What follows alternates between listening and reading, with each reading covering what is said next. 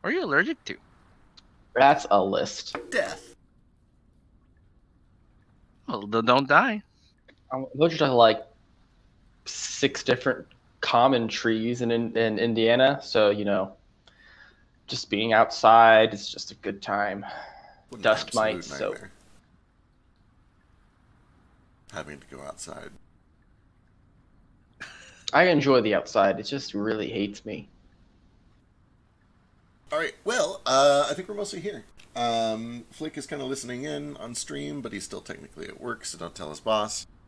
Some stuff has come up with Yule. He's going to be yashing for a bit. He's going to take a break, but he might be back at some point.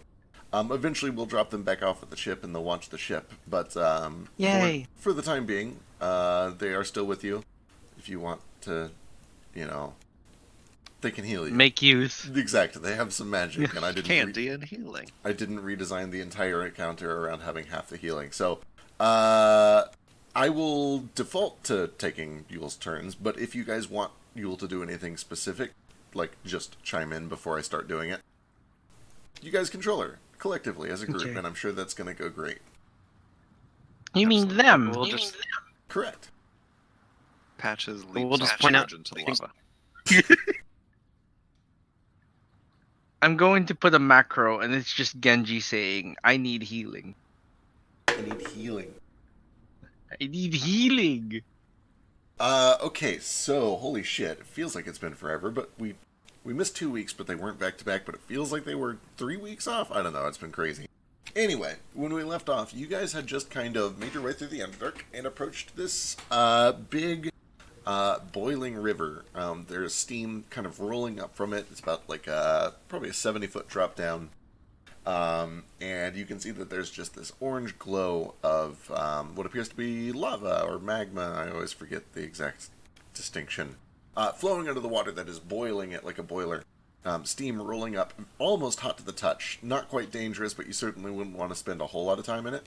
And also, I forgot to mention it last time, but anywhere in this mist is lightly obscured, so disadvantage on perception, which means -5 to your passive perception. Gotcha. So, no particular reason, but No particular reason. be aware of your new passive perception. Anyway, you guys had a brief encounter with some dragon riding kobolds. They kind of swept out to investigate some noise after setting off a trap that caused this bright flash of light and a loud noise that kind of blinded Flick temporarily. But you heard a voice of, you recognized Shul's voice, kind of yelling at them for being hasty, goading or instructing them to return to the castle and try to goad you towards their defenses. And you guys kind of took a little bit of time to heal up briefly and then concocted a plan to send Nordo out as this big, booming, intimidating presence to try to initiate some sort of a duel or scare some of the kobolds. And that's basically where we left off. As you guys went out there and issued this challenge and a bit of a warning to the other kobolds, 2 images of Shul, or two Shuls, flew out to meet you. They're both about 40 feet above ground level currently, which is about like 110 feet above the water. Just kind of hovering in place, but you can see that each of them begins to kind of pull their hands back. They begin to glow with magic. They look hostile. And we're just going to jump straight into initiative. I think this is going to be a fight-heavy session. We'll see how it goes. Don't forget about inspiration. Indeed, inspiration this week. Oh, I just had it. Where was it? I didn't vote. I just voted. Did I? Thanks, mode. 4, that's bad. Oh, right, initiatives. Damn it, the mouse wheel again.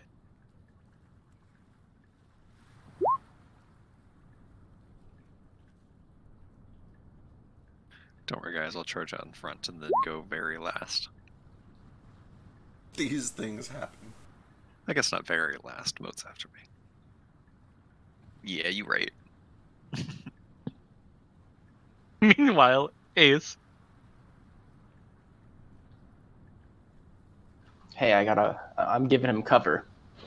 A fire cover. Are these dashboards expiring? Covering No. fire. Don't worry, as well as going last, I'm as far back as I possibly can be.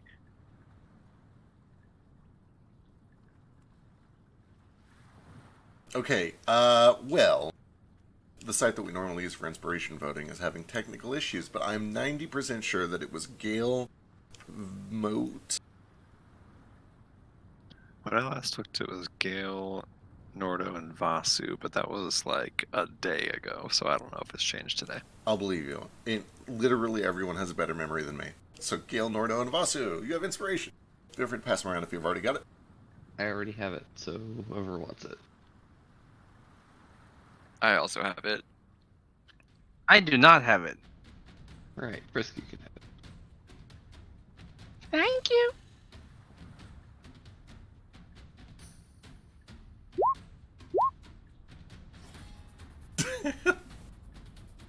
Godspeed, brave champion.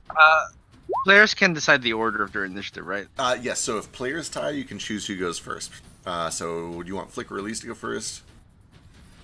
Gotcha. What do you guys think? Also, can I trade initiatives with Mode? You can't. Okay, so you can't just straight up trade. No, you can break ties. You can't just trade initiative. But he's my cleric. He can go first. This is going to be the 20th session where I mentioned that eventually we're going to try dynamic initiative, but not do it today.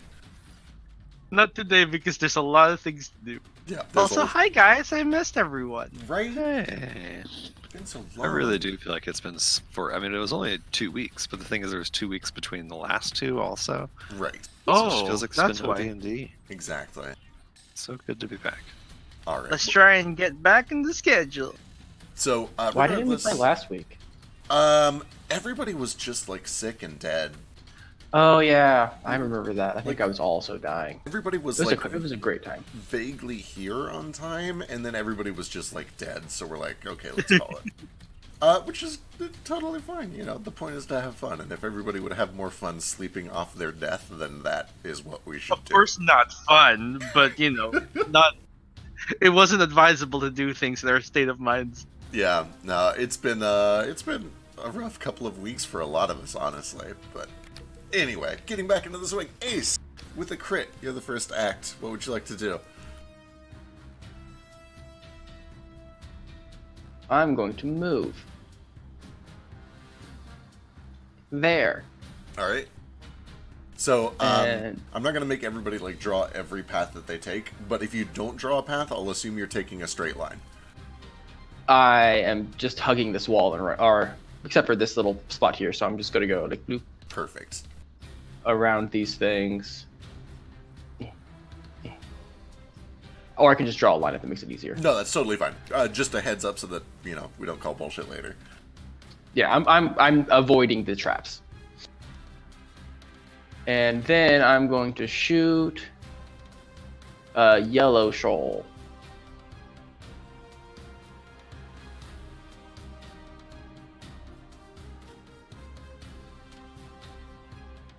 Is she considered a humanoid?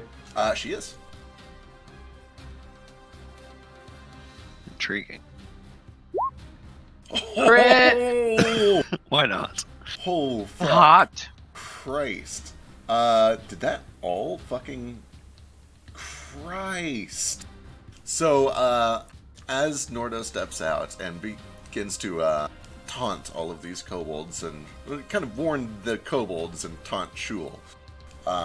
Shul comes out, haughty and cocky as ever, and you can see that one of these two Shuls kind of begins to cast a spell. Her eyes glow, and she lights up to begin a monologue of some sort. But before she gets a single word out, Ace just fires a shot, and it plants right through its neck. You guys watch as this dark green gas begins to roll out the side of the neck. Let's see, holy fuck, 19, 30, 41 damage. 41 points of damage. I still have 2 attacks left too. Yeah, shit. Let me double check to make sure she doesn't have anything weird for this, but I don't think she has anything weird for this. The greatest Fuck. hunter in the Underdark. Okay, there we go. 41 points of damage. Shit. Fire away.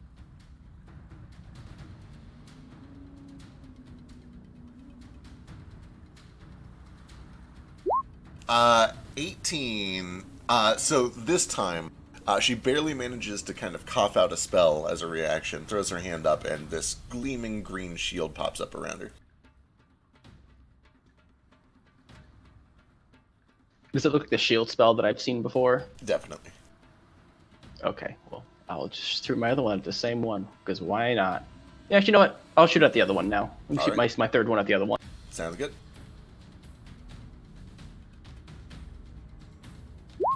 Uh, 24. She can't shield that. That one lands for 12 points of piercing.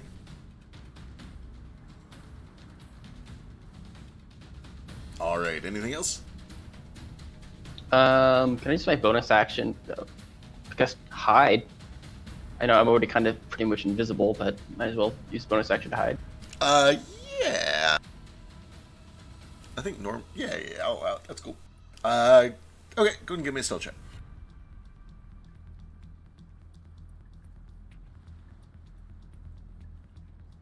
Right? Ace is fucking terrifying.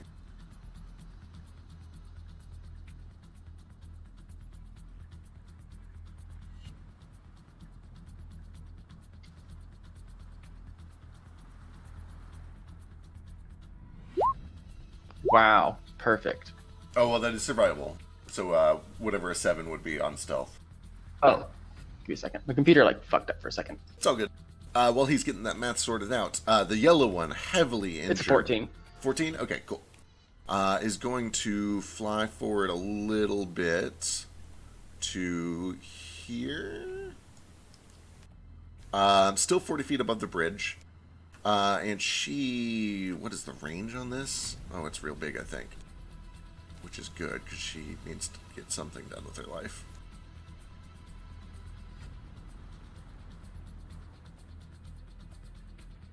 Oh, that's weird. That's a very odd range. Not many things have a 150-foot range. That's a lot of range, though. But one very specific thing has a 150-foot range. And it's Fireball. Yeah. It sure is. Ruh-roh. Hope it doesn't hit me. You watch as this gleaming streak of orange rushes past your right shoulder, Norda, over your head, and towards the mouth of the cave. 20-foot radius. It's basically everyone. It is going to be a lot of people. It does not. I don't think Fireball spreads around corners, which is very. It does, fortunate. I think. Does it? That's crazy. I think it might. Yeah, like it's an explosion specifically. Fireball 5e. To a low explosion of flames. The fire spreads around corners. Weird. Why? Okay, I'll take it. Why? I'm gonna use my deflect missiles on it. Yeah, you wish. In my wildest dreams.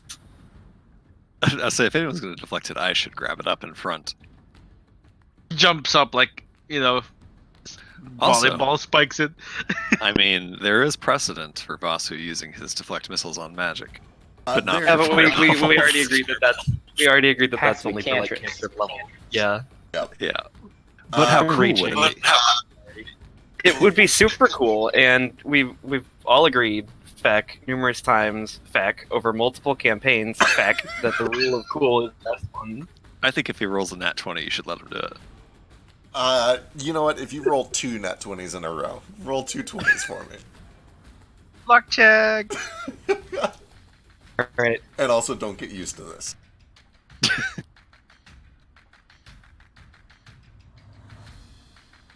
Oh, well, look at that. How incredible. That's a damn shame, isn't it? Alright, so yeah, this hits everyone. I don't know why I even bothered. Fire 3 and a 1. Fire erupts around you. Each tiny little airborne pellet of steam seems to burst into this roaring, blossoming flame. I need deck saves from fucking everyone except for Ace and Nordo. You're looking for a 14. 28 is the full damage, save for half.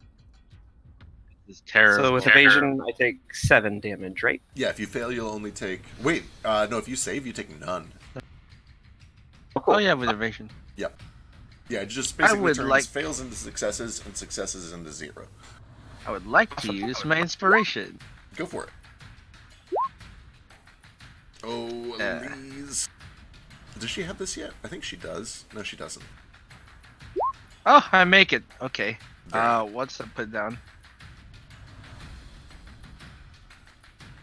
To what's half of 28? 14. Friends. Excellent. Oh my god, she does not have anything for that. Elise takes all of it.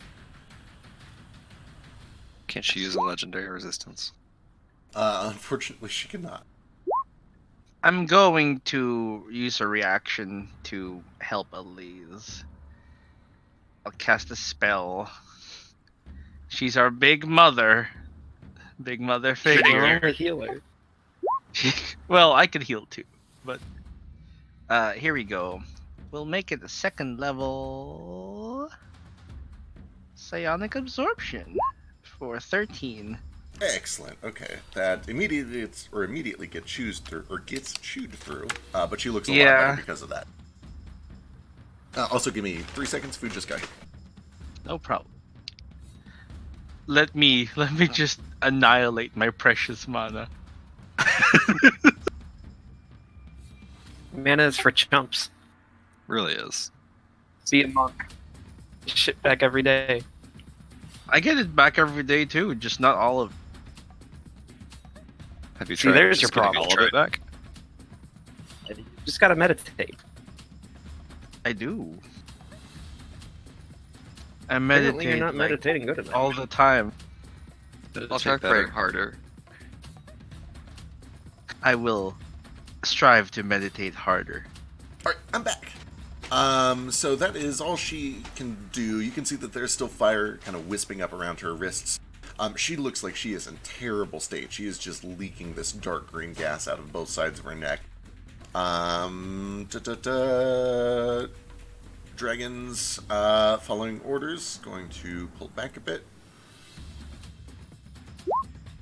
Okay, Elise. Well, Fireball's not good, and she knows that there might be another one. She's going to spread out. She's going to move 10, 20, 30. And she is going to... she's not under yet. What is she going to do? She is going to pull out her spiritual weapon and get that going. Where does she summon it? Presumably right next to that thing, but I got to check the range on it. 60 maybe? feet. I think it's 60. So she's not actually going to be able to get it all the way to her. She can get close. She's actually about 10 feet below it. How high up is Shul? 40 feet above the bridge. Well, that's troubling.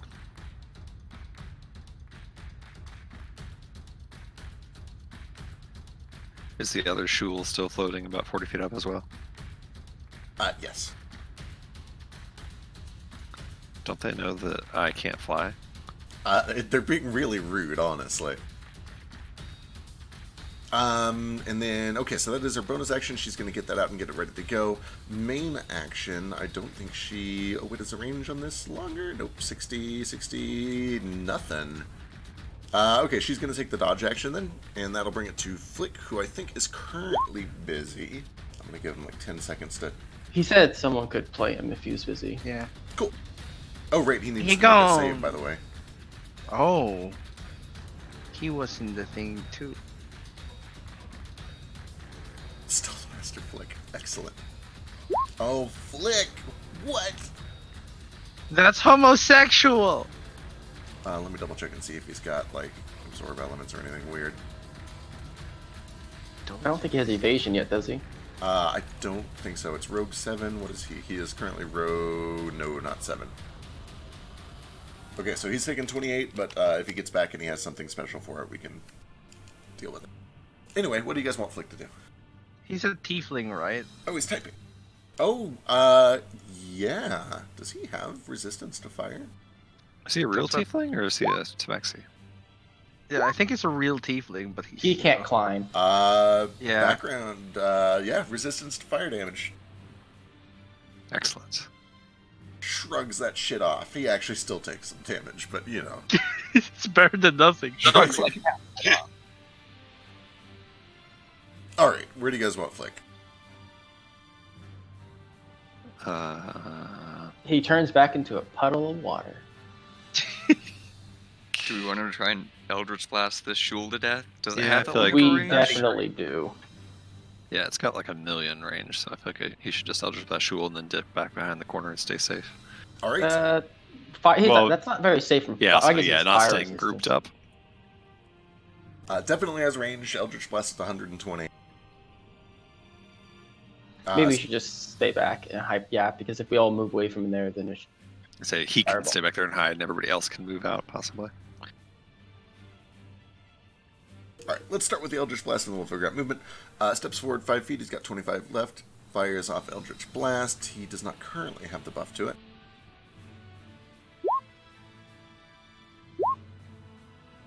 But fuck, he doesn't need it. They both hit for 23 points of damage. And I believe actually... yeah, the second hit is enough to... it slams into this forward Shubel's chest.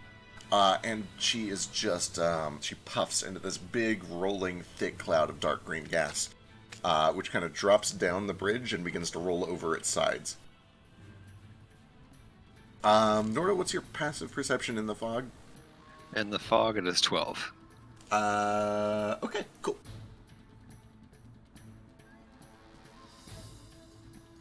Any remaining movement, bonus action for Flick? Where do you guys want him to end up?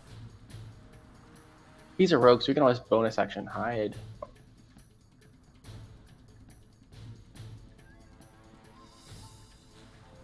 But maybe like duck back. in Yeah. this corner. I think he should duck back, maybe even further back, because he's a quick boy. Yeah, just hide there. Yeah, he'll kind of pull around the corner and bonus action hide. Sounds good. That brings us to Orange.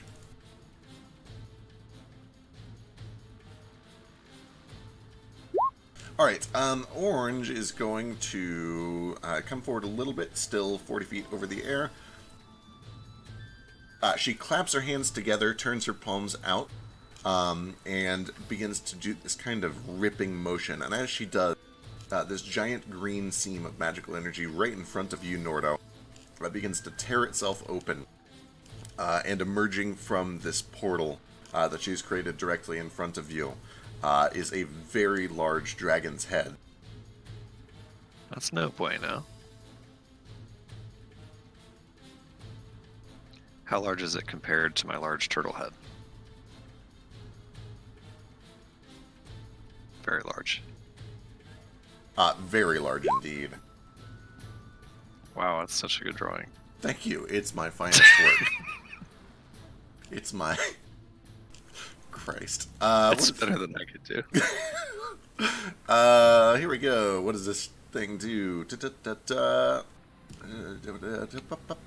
minute. Gale's ahead of the game. He is ahead of the game, and he made it. With that said, it's only a 30-foot radius, and I don't think you have to do it until the start of your turn. Nope, it's immediate. So, first of all, anything within 30 feet of this thing needs to make a wisdom saving throw. And we'll call, like, this the center point. So that's just Nordo anyway. You guys are all good. I'll let Gale keep the roll, though, because he knows what this shit is. You are able to fight off this immediate sense of dread as most of a large green dragon steps through a portal. And then it rears back its head, and you can see rolling gas begin to form at the corners of its cheeks. And then it is blasted out.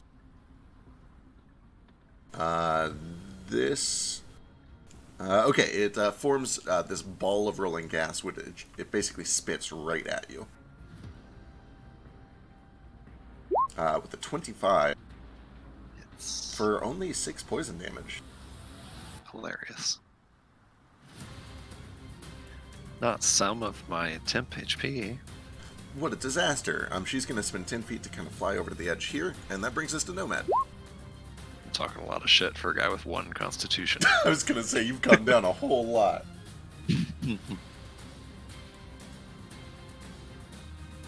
Measuring out my movement here.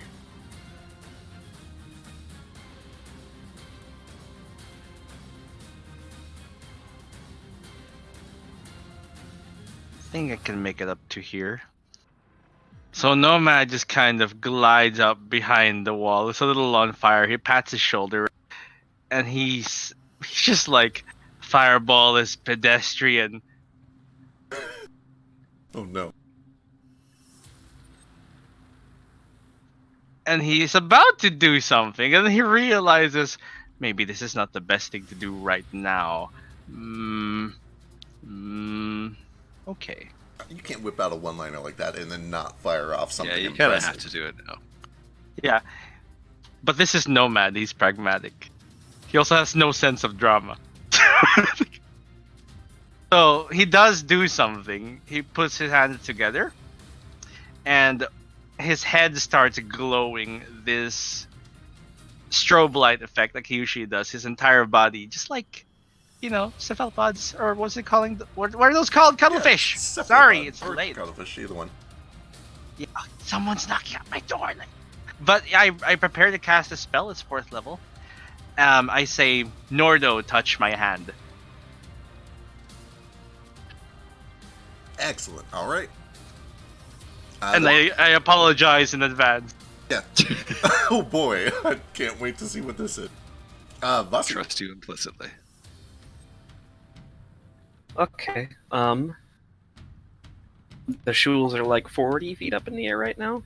They are. One of them has exploded into poison and rolled up the side of the bridge. One of them got green dusted, right? He did, yeah, but the other one is 40 feet above the bridge. The other one is. I don't give a fuck about that. I'm just gonna fly right up to him using one of my cloak charges. Let's start wailing on her. This is the first one. Shoe's gonna fly out and give me advantage. All right. 4. 24 is plenty. You run up and just begin smacking this one up in the air.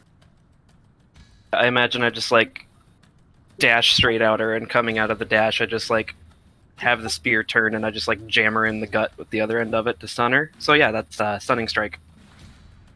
Do it, do it, do it.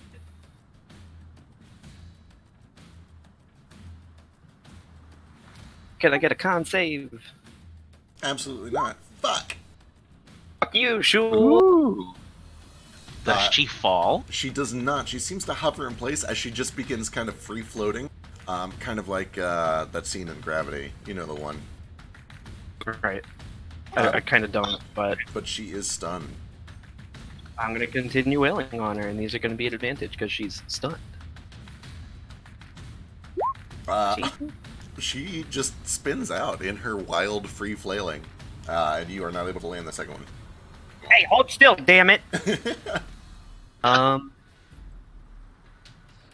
see, she's 40 feet above. Yeah, I'm just gonna keep beating her up. Unarmed strike bonus action. 23 for 6 is good. Call that my turn. All right, brings us to Yule and Patches. She have to make like any con saves for that dragon head? She doesn't seem to.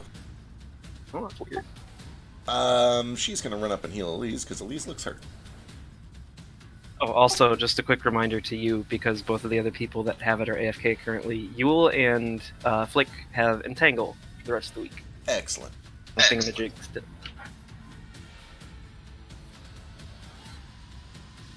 I think you get to decide when to use it since they're not. We already beat up all the enemies that are on the ground, so. That's fair.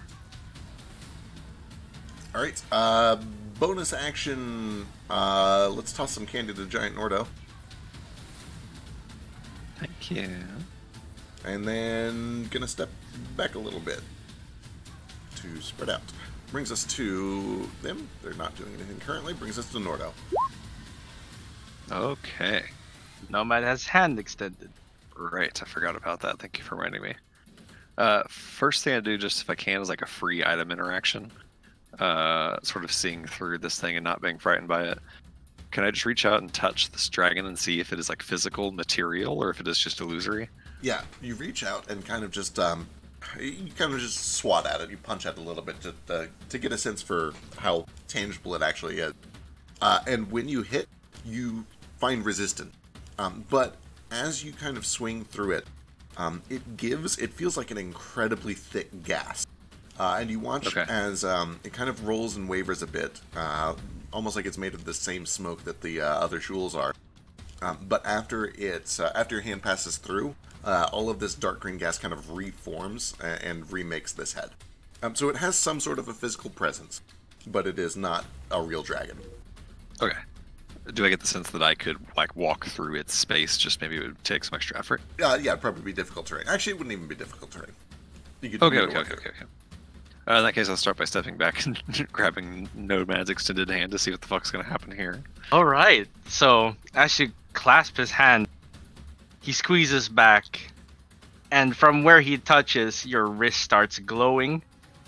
These rings start forming on your forearms, your wrist, forming bracers made of this purple energy, and then on your ankles as well. And you're granted a 60-foot fly speed. But also, this is a 4th level fly. Moat, who is all the way back there, you feel in your armor Nibbler wriggling from your forearms My and holy elbows. symbols. Your holy symbol. Yeah. Erupt the same weird purple energy in the shape of like flame wings. And you also have a 60-foot flight. Well, I am fully erect. Same. I am out of mana. Now is a great time to be out of mana. That was Okay. a great time. I have to hide, or if I lose concentration, they're screwed. Well, it's not haste, so they should be fine. All And right. That's it. Yeah, 60-foot flight. So reach out and grab your hand and get these purple rings around the wrists and ankles. Start kind of floating. Take a second to get my bearings. I turn back around to this fortress and fly up to the stunned Shul, sort of floating in the air next to Vasu. And I look back towards the fortress full of kobolds, and I just shout, still able for them to understand me because of tongues, I think? Whatever Elise did. I think so, yep. See how we lay waste to the infidels. And then I'll just start beating the shit out of Shul. Excellent. Do it. At advantage. Yes, sir. hot. I'm going to use inspiration on that one. Actually, no, I'm going to use candy on it. What is it, a D6? I believe it is up to a D8, but let me check. Yeah, D8 now. Oh. Ooh, 19 Eat that candy. is plenty more than enough, and she can't do shit about it. So that lands for 7. Excellent. And she takes a wound as well. Also, I don't know if it's too late for me to say this. I 100% meant to rage as a bonus action. Can I still do that? Yeah, that's fair. Okay, and she takes an additional 2 points of slashing. Hey. Second attack. It's like spike her into the lava, please. No, she might have a book that I can copy spells from. Spike her back into the bridge. She sure And that does should be 10 wish. points of slashing. She really wishes that she could shield all these, but, you know, stunning strike. Yeah, that's too bad. It's a damn shame. And then she has 2 That's wounds. what you get for Just fighting two- alone. They that's can it. fly anywhere.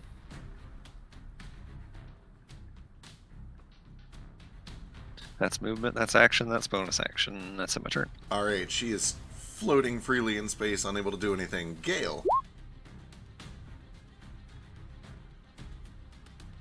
Oh boy.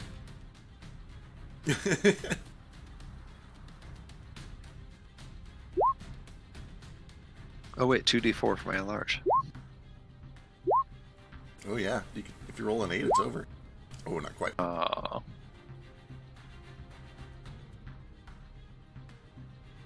Barely hanging in there.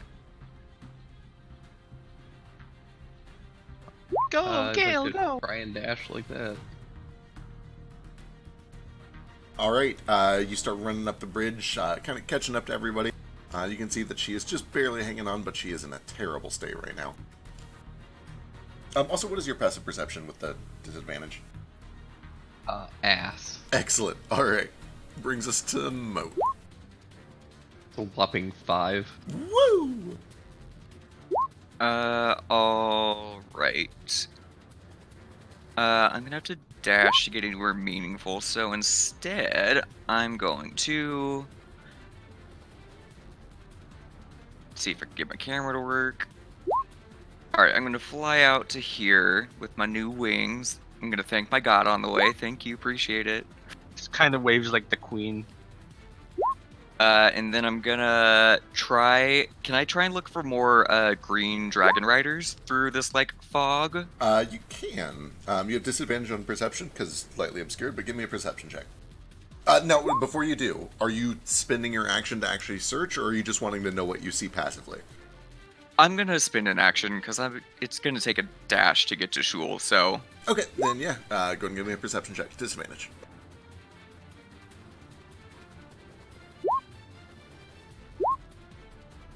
cool. You are definitely aware that like one of them flew off and is somewhere, but this mist is just so thick you can't really make anything out beyond a few feet in front of you.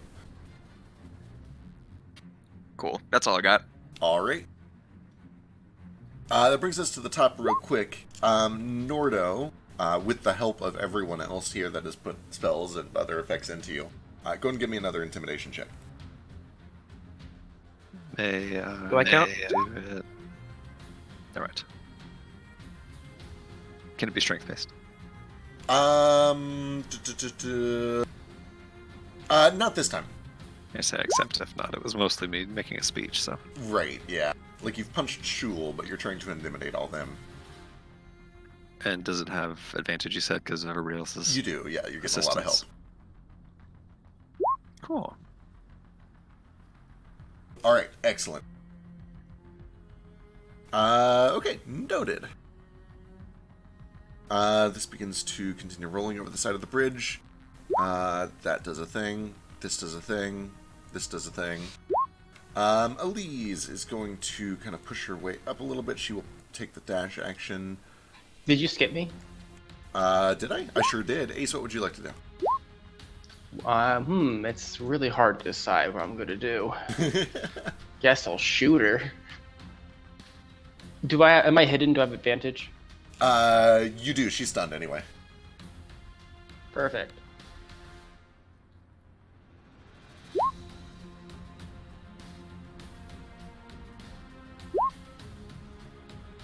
Straight between Nordo's arm and his torso, you fire one more arrow. It plants right into the side of her temple. And once more, you watch as this Shul bursts into a big dark cloud of gas and begins to roll down across the surface of the water. Do I see any other enemies from where I am? You can definitely see that there are some... Or actually, what is your passive currently?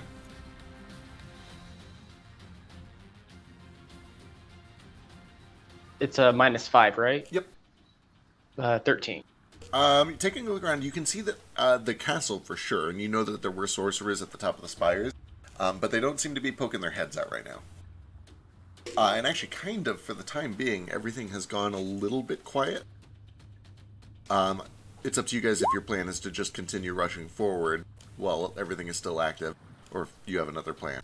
So real quick, break in combat. Do you guys, what's the plan? I immediately plan on getting behind cover before someone breaks my concentration and my friends fall into lava. Because they're hovering over lava. That's totally valid. I'm gonna get back above the bridge. Yeah, We're we'll on the move bridge. above the bridge as well in case I happen to fall, kind of like right up here. I'm gonna try and just cast like Gust to see if I can clear out any of this fog. I know it's kind of probably a moot point, but I'll try it. No, that's exactly what the spell is for. Okay. Are there two Vasus? Oh wait, one of them is just stuck on my cursor. Sorry. Weird. So one round of kind of like resetting up goes by. Everything kind of goes quiet for a brief lull in combat. You guys take that opportunity to reposition a little bit. If you have anything that would have ticked at the start of your turn, you can go ahead and do that real quick. Elise is going to kind of go catch up with the gang. I would like to just shout out again. That's all you'll send us? Just some meaningless little puppets? Where's the real Shul? Don't make us come in there looking for her. Send her out to us. Excellent. You guys do see that as this lull is happening, the dragon's head suddenly is severed by the portal, kind of closing in two. Rolls into the same heavy gas. And as you kind of call out, your voice echoes. Also, Vasu is able to successfully gust kind of a clear path around the bridge. Hooray! Neat. Out of here, you nasty old dust. Nasty. Nasty. I like the way you said that. However, Vasu said. as Nordo is walking forward, kind of sending out this challenge.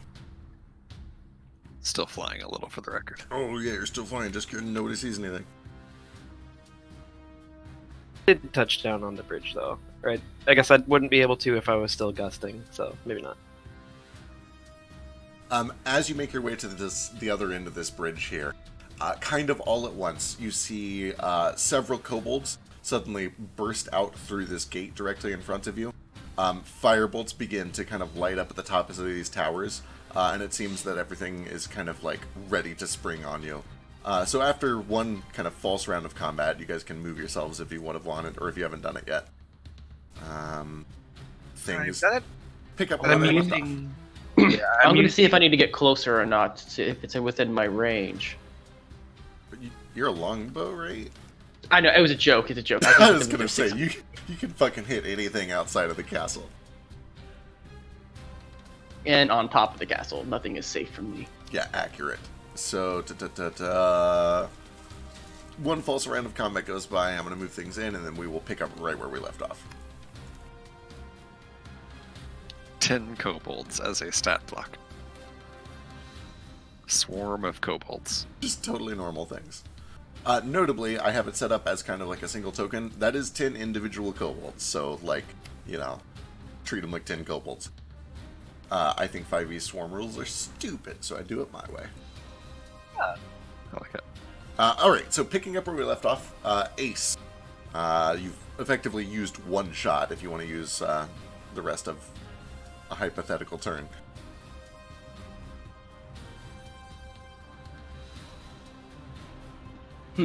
So many options. Hold on, let me zoom in a little bit. These are so tiny. Alright, I'm going to shoot at this clever kobold sorcerer. Also, to help with lag, I'm going to go ahead and pull some of this steam off. Thank you. Yeah, it's still there, but it's not I covering. want to ask. No, it definitely causes some performance issues. I'm going to leave that patch because that has not been cleared. So does my sneak attack not refresh then? It would. It's a new turn. So 28 for 15. And sorry, who was this on? Oh, I haven't rolled yet. It's going to be on the clever kobold right there. All right. Hit and another hit. 15 and 14 is 29. No, I only did one hit. The other hit was on the Shul. Oh, right. Gotcha. The one above Okay. Nomad talking. Gotcha. Then a second shot lands on this sorcerer. You can see it's getting ready to kind of throw a firebolt at Nordo. You catch it as it peeks its head over the turret. And guess what happens? I use my reaction to cast darkness on it. Ooh, sick. That's what, 15-foot radius, 20-foot radius? Mm-hmm. So him and the other sorcerers are both caught in darkness now. What is the size of it? Hold on, let me get it out. Darkness, 5e, 15-foot radius.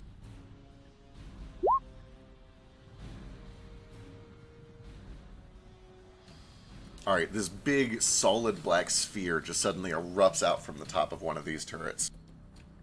How high are those walls? Those walls are 40 feet high. Okay, so it's not affecting the ground, which is what I wanted. Correct. Perfect. Alright. That does bring us back to, so a skipping forward, Ace just went.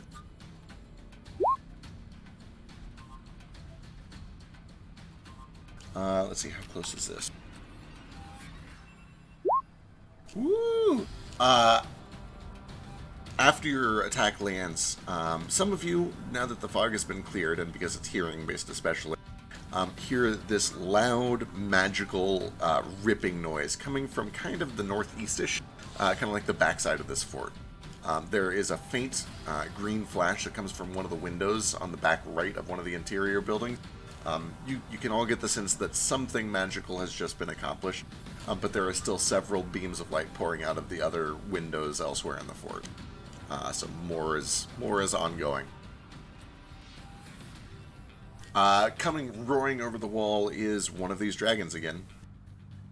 Flies over to here. I think it's 60. Let me double check.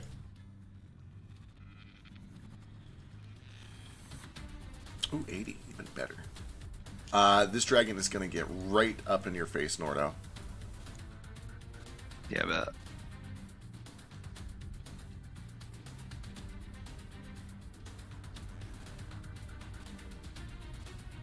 And it will...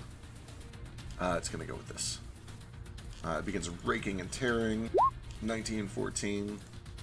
And a crit! The 14 misses, everything else hits.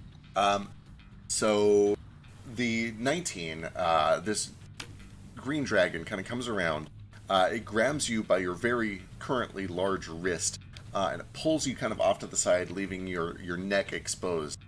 You feel sharp pain as it sinks its teeth around your neck, but then you feel something cold and heavy and hard around your neck. The rest of you watch as gold veins appear around the sides of Nordo's neck, kind of bathed in this soft white light. And you can see faint wispy channels from those golden veins back to Elise, who is holding her shield up and canceling that crit. Oh, wonderful. You just take 17 points of piercing and poison. So a total of 25, right? Correct. Okay, and then that's halved from rage, so 13? Just 12. 12, even better. How you looking? I had a couple temp HP left, I'm good. Not quite bloodied yet. Oh, that's good. 31 health points. Woo! From the back, the kobold on its back. Right sentinel's real good. A couple of spear attacks with advantage. 22 and 19. Who's this on? Those are on you, Nordo. They both hit. Okay, that is another 9 points of piercing damage. This thing is 10 feet off the ground, probably close enough for most of you to hit. That brings us to Elise, who has had a turn to get her weapon in place. She's going to bring this over and swing on the rider.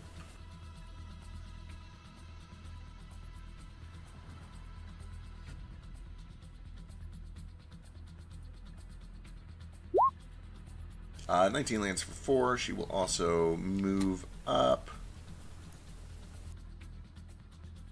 And she can't quite get close enough to do a melee attack, so she will do this on the rider.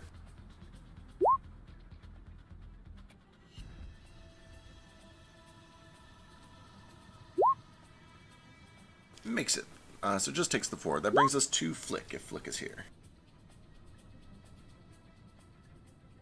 He had to take a call back to back, I think. Gotcha. Alright, so Flick has had some time to move up, assuming that's what he would do. So he'd be about here. What would you guys like for him to do? Eldritch Blast. Alright, on the rider? Yeah, I think the rider. National anthem of the warlock. Accurate.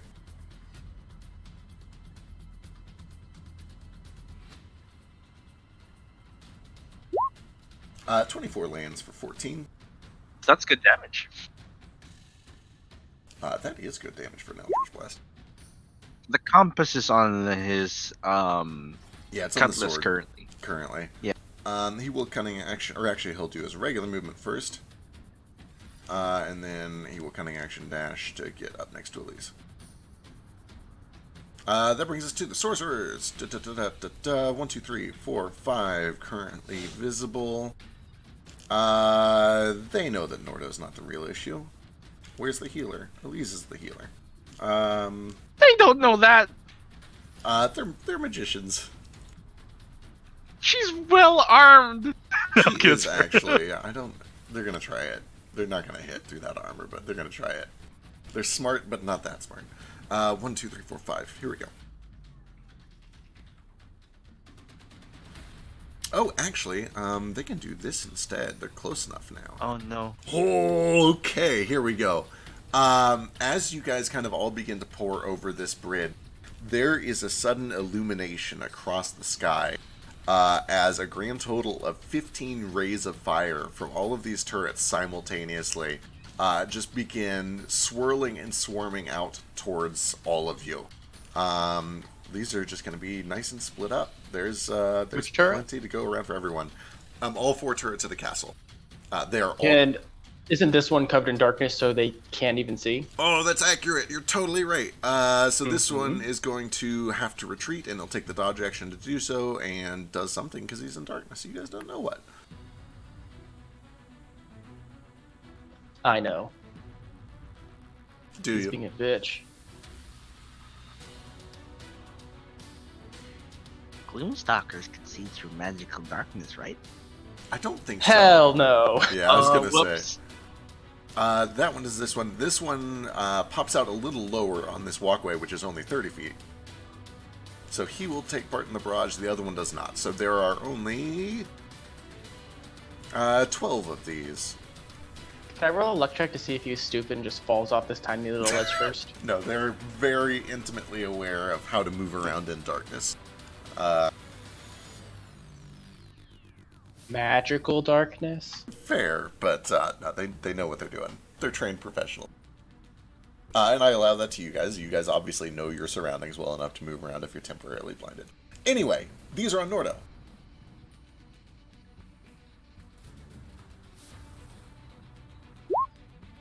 These are on Elise. These are on Vasu. These are They're on at Mo. advantage. These These are on Mo. None of these are at advantage, I think.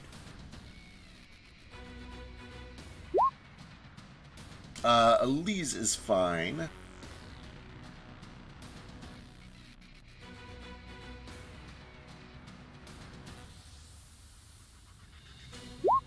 I think Norda might take the 19. Yeah, I took the 19. Okay, I took my 6. gotcha. Cool. And then Vasu, there's a crit in there for you. Wait, what? Oh, I was looking at the wrong ones. Okay, yeah, that is a crit. Yeah, third set is for you. Is it a cantrip?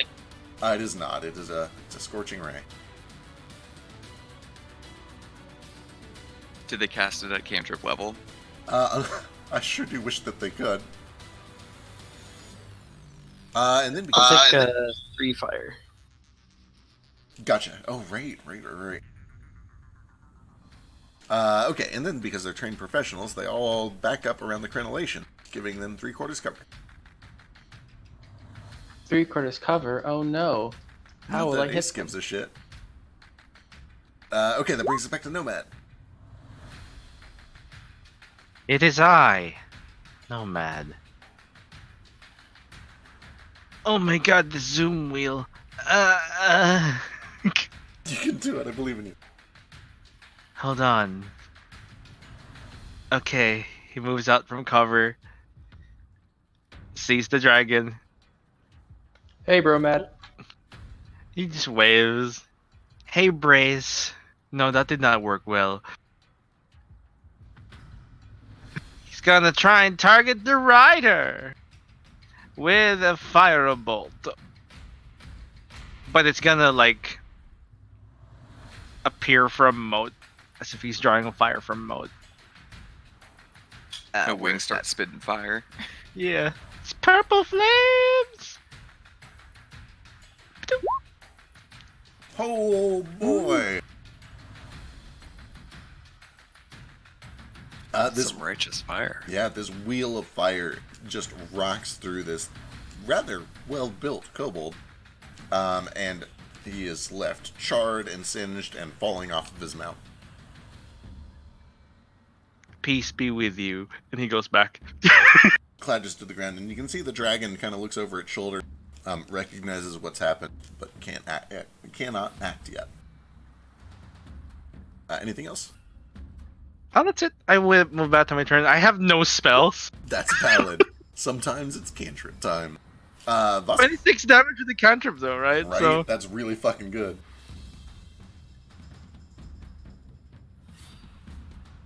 Alright, Vasu's up.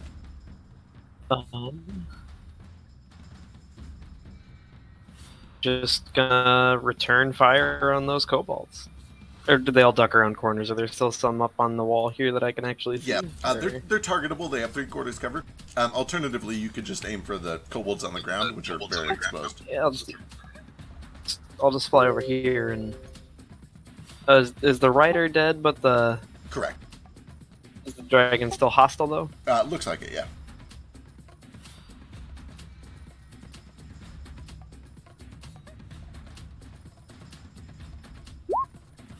Oh no! Yeah, nearly bites your hand off as you come in, but you're able to kind of pull back and pull your punch. 23 is plenty. You bring in a left hook. There's dragon yet. Attacking can it I with talk around the dragon? So You're cutting out a little bit, Philo, but yeah, you'll be able to. Frisk. 15 hits the shoulder, but it just seems to be a glancing blow.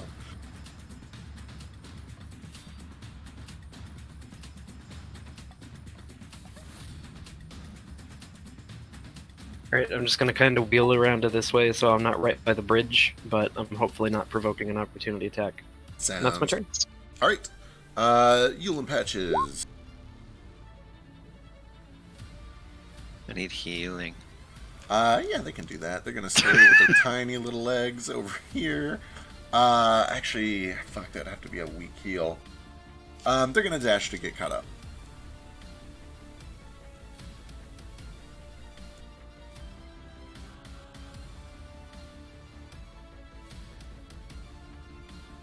Which brings us to the packs.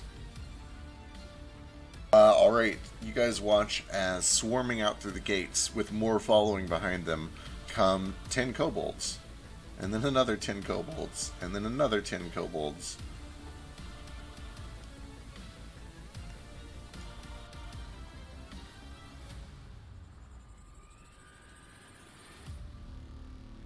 So, I am still flying. I don't know what their reach is like, but So you can see that they are armed with various different things. A lot of them have daggers. A couple of lucky ones are wielding short swords, kind of like long swords. But almost all of them are equipped with slings that are loaded with just weird, random junk. Some of them have rocks, some of them have nails, some of them have scraps of metal. And they are basically just going to run up and start trying to pick off people in the sky. do any of them have a fucking gun? None of these ones have a fucking gun, unfortunately. There, that single one. Oh my god, that GIF is amazing. It hurts my soul. It's real good. Okay, the range on these is shit. These are going to be on Vasu with disadvantage. So, have fun with that. But they're all disadvantaged? Yep, those are all Vasu at disadvantage. These are all going to be on Nordo regular.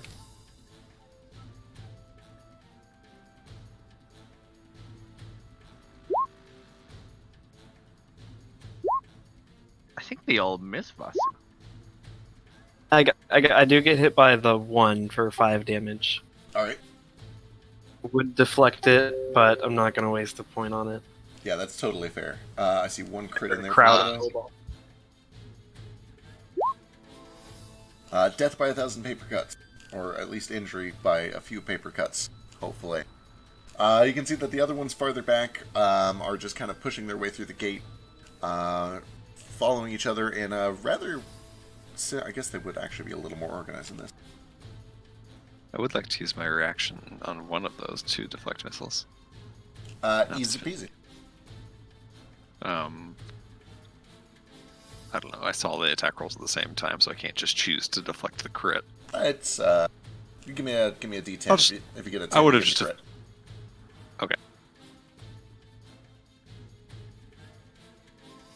Yeah, I probably would have just deflected the first one to hit me anyway. So Okay, that's fair. you see how that even works. Yeah, I was gonna say, I think you roll it like a monk weapon. Pretty sure.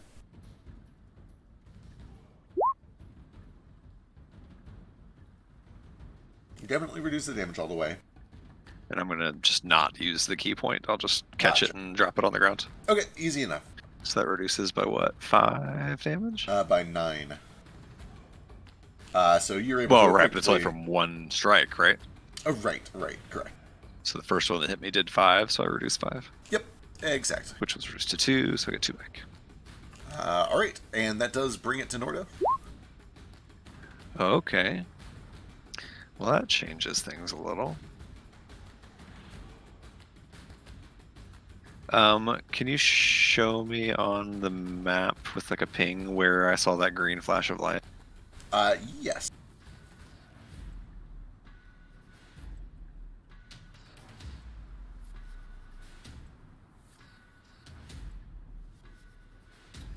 So actually, from the air, you'd be able to kind of see into the courtyard a bit. So let me start revealing a little more.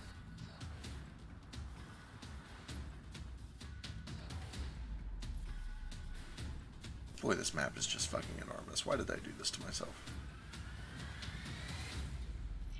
Okay, I'm going to do this the easy way. I'm bumping you guys over to another page for a second so I can reveal everything and then hide. So, have fun sitting over here.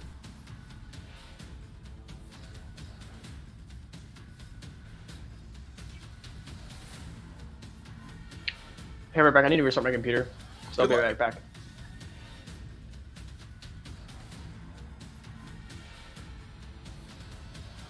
I'm gonna reset my Discord real quick too, because it's being a bitch. Right.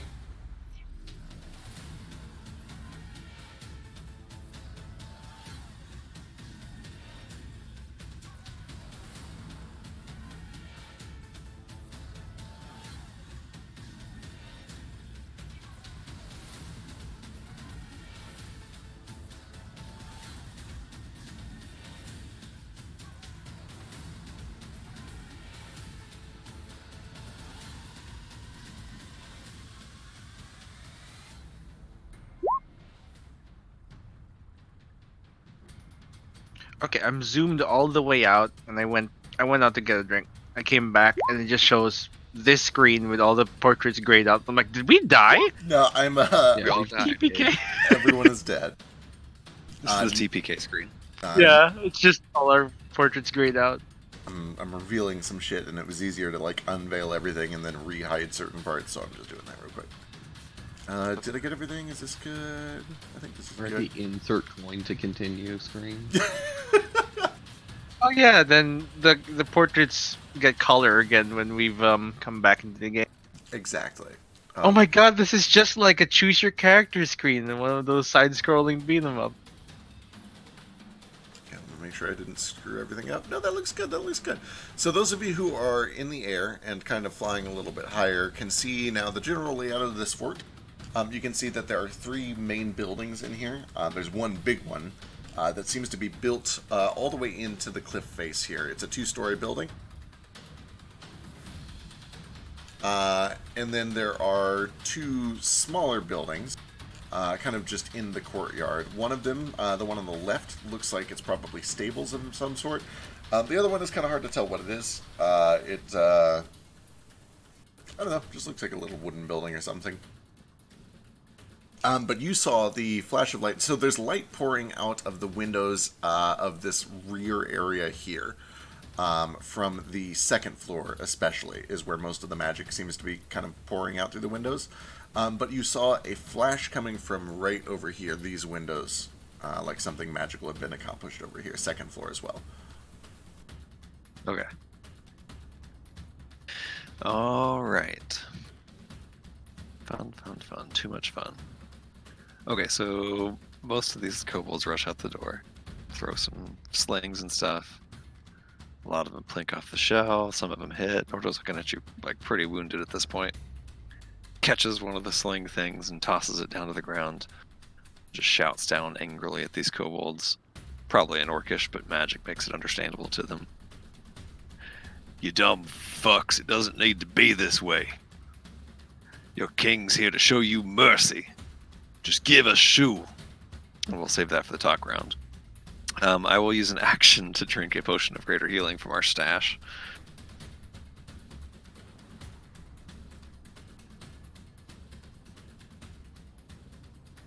Oh no, here we go killing again.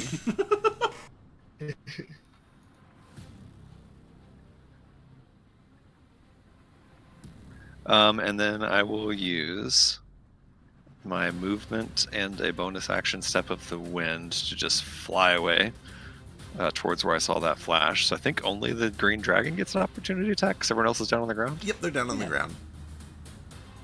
Okay. Good healing. He's going to try one of these again. Missing. Terrible. Dynamite. And I have 120 feet of movement, so I fly over towards where I saw that green flash to start with and just like look in that window, see what I can see. Absolutely.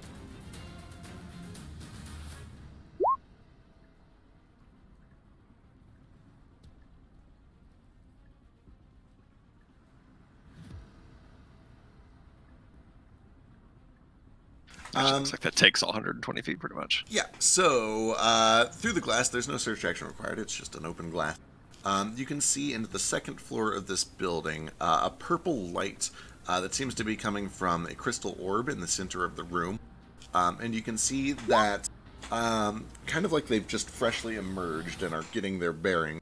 There are 4 winged kobolds, all in dark black robes, that are all kind of looking around, and then they like make eye contact with you through the window and raise weapons and kind of like look towards you and get ready. Okay, can I fit through the window? Yeah, it's kind of this big gothic open glass window.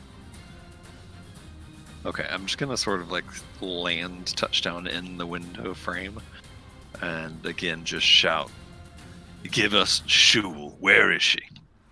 And that's the end of my turn. All right, that brings us to Gale. Okay. Oh, so how tall are these doors? They are 25 feet tall.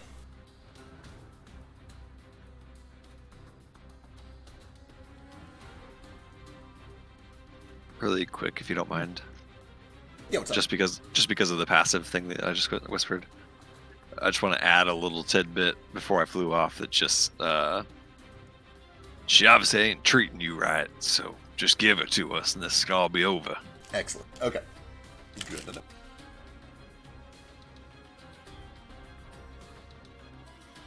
Alright, well, meta question, Ordo, how do you feel about being regular sized again? I mean, I'll deal with it. The enlarge really isn't that big of a deal. It's extra damage, but it's not extra like survivability, and I already have advantage on strength stuff because of rage, so I don't need it that much.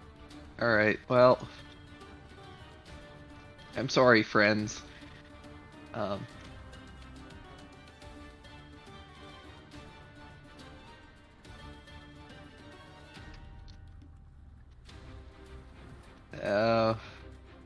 Okay, and I'm going to cast Reduce on the doors and then immediately release it. So I just basically want it to come off the hinges and then fall on top of them. Fucking excellent. Beautiful. Ideally, because there's a lot of them, they'll be able to catch it, but they'll be busy holding this big door. Sure. So this big, heavy... You know, in a perfect world. Right. We'll see how it goes. I love it. What level is Enlarge Reduce? Is that second level? Yeah. Oh, that's plenty more than enough. No check required. There is this the sound of metal stressing and snapping, bolts popping, pop, pop, pop, pop, pop, pop, as all around the frame of this big, heavy oak door, kind of metal metal around its edges and bars across it. This thing just kind of pulls itself free of the stone that it's anchored into.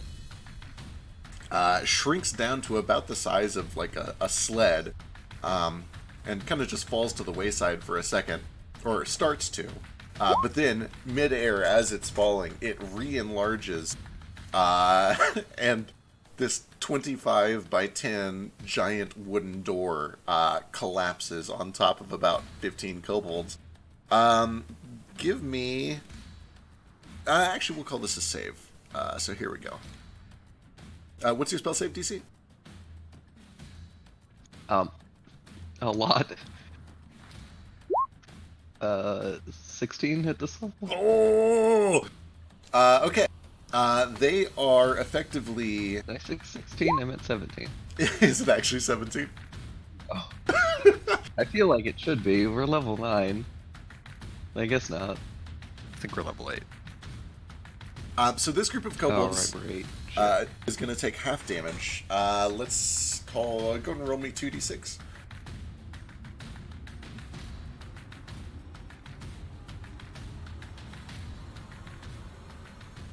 Oh! Get fucked. Holy shit. Well, that wasn't going to be a big deal until they took max damage from it. Yeah. There is just the sound of, you know, some crunching. And you see some limbs and tails poking out from underneath this door.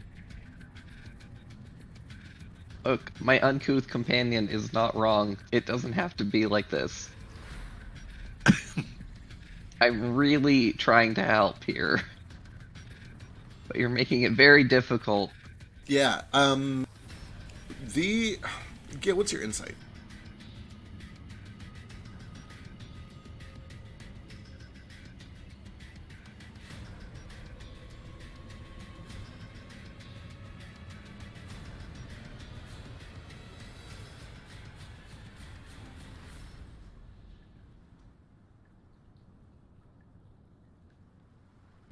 And while you're fetching that, Moat.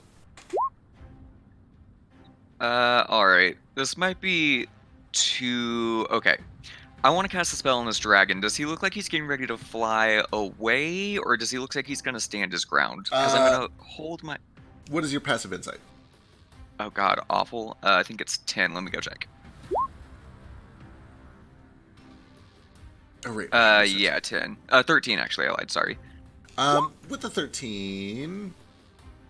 it looks like he still wants to stay engaged with combat, but, you know, he's maybe maneuvering a little bit to get in a better spot.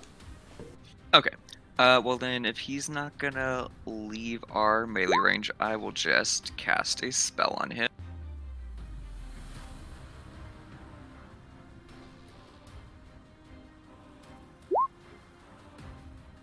Oh, excellent. Okay. I love that spell. It's such a good spell. Good. And he fails it. Aha! You watch God, as so this thing... perfect for this too. Jesus. Yeah, I Right. just want him to turn on the kobolds. Oh yeah, this is a real good It's scenario gonna for this. breathe on their asses. Yeah. Yeah, this thing just begins looking around in a panic. Up towards Vaso, sideways towards you, down towards all the kobolds, into the people running across the bridge, and just goes into this almost bestial kind of rage state where everything is terrifying, like an animal in a new surrounding doesn't know what to do. Sick. And then with my movement, I will just give a nice little fiendy grin to the dragon and fly up to this stealthish sorcerer. Alrighty. I don't think it was in range to... No, it's not high enough to opportunity attack. That brings us to this. Gale, from behind you, you hear just kind of a skittering and the sound of like several large bugs.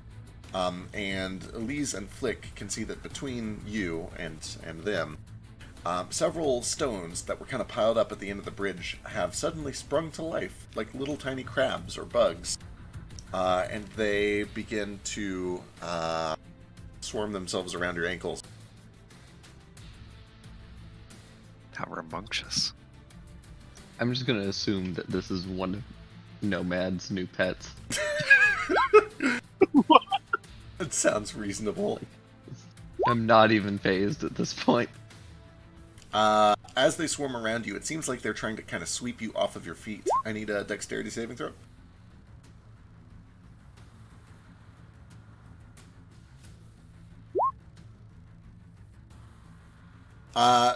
You get caught up in these things, and almost like a cartoon conveyor belt, they kind of sweep you onto your ass and then begin to move 5 feet closer to the edge of this cliff with you. Here I go dying again. And You stop. And the entire time this is happening, it's hurting because they're stinging you. 14 damage. Some really good rolls. Yeah, these have been really good rolls. Holy shit. That brings us back to the talk round, first of all. Nordo, go ahead and give me an intimidation check. Or persuasion, it's kind of your call. Oh, they're the same. More persuasion is what I'm going for. And does this have advantage still? It does. You guys are tearing them up. They don't stand a chance. Okay. This entire time, especially now that you can see these kobolds that you've been trying to convince face to face, you're just getting this kind of blank expression from a lot of them. In addition to the passive thing that you got sent, they just seem to be in kind of a stupor, almost like they're just going through the motions. You would know that a lot of kobolds have very low regard for their own safety in the first place. But they seem to just have total reckless abandon. They don't seem to care at all. They are following orders to a T, and that's all they're doing. Okay. And the passive thing that I got, does that apply to these winged ones up here too? No, these do not seem to be that way. Okay. Alright, brings us to Ace. Oh wait, I'm sorry, Nomad. You wanted to talk around this dragon. I went to talk around this dragon, yeah. Then it went a little nuts, so. Yeah, so there's this sudden, violent shaking, a little bit of an earth tremor, and as it does, steam boils up from this river, and everyone all kind of like stops and watches to make sure that, some new crack isn't going to form and swallow them whole. And during this, you can have a few seconds to talk to this dragon. So, just in its mind, I don't know if it knows any languages. I'm going to assume it knows Draconic. But if it knows any languages, I can communicate. And just, very subtly, if ever Nomad knew any subtlety, run and survive. Stay and be conquered. And that's all. Alright, give me an intimidation check. I'm not good at any talk skill, so let's do it.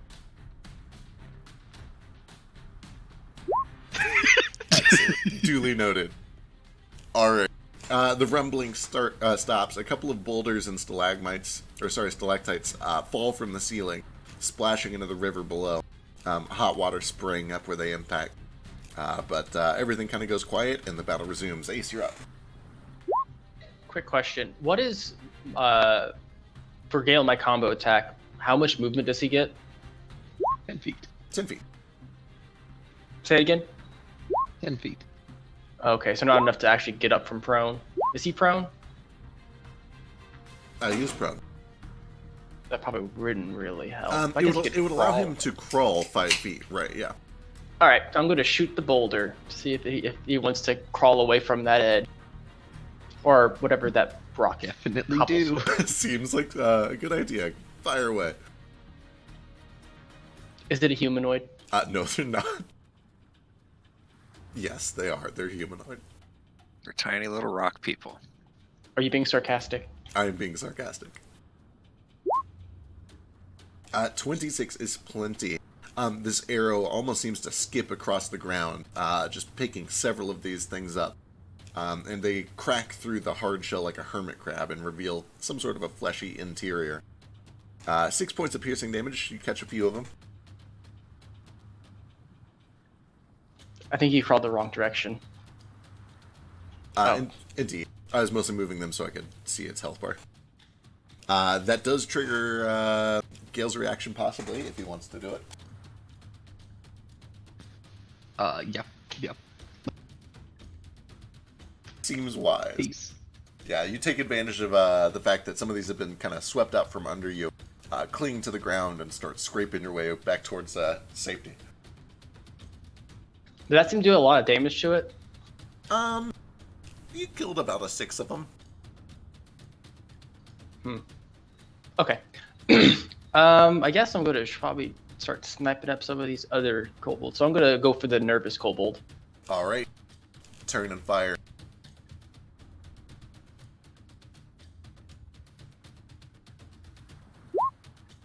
Jesus, it can't do shit about a 29. 13 points of damage.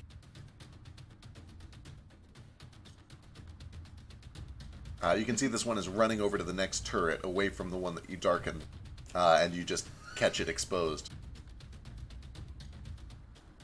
Anything else?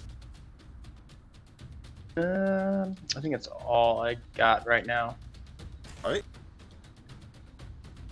Because I can take the hide action, I guess. I mean, I'm invisible, so it doesn't matter, so I guess I'll just chill. I was going to say they definitely can't see you anyway. All right. That brings us to the A-Pass, who are now here. Just so I understand, they're actually right here, right? Correct, yeah. So they're Okay. It'll be revealed more, but like the second floor of this map is over here. Okay, that's what I figured. Yep. So emerging and finding Nordo busting through the glass window, all of these things turn and attack you.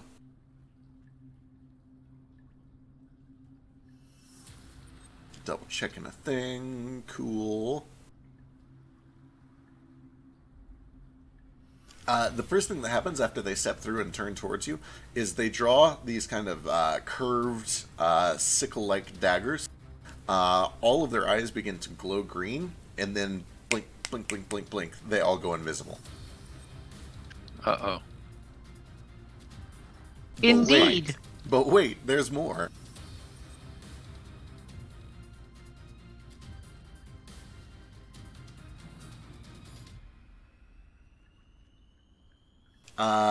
You feel several kind of just light, sharp pricks. These all have advantage. You take 4 points of piercing damage. Reduced to or reduced to... How's that work? So the ones would all become zeros, and the crit would become a 1. So just 1 point of piercing. Okay.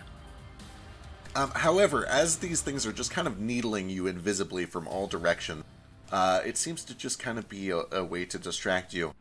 Because when you turn around, looking for some of these things to swing at, there is a sudden blast of this kind of sickly yellow gas right in your face. And I need a wisdom saving throw.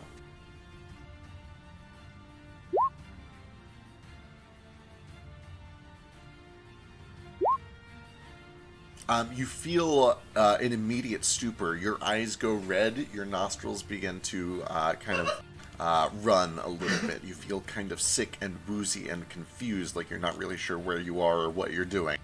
However, you are able to kind of eventually shake it off and remember what you were doing. However, as you are kind of coming back to your senses, you hear the sound of glass tinkling down to the ground below and light wing beats as these things seem to fly past you and out into the sky. At least Okay. some of them. You're not entirely sure how many. And I know I couldn't see them, but do I see where that... It was like a like gas, like a yellow gas, you said? Yeah. It seemed to you like it was just kind of sprayed at you from an invisible source near your face. Okay, and then that plinking glass sound, was there like a, I don't know, like a vial that fell? Do I see that with passive perception? It kind of seems to you that something just kind of flew through this broken glass behind you and swept some of the broken glass down okay. below. Yep. Gotcha. Yep. Okay, Mr. Green Dragon has to randomly choose a target, right? So Correct. there are 10 from a target in range. What is the range of this? This is huge, isn't it?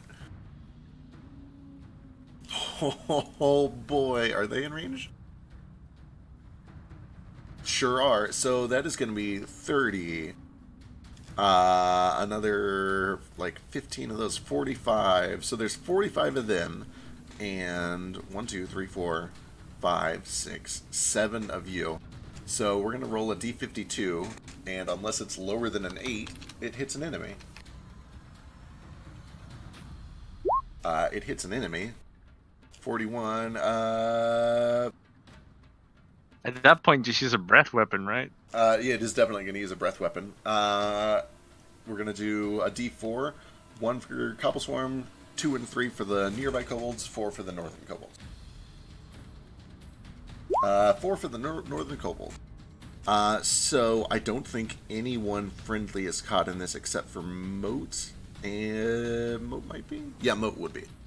So all of the northern kobolds and Moat are engulfed in a poison breath. Even on top Is of the this sorcerer turret well? thing? Oh, right, you're 40 feet up. Yep, you're totally fine, Moat. You are absolutely fine. That is a fuckload of damage. They cannot possibly save against it. Those kobolds just begin to choke and gasp, and the ones behind it seem to kind of balk for a moment.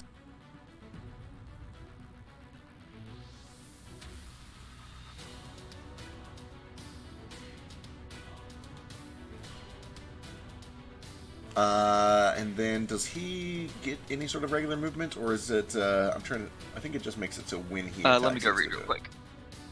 When on the effect creature is a target, it must choose. If an enemy provokes, they must take it. It doesn't say it affects their ability to like move and. Yeah, think it should it's still be not- able to move. Okay, it is definitely going to try to get a little bit higher off the ground, away from all these baddies.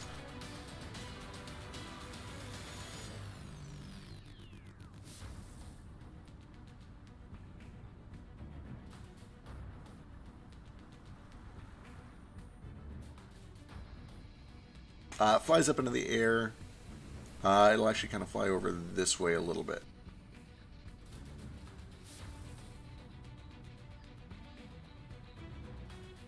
Riders are all dead. Takes us to Elise. Elise will follow with the spiritual weapon.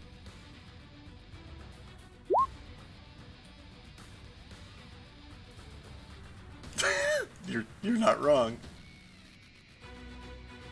Oh, I could rant forever. 11 misses the dragon, Sorry. but the oh no, you're speaking my language. That is just the bonus action. Does anyone urgently need healing? Good for now. Boy, Nordo is just all the way in there, isn't he? Oops. These things happen. Something split the party? Question mark. Something. She is going to swing her sword in front of her like a baseball bat towards the dragon, and as she does, this kind of faint yellow ray shoots out towards the dragon, landing with an 18, doing no damage, but it is weaker for a little while. We're going to see how this plays out. This terrible spell that I never use on a real character, but will gladly use on NPCs. I've never seen this spell used in Right? anyone's. Who actually Me uses either. Ray of Enfeeblement? Sure, we'll go with that. Okay. And then she will move up to Gale. Brings us to Flick.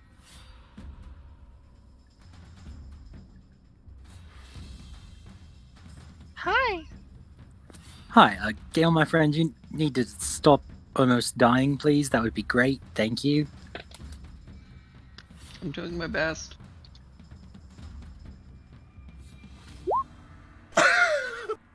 Oh, that's from the Booming Blade. Okay, I was gonna say.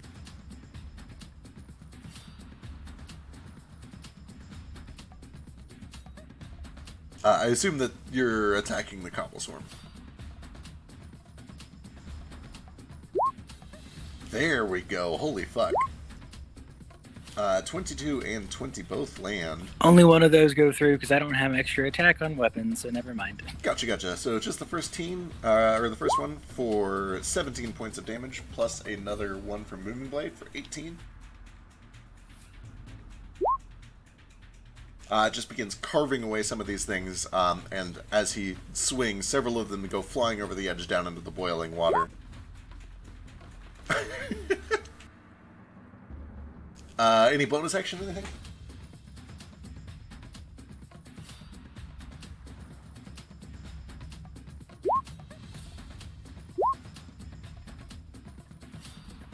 Nope.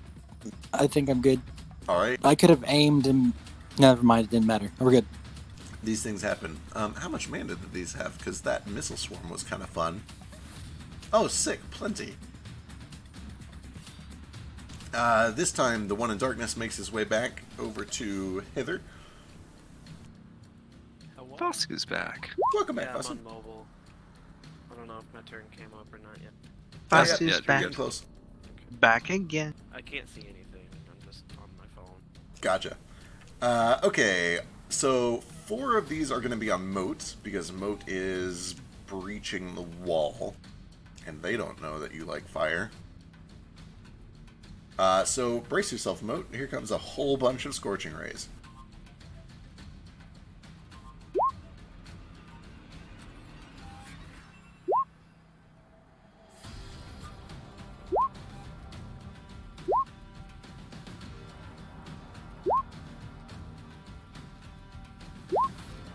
Let's see. There's a crit I need to roll in there for 2d6.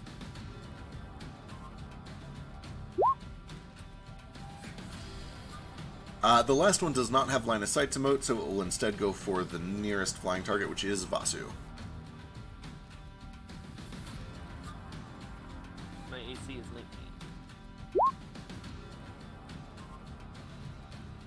One of them is a crit and scares me. One of them gets through Vasu for 8 points of fire damage. The other 2 miss.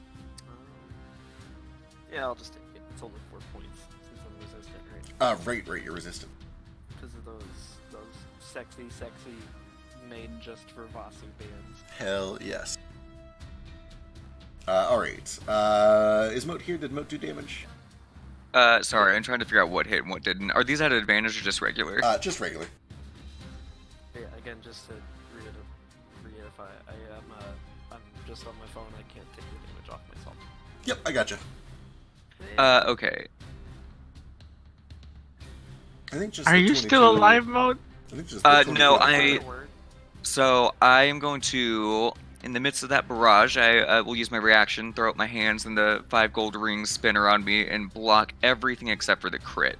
Sick. Crit does get through for 11 points of fire. But missile after missile is just sent swirling around you as these rings deflect. Someone save my devil child. Brings us back to Nomad. That's the con save for concentration, so I'm good. Nice. Oh, real good. And Where did those come from? Those are coming from the sorcerers on the turrets and the walls. Can I see some of them if I step out? Where are you currently? You are... I'm behind this Rocco Oh my over god, here. you're all the way back there. You can Yes, see... I've been sniping from 120 feet. I get out and then I go back in. Wait, 120 feet? That is way farther than 120 feet. When I go up here? So 120 feet is like there-ish. Oh yeah, I sniped the rider at least. Oh yeah, that's doable for sure. Yeah, But yes, So you I can can definitely move a little higher up. I know we took it off the map, but that mist is still there, so you can definitely tell that there are like beams of fire coming from the turrets of this castle. It's a little hard to like actually target them, especially because they duck behind the crenellations each time. That's fair. Recalculating, Nomad sees his poor friend Gale about to be pulled over there. He's going to try and attack what are those? The little stone thing. Yeah, little stone weird crab Stone things. creature thing. I imagine them The like horseshoe the little crabs, but rocks. Yeah, like the little pebble crabs from Pirates 2. They're kind of like those. Oh, they're cute. Right? They're kind of cute, except they want to eat you. Well, in this case, throw you over a cliff. Yeah. Here you go. It's not. See, like, I imagine Miyazaki set sprites, but they're made out of rock instead. Yeah. Unfortunately, that one just flies a little bit too high, and they all duck below it. It's hard. I might hit Gale. Hang in there. They Also, contact I'm me. like Hey, coming brother. in like 10 seconds later than I mean to, so I'm sorry. I'm like talking over people. It's all I'll good. quit talking for Oh, like, the that's next fair. 12 minutes. Yeah, I just like contact Ace. I'm like, hey brother, how are you doing? I'm pretty peachy. And just have a light chat. That's it. I like I'm having a great time today. This is a great time. I like the sniper bros. Alright, that does bring us to Vasu. Vasu, you're kind of like right in the thick of things. There's a dragon that looks angry and Yeah. confused. Some kobolds on the ground.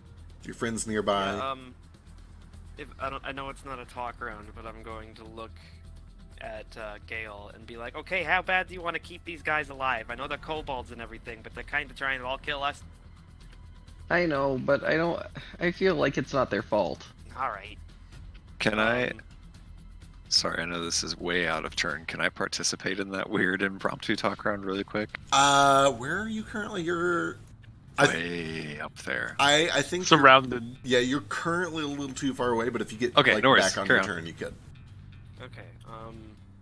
I really want to do this, but I probably wouldn't be able to anyway because of how you're warming these swarms. You're ruling these swarms. They're not actually like I can't just gust 10 kobolds off the cliff simultaneously, right? Let me check the evolving cantrips because I think it does upgrade to an AOE at a certain level. Yeah, that's like level 11 though. Gotcha. If it still says single target, then yeah, you would get Yeah. a single kobold. I mean, it says I can target objects too, so can I like gust their boots? You could try it. Nah. You can I'm actually certainly just gonna use that free cast of Entangle I have. Ooh. I can't remember how they're spaced right now, but I'm hopefully gonna be able to hit both of those. Oh, absolutely. groups It's of 10 kobolds. it's a 20-foot square. You should be able to get all of them. Awesome. So yeah, I'm gonna try to hit them with an Entangle as my main action, and then again I can't remember exactly where I'm at, but I'm gonna try to get away from this green dragon a little bit that I think I'm still next. Closer toward like the castle wall, I guess. I don't know.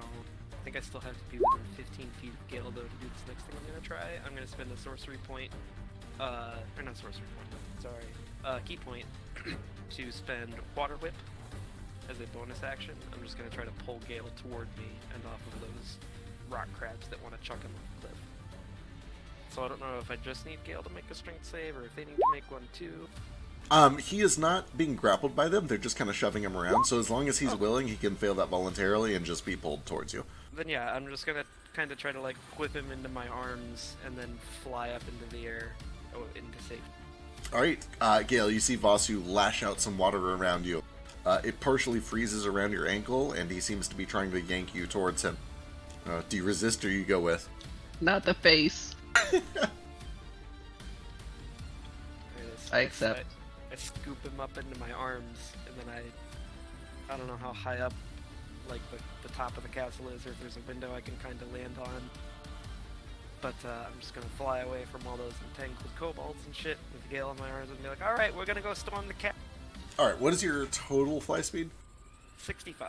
65? Okay, so you've Yep, still got... I'm a monk. Jesus. So you've still got 55 to play with. Gale is small enough that I don't think he's going to slow you down. Yeah, we've ruled that before at least.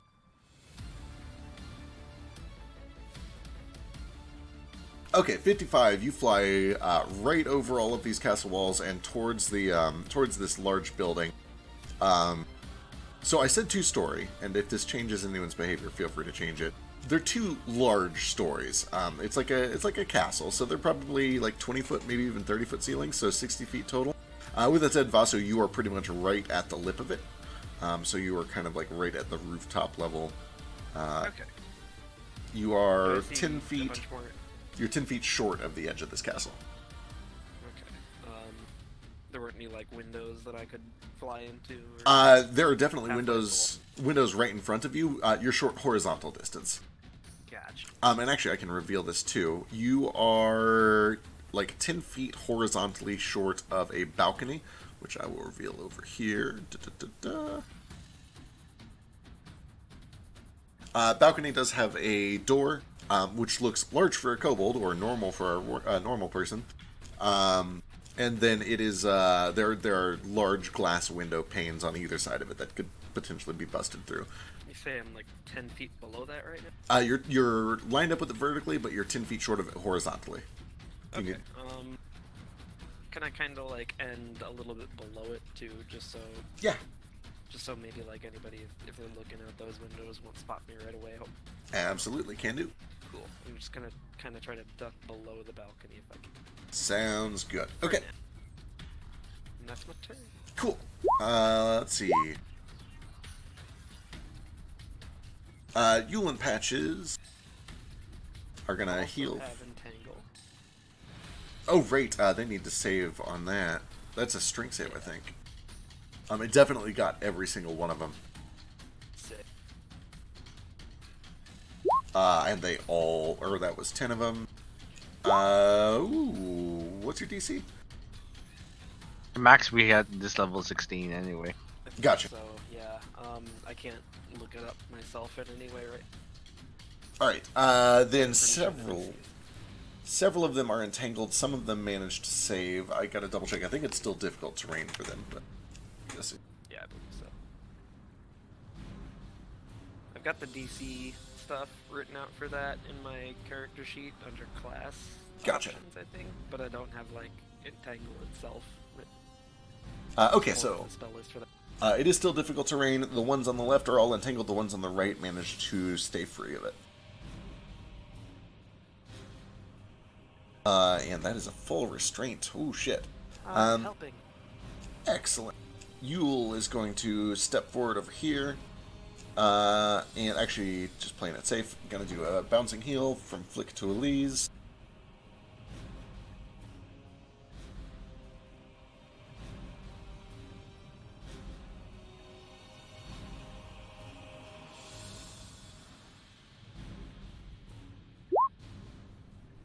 Flick gets 9 health, which I will do for him because I think he's AFK. Elise gets 8.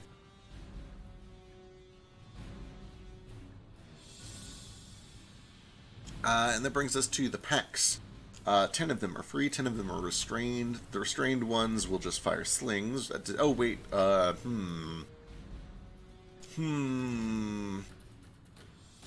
No, they're weak and they know it. They're just going to fire at disadvantage.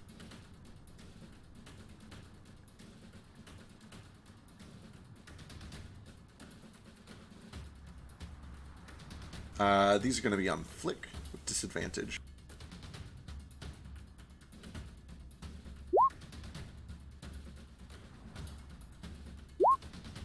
I'll let him deal with that when he gets back. These kobolds go around and over this way and right up in the fray. And this is going to be on Elise, regular. Advantage, pack tactics. Oh no! Did they all pack tactics? They do. Oh, they do. Oh boy, a lot of these hit, actually. Oh no, Alex!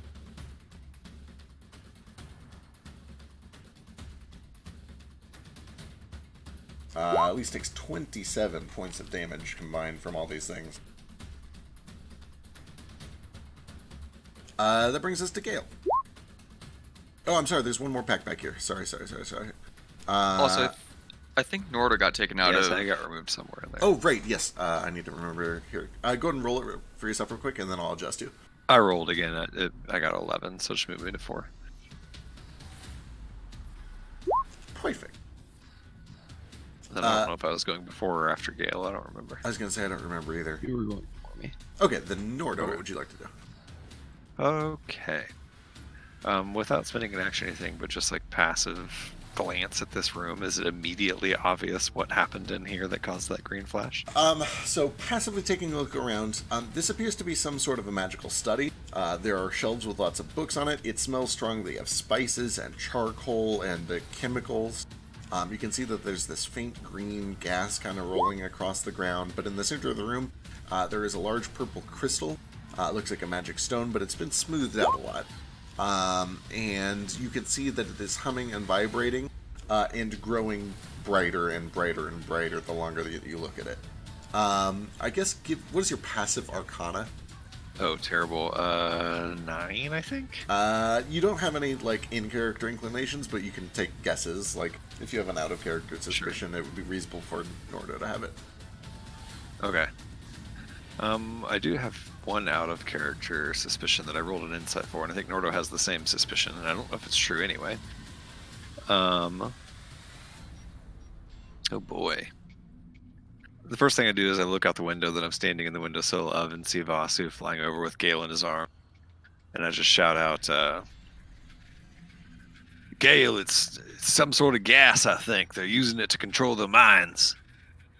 And then can you ping on the map one more time where the other green light was coming from? Yeah, so that seems to be coming from the second floor windows of this this back bit, which is built directly into the cliff. Okay. Oh, should I make bad choices or not? Is this purple crystal like built into whatever it's sitting on, or is it just like sitting on a pedestal? It's sitting on kind of a wrought iron like tripod or a pedestal of some sort.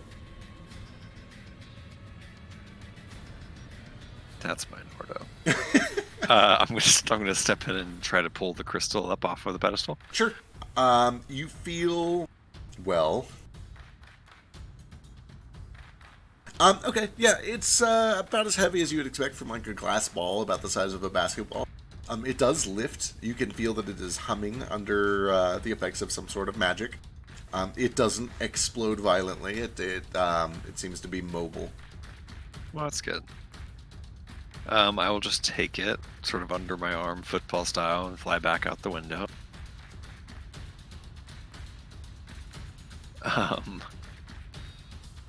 Boy.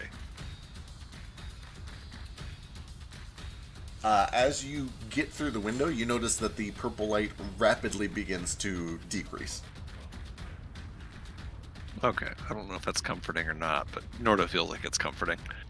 So I'm just going to stick it into my satchel.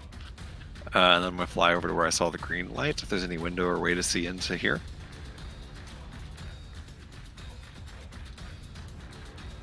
So, as you look through this window, you are greeted by just green.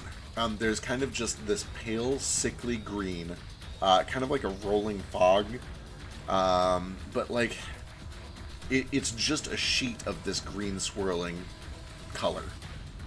You don't see any details, you don't see any signs of anything physical. It seems almost like you're looking through a window through space. Really? I have no arcana, but does this look at all similar to what it looked like when there was that portal opened into that cactus that one time? Oh boy. Like, do I get the sense that I'm staring into like a portal, or more like an illusion? Can I tell at all? Give me an arcana check.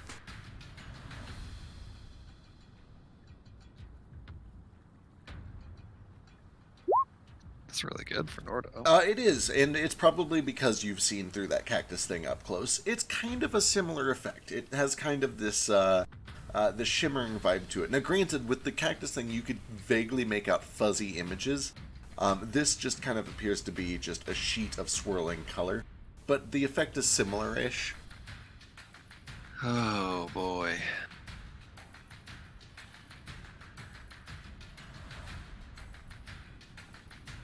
Well, this is just a major pickle.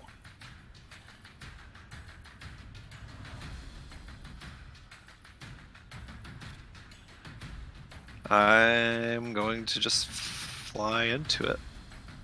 All right. You Fly into the window, you hear the sound of glass shattering as you kind of burst through. And as you fly through, you find yourself suddenly feeling weightless. You are surrounded by just kind of this cold feeling. Give me a Constitution saving throw.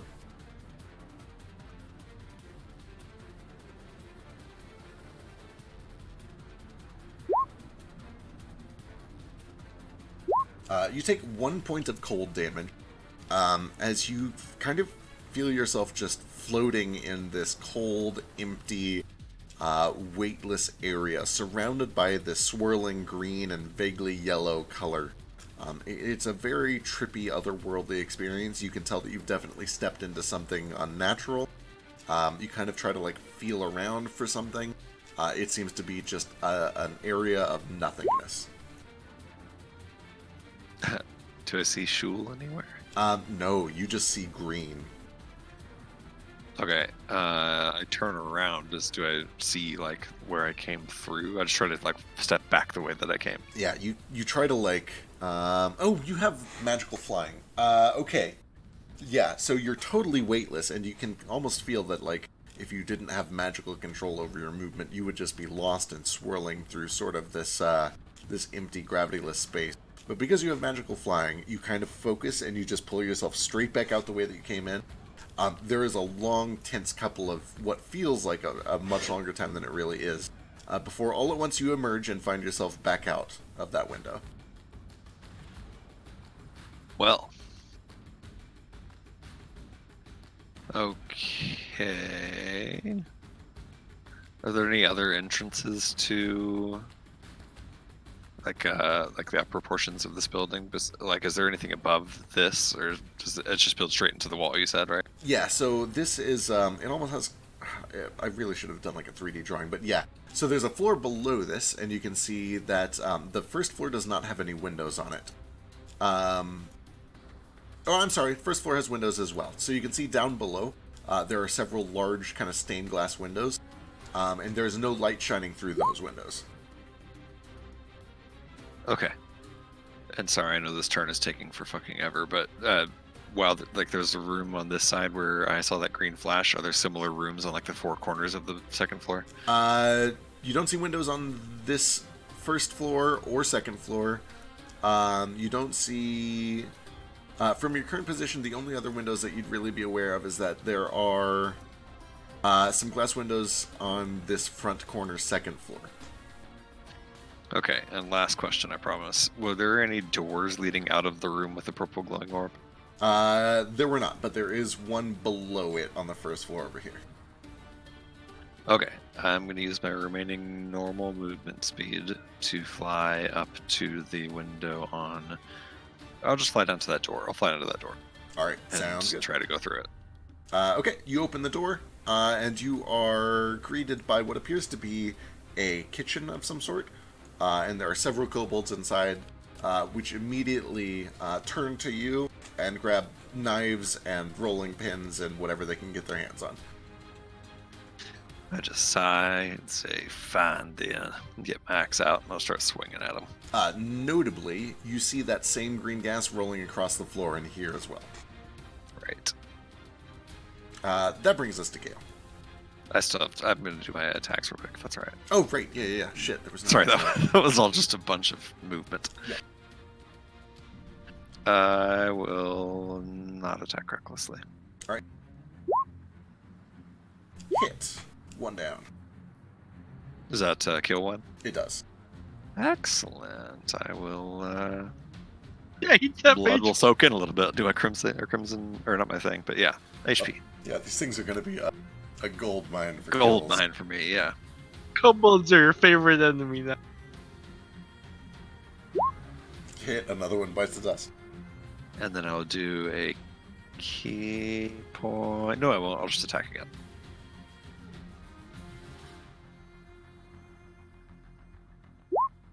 And another one. Okay, cool. That's the end of my turn. Sorry that took so long. Alright. Back to Gale, finally. You are 40 feet off the ground being held by Vasu. There is a balcony about 10 feet to your north and 10 feet above you. Directly below you is a broken statue. Can't tell what the statue was of. It looks like it was probably some sort of humanoid. You can see some human feet. Appears to be robed. You can see a hand vaguely in some of the wreckage.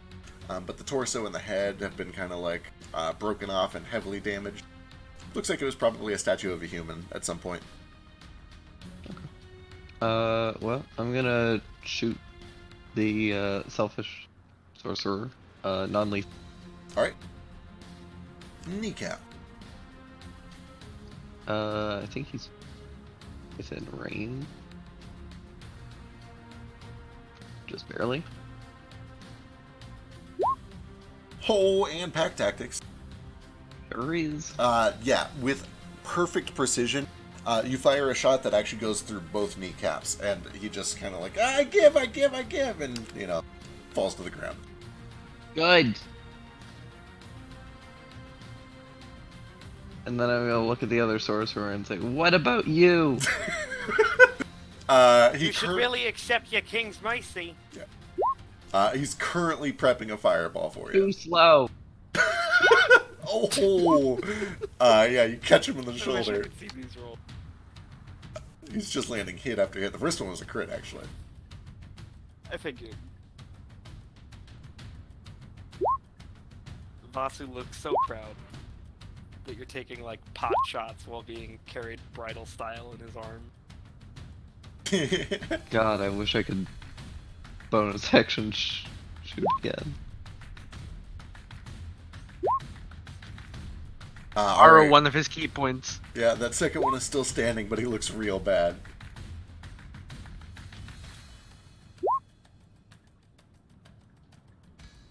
Yeah, shit, I don't have anything I could do with my bonus action. Yeah, I'll just continue to be carried by Vasu and try and take pot shots and... Alright. Yeah. Sounds good. That brings us to Moat. All right. I will fly down to this clever guy. I will just say you should have listened when you had the chance, and I will swing on him. Alright.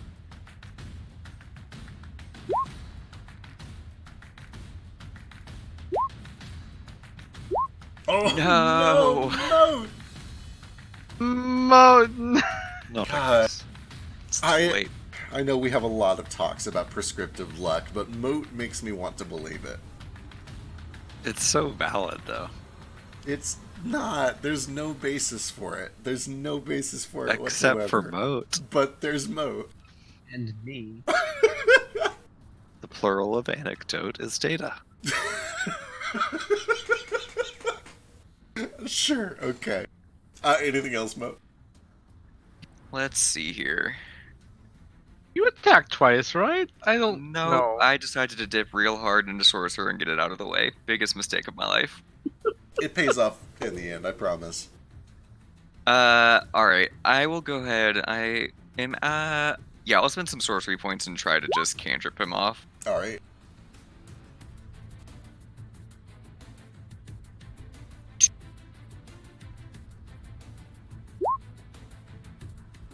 Oh. Probably still not good enough. Yeah, unfortunately it is not. This guy wants to live.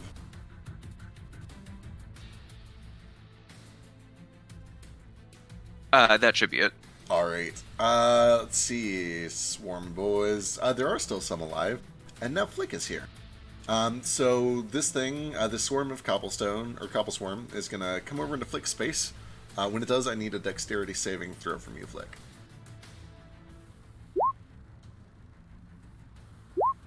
Oh no, Flick! Still taking damage. I'm distracted. So as you are kind of trying to get your bearings, these things all turn towards you. They pull you prone, and then they pull you back into that space 5 feet. And the entire time, it is hurting. You take 9 points of piercing damage and are dangerously close to that ledge.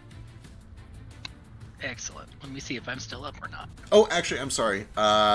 They should only get the first 2 of those dice, so that is only 5 points of piercing damage.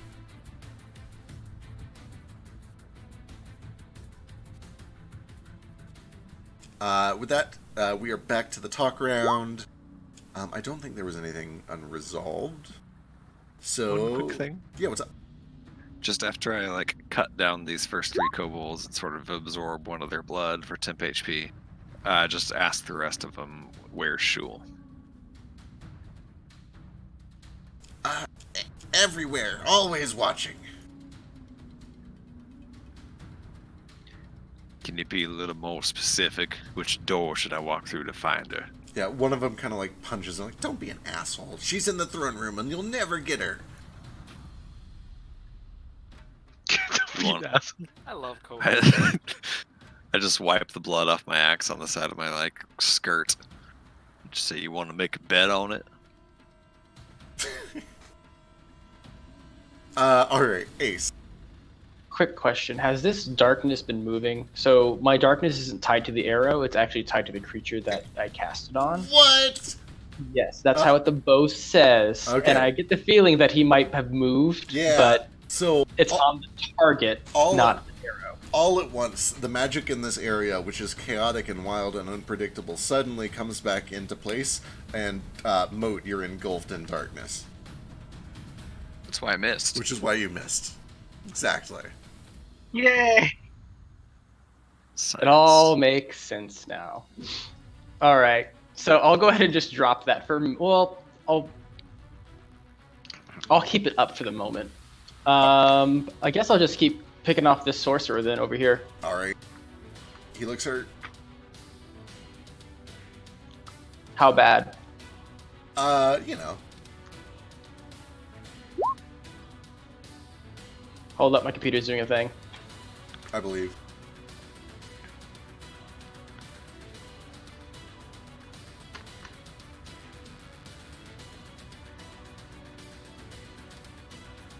Thank you. Okay, I'm back.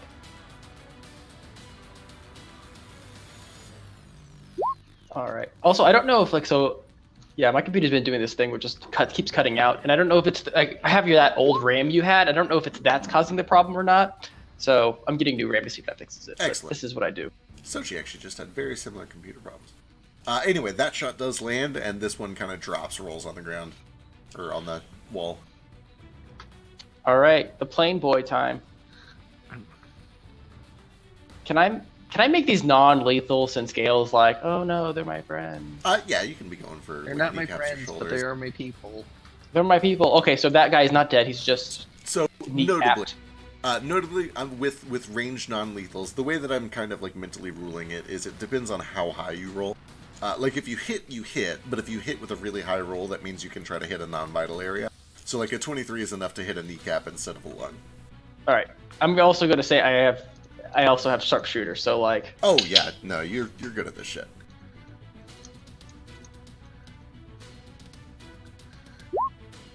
Oh boy, 9 points. I'm going for his elbow. God, these things don't stand a chance. Okay, anything else? I don't think there's anything else I can. I guess yell out some moral support. You guys got this. All right, these things. Side note, I think somebody's mic is open. I can't tell who. Might be Frisk. 2 in here. Gonna come out. Who's the mic? I think it's you. What? What's me? My turn? No, I think your mic is open. There's no open mics in Discord. Oh. Okay, coming out.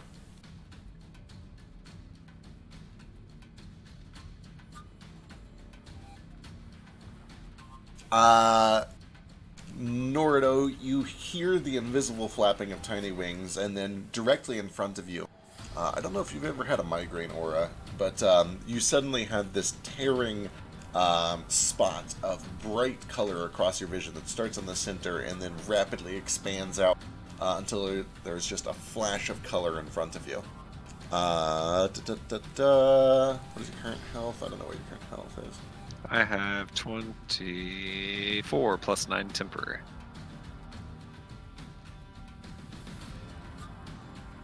You are blinded, and I believe that is until the end of your next turn, but I'll double check. Okay.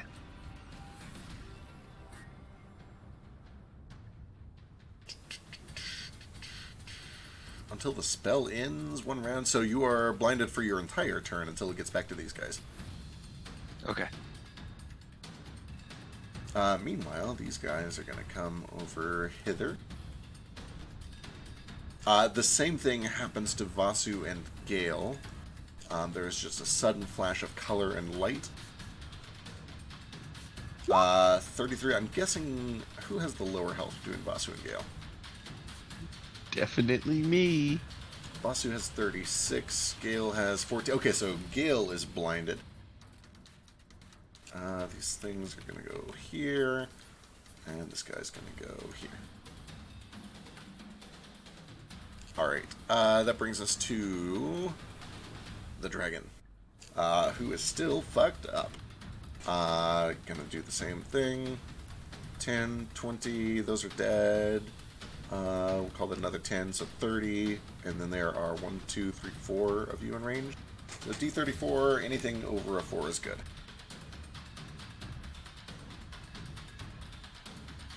We're good.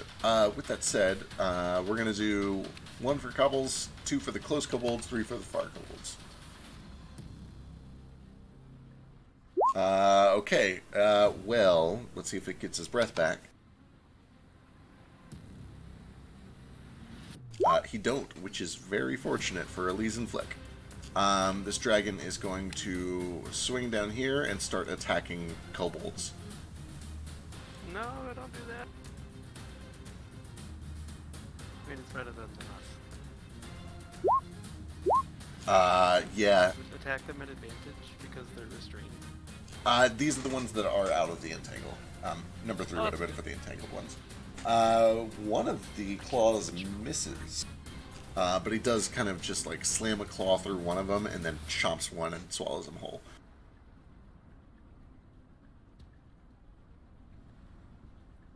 And that brings us to Flick, who is currently prone and being carried over an edge. I don't like that. Don't make me come down there and save you too. I've got it. The old lady's just in the way. Granny, Candle Boy, if you could just step back 2 feet, that'd be perfect. Alright. Okay. Candle Boy. Also, Elise, I need you to trust me for like a half a second, and then we'll be good. Alright. I'm gonna hold action for Buell to move. Alright. Wait, actually, am I just prone? I'm not restrained or anything, You're right? not restrained or grappled. You're just prone, yeah. Oh, okay. Well, I'll use half my movement, then I'll dash to... Actually, if I dash, they'll hit me. Huh?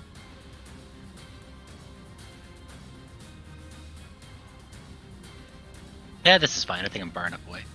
Yep, okay, cool. Alright. Casting Thunder Step. Moving me out of here. And everyone within 10 feet of me needs to take a lot of damage, probably. Oh, shit. So I need all the kobolds. Well, And not the far Elise. ones. No, Elise is moving with me, so she's not going to get hit.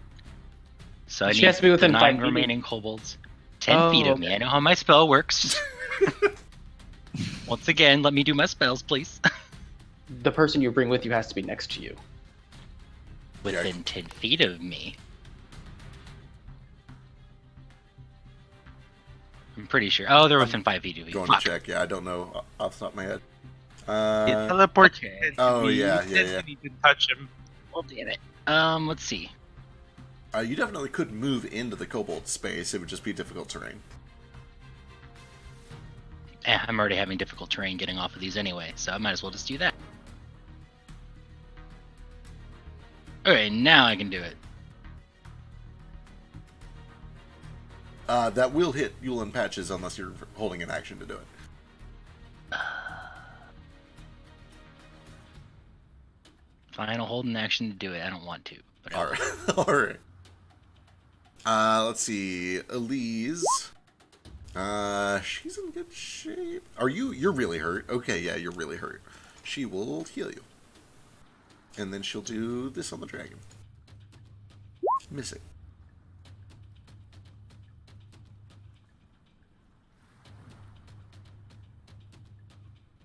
Does that dragon still have Rave Enfeeblement up? Sure does. Even Should with that half damage damage. Okay. Yeah, even with half damage, it was enough to kill the kobolds.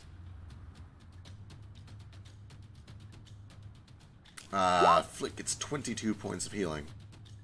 Oh, excellent.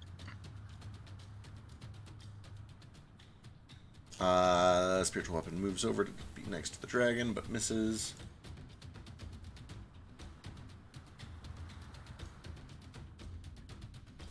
Sorcerers.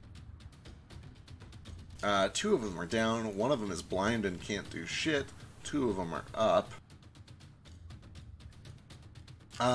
These are going to be on. This is going to be one attack or one set on Gale, one set on Vasu. So Gale. Actually, let me check. How much mana do they have? Okay, they're still good. So Gale. Are these ranged attacks? They are. They're ranged spell attacks. Okay. And Vasu. AC is 19.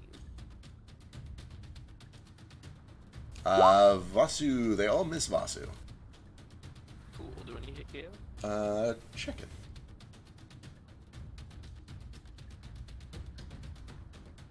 I think they all might. I'm not sure what's your AC, Gale. Like 11. Oh, those all hit for me. Alright, Gale takes 18 points of fire. Oh no! Are you okay, Gale? Absolutely not. Uh-oh. Which one does the highest damage?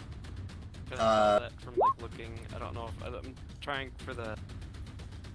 Ah shit! I actually don't even remember how much key I have left at this point. It was 477. With that said, there's an absorb elements, and Gale seems to just barely be up. Okay. Not looking hot, but The blind one is still blinded by darkness. He feels Moat there. Moat and the sorcerer are kind of having a slap fight in there.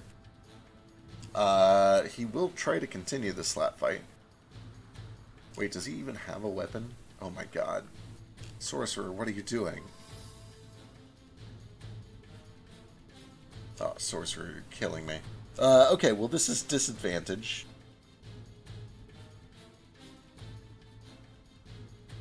For many reasons on Moat. Oh my god, I think 19 still hits. Nope, 21. Oh, nice. Okay. This bolt of lightning, or this ball of lightning, just comes flying out of the darkness, missing Moat. That brings us to Vasu.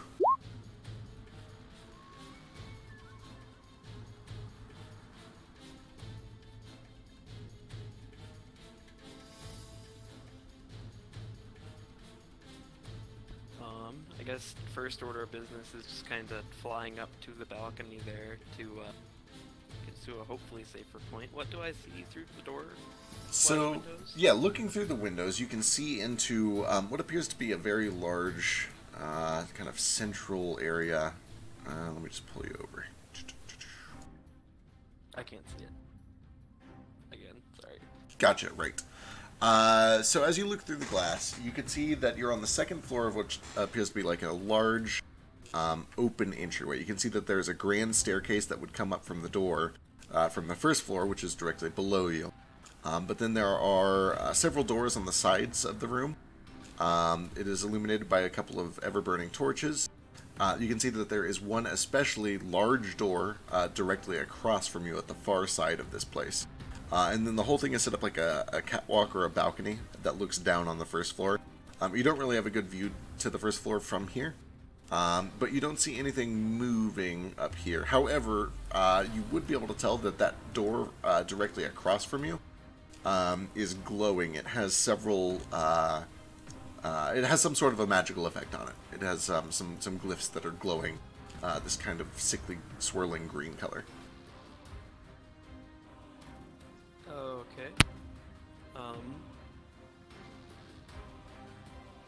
And all of these doors and windows that I'm next to are closed, right? They are currently closed, yes.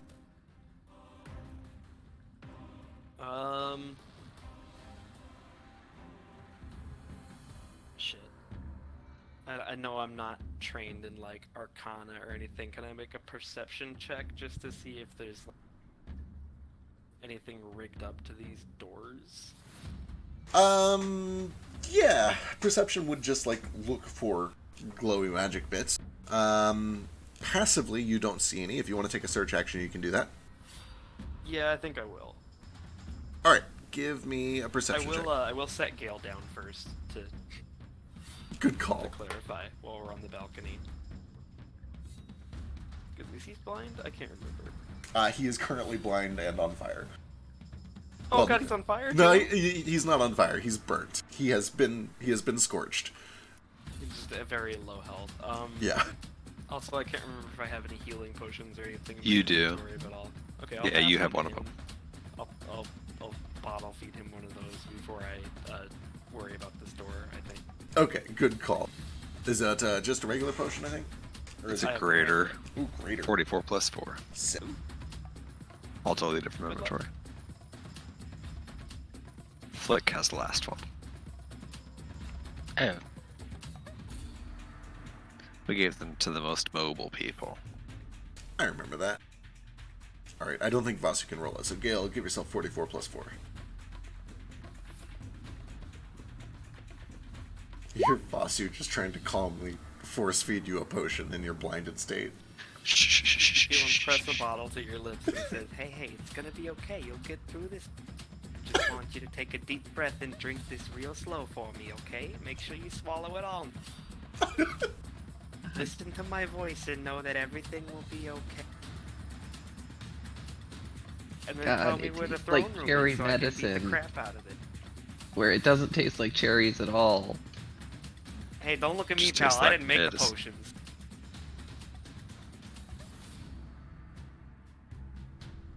Alright. That brings us to Nomad. Yeah, okay, same verse, sorry, what was the term? Never mind. Second verse, same as the first, I think. Yeah, there But we go. yeah, he's just gonna move out 15 feet. And he's like, these rocks are dangerous. And they sting. So he's gonna just keep trying to hit him, you know. Alright. 24? That is a hit, and with that you're able to catch several more of them. There's only a few left. They seem to be kind of scattering a little bit. But Yeah, there's he a few. goes back into hiding. Oh wait, no, like, why is he afraid? No one can reach him from here. He's gonna go out a little. Alright. He was here like 15 feet, so he's gonna go 15 feet, kinda. Whoops. Closer to Ace. It's kind of. No, wait. There might be another fireball. Forget that. He's gonna be over here. Yeah. Alright. We go. Who's up next? That brings us to Yule and Patches. Who will do as they've been asked and step back, which triggers Flick and Elise's thing. cool. So where are you guys Alright. banfing? Up here, if I can do that. Yeah, you guys bamf up onto the wall over there. And there is a rocket of thundering energy, which catches all those kobolds, the Cobble Swarm, and the Green Dragon. It might actually even catch some of the entangled kobolds. We'll say it affects... They're 10 feet away, so it hit some of them. Yeah, we'll say it affects 3 of them. Yeah. Okay. Con saving throws. If you do at least 10 damage, they cannot succeed. Or they can't survive, anyway. Oh boy, yeah. So these gone. Cobble Swarm is blown up. These kobolds blown up. And 3 of these kobolds blown up. Was the dragon down low for fighting? Sure was. And Dragon con save. Oh, Oh boy. Saves for half. When he takes damage, he can also try and save against enemies. Good Abound. to know. Let's see. Was that Int save, right? Int. Yep. God, it's an int save too. no. It is the best spell. It's a real He good does spell. save though. He does make his way out of it though, finally. And he also, I forgot to do a con save for that other thing at the end of his turn. I'm counting all his kills as mine. Counts. God, Ray of Enfeeblement is just the worst spell. It's so bad. Alright. Yule and Petra still have a turn. Oh! They realize they're kind of all alone on this bridge. They're gonna run back. They're gonna run back to the friends. 10, 20, 30, dash action. 10, 20, 30. Patches Three does his squishies ritual. against a dragon. Yeah, they don't want anything to do with that on their own. Kobold packs. These things are gonna try to break free of the entangle.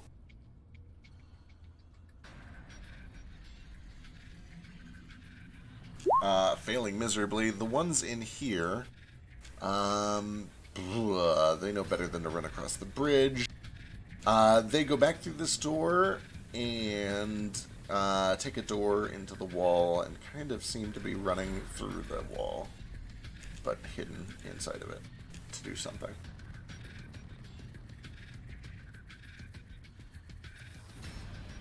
And they get to there. Okay. So that brings us to Gale. Oh wait, I'm sorry. Teach your homework, but you have got Yeah. a bunch on me. Yeah, there are some inside too. I forgot about them. Okay, perfect. Inside is now activated. So we're gonna start with the ones in there. There are 7 of them, and you're blinded, so these are all at advantage. But they have pack tactics anyway. These are all just kitchen knives and pins and whatever they can get their hands on. All at advantage, no crits. Looks like 3 hits. And then you hear a door open and more rush in.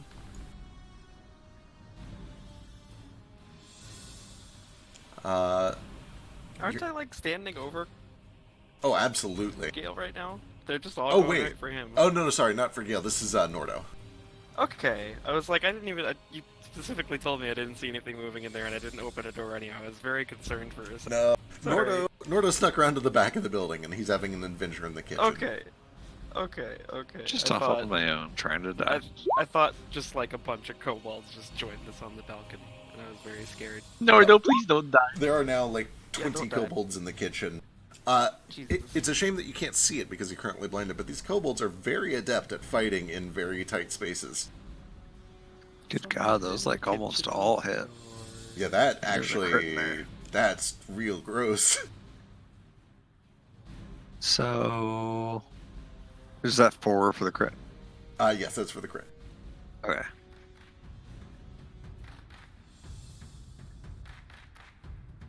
Oh god, more appeared. Oh, can I not just do math in this thing? You have to put it in double brackets. Absurd.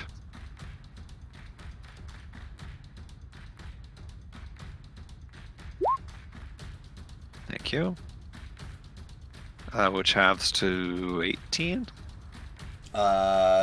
Yes, 18. Oh, Nordo!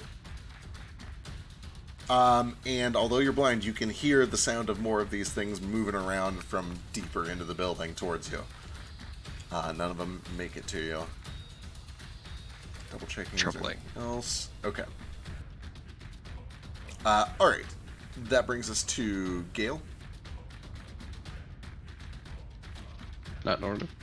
I think I've right. been acting You're before right, him. we've been doing him before, so swap those two. Brings us to Nordo. Well, hail. Boy, I'm but just blinded and confused and being stabbed upon. I will use a action to disengage and fly the fuck out the door that I just came in through. That seems wise. Does unarmored movement affect the fly speed granted to you by the fly spell?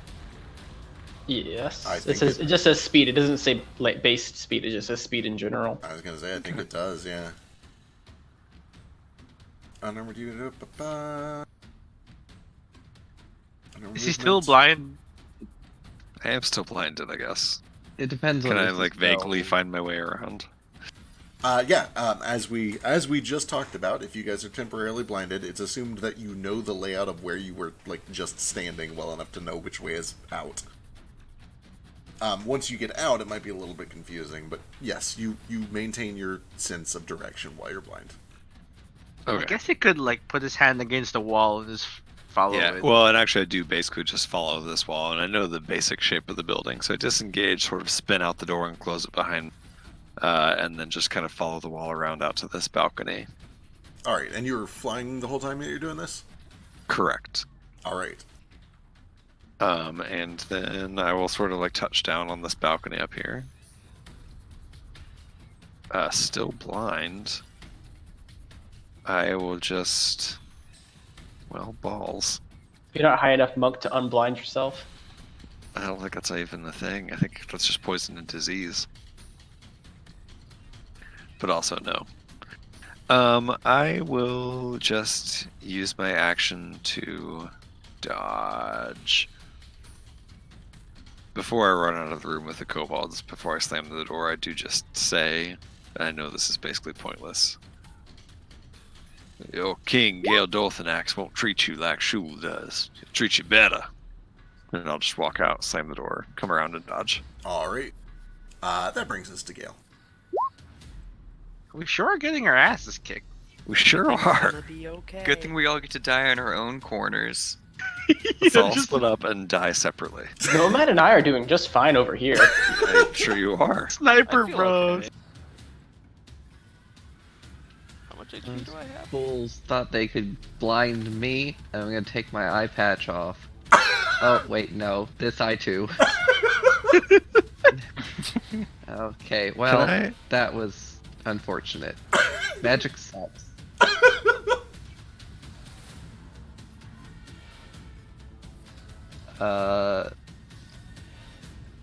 Well, Vasu, point me in a direction. Don't go south, I think. Okay, I'm gonna follow his lead and I'm just gonna fire in that direction. Just blindly firing? Fuck, yes, okay. Wait, do you want me to like? Oh god. You're Oh, hey. already shooting. Fuck. Give me a luck check. Give me a luck check with advantage if Vasu is literally helping you aim. Yeah, like if you tell me that you like want me to spot for you, I will point out an enemy. I was just saying don't go south because you'll walk off the belt. 18? Okay. Fuck, what would you... 18? Sure. You fire into the darkness directly to the south. Vasu kind of like vaguely guides the barrel of your gun somewhere innocuous, hopefully. And Moat, you hear a bullet whiz past you and kind of grab this guy that you were catfighting with in the darkness, and he stops fighting. Thanks, first mate. I dropped the spell after I hear him die. Excellent. Vasu, what happened? Immediately, You did it. you have to pull your hand back because holy shit, the barrel of that gun gets real hot. You're I resistant ain't to scared it, of but no heat. yeah. You think a little residual heat is gonna hurt me? I burned my fingertips off a long time ago, pal. All right. Anything else, Gale? No, I think I've done my damage for this turn. Can I take a free action to pat Gale on the bat? Yeah. Speaking That of was furry awesome. actions, I didn't realize that I landed on the balcony like with Vasu and Gale. Is that right? It depends on how high you were flying. I assume that you were, you know. My goal was to get to the balcony specifically if I could find it while blind. Okay. Yeah, you passed by it. You would have enough of a general sense. Give me a wisdom check. Sure. This would be difficult for some people, but you're good at wisdom.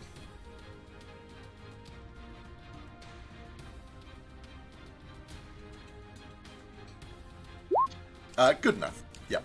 Okay, cool. Then just one quick thing. As I touch down on the balcony, sort of like feel around and hear Gale talking next to me, I reach into my satchel and pull out that crystal and just kind of reach it in his direction.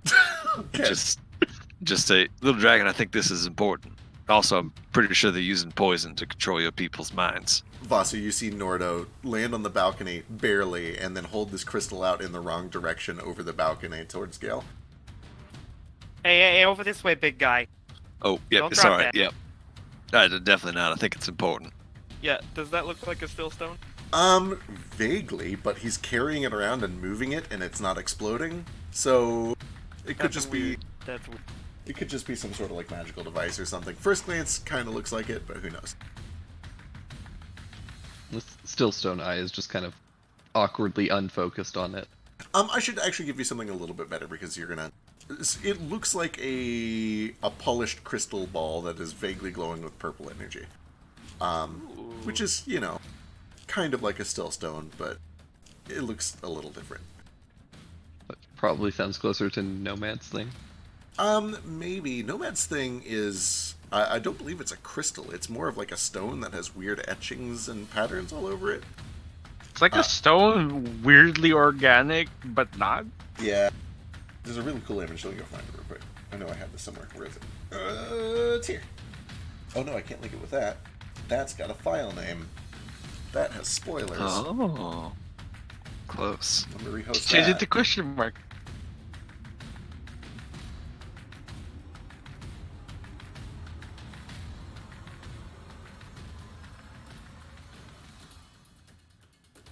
Nomad's thing looks kind of like that, except a little more purpley. So cool. Imagine Anyway, it constantly shifting. yeah, it does. It does constantly kind of change and swirl a little bit. Anyway, what's up? Alright. I will fly up to this sorcerer over here, and I would like to just try to shove him off of this turret. Yes, somebody has to do it.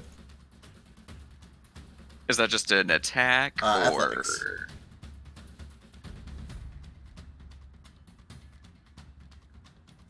Oh no! He wants to live. Are you kidding me? You're bigger than him. So, he goes flying. You just come over and you shoulder check this sorcerer, and he goes tumbling off of the bridge down towards the water below. Lands with a slash. Excuse me, Feck. He's androgynous, so I don't know if you can say he. They. He identifies male, he just has androgynous features. Okay, alright. Wow, Also, it's a kobold. I don't think they even really care or know, as we've established with Iskar. He's a kobold. In fact, all of these kobolds are androgynous. Anyway, anything else, Mo? I don't believe so. Alright, Thanks, that Mo. swarm is dealt with. Yeah, you guys sick of this too? Yeah, not I'm had having a any great night time. wounds since I don't Did you know guys see when. where the other half of the party went, or... Well, I told you to go back that way, so I think she's that way, but I don't know where everyone else fucking went. We're up here. We're storming the castle. I was blinded. What Still are an you army doing? out here? Because there's gotta be at least like 2 more shuls in here to beat up. Come on, guys. Why are Oh, you yeah, moving probably- so fucking slow? Probably also cannot mentioned that when fly. I landed on the balcony that the kobold told me she's in the throne room and we'll never get there. Also, watch out for the weird portal over there. I think I can see the throne room from here, but there's a bunch of other doors, and you guys are both blind, so... Yeah, thanks for being our blind boy babysitter. Alright, Ace. This I'm your howling seeing eye boy. dragon seems to have finally got to his senses, and most of his friends are gone. Oh. It's appropriately a talk round, so I do actually just describe to everyone what I saw. Like, to Gale, at least in Vasu, that Yeah. weird portal room. Also, just to reiterate, so, like, talking between yourselves, always fine all the time in the middle of combat. The talk round is mostly for, like, trying to convince enemies to put their weapons down, or Yeah. see if they react, stuff like that. I just mean, I don't know if I have, like, I haven't even been in range to tell anybody about what I saw, so now's a nice time to do it. Gotcha, fair enough. Cool. Alright, that brings us to Ace. What about this dragon? He seems to have come to his senses and realized that he's accidentally murdered a lot of his friends. How sad does he look? Mad. That's like the ultimate sad. Sad. Hold on. So many decisions now. I was gonna go for that sorcerer, but like, I guess I'll kill the dragon. Nomad, watch this. I'm watching.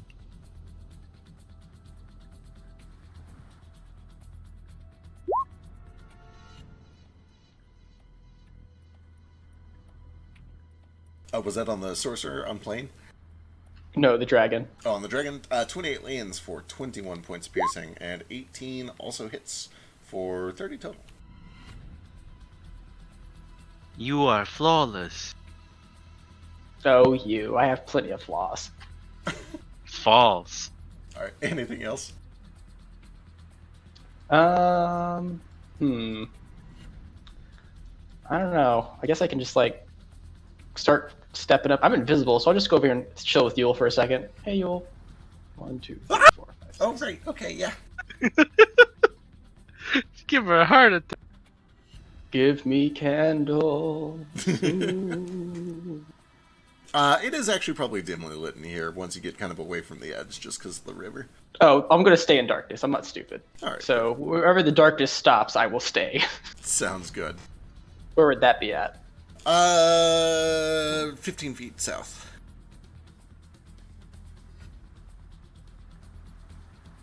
Perfect. Like there? Yeah, that works. I still whisper that.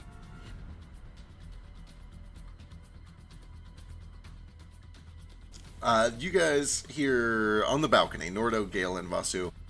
You all hear the sound of some invisible wing beats, some laughter, some draconic chuckling, and there are suddenly several puffs of this noxious gas. Where did I put? Where's the last one? Oh, hello. Hi, you.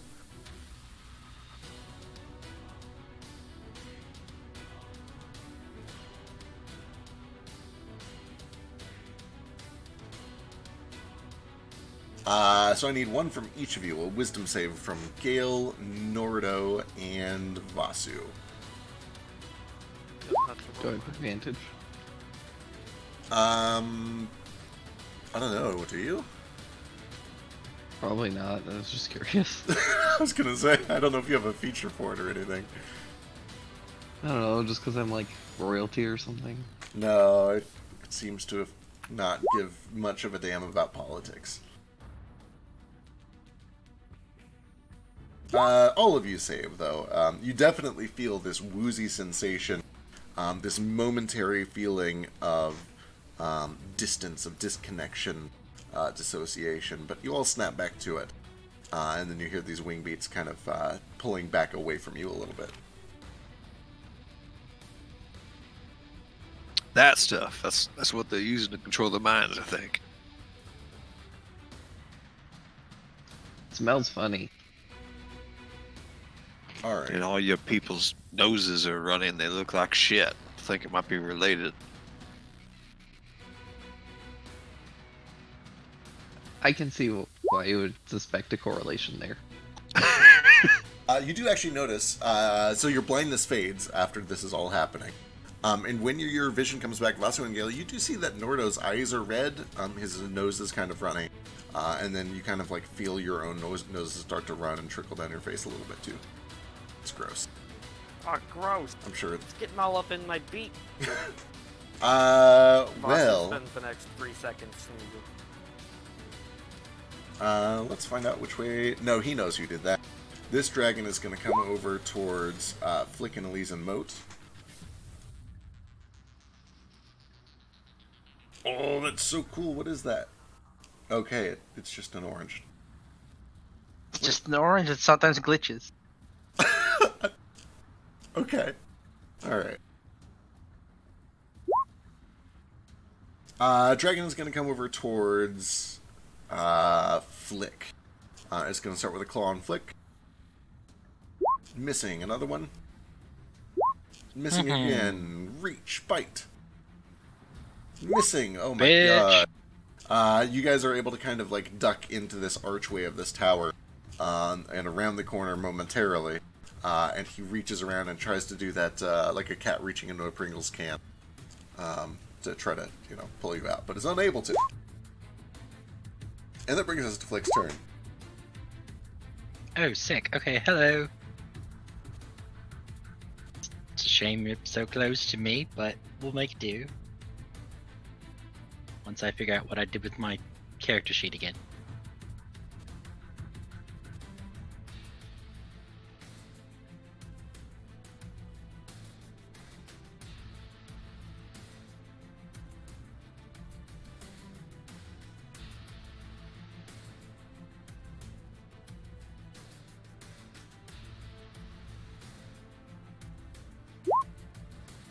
Oh no! I'm bad at this too.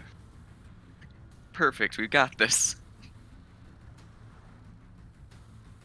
Oh, that damage would have been nice. Right, that's a good roll.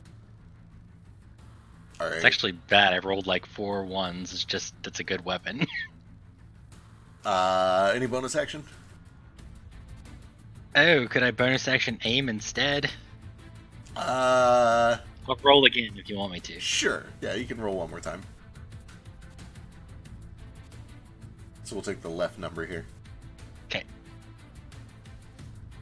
13, unfortunately, is still too low. Fine. Then no, I'm good. Alright, Elise.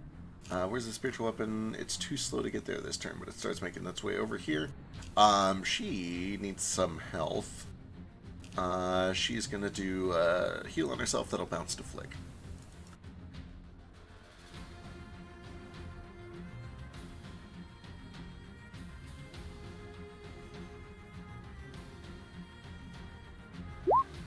Ooh, she gets 19, Flick, you get 6.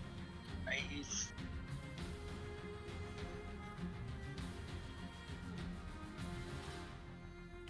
She got her bonus action, that is her turn. Sorcerers, there's only one left. It's gonna take out the people on the turret. This will be towards... Actually, are you...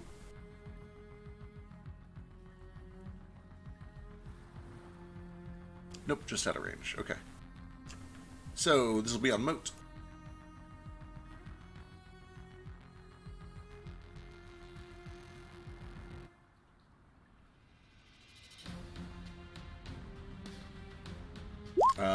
Ooh, I think that all misses. It does all miss. Alright, and that brings us to Vasu. I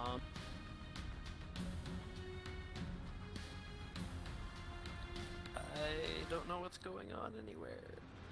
Can I see anybody like down on the bridge still fighting amongst my party? Yeah, so you can see that there are 7 kobolds tangled up in your entangle. They can't seem to pull themselves free, and they can't hit anything, so they're just struggling with that. There's one sorcerer on the wall who's attacking Moat. There's a dragon attacking Moat, Flick, and Elise on the wall. And then you can hear lots of kobolds inside of the building, but not where you can see through the window. They're elsewhere in the building. Can I hit the kobold or the dragon with either my sling or a firebolt from where I'm at? Firebolt definitely, sling would be out of range. And that is true for both of them. They are each... so sorcerer is 70 feet. They're both 70 feet. Horizontally. Okay, and Gale and Nordo are no longer blind, right? Correct, and they're right next to you. Okay. Then I'm actually gonna just fly right over to that kobold sorcerer and stab Excellent. from reach with my spear, if you don't mind. I'll have Shu fly out to give me advantage on the first attack, just because I want to get rid of this fucker.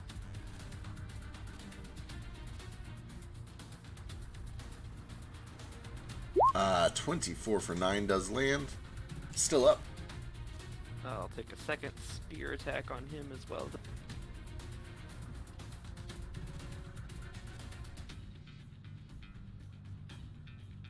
Uh-oh, roll 20. You can do it. I believe in you. There it goes. 12 misses for 10.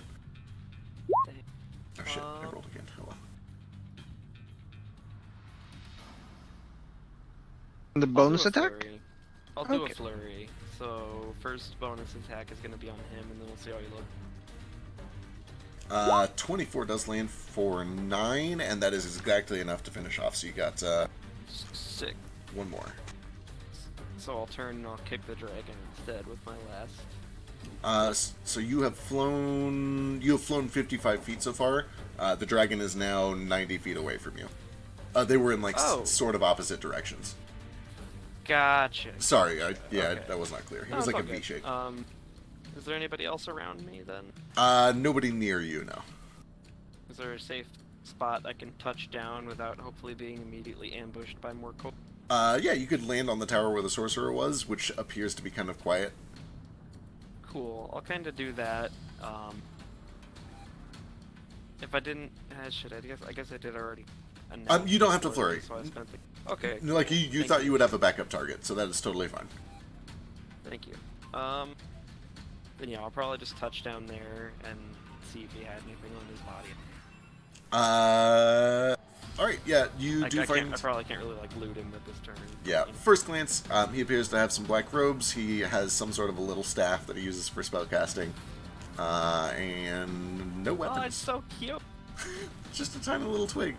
It'd be a wand for anyone else. Alright, that brings us to Nomad. I will wave back over to Nordo and get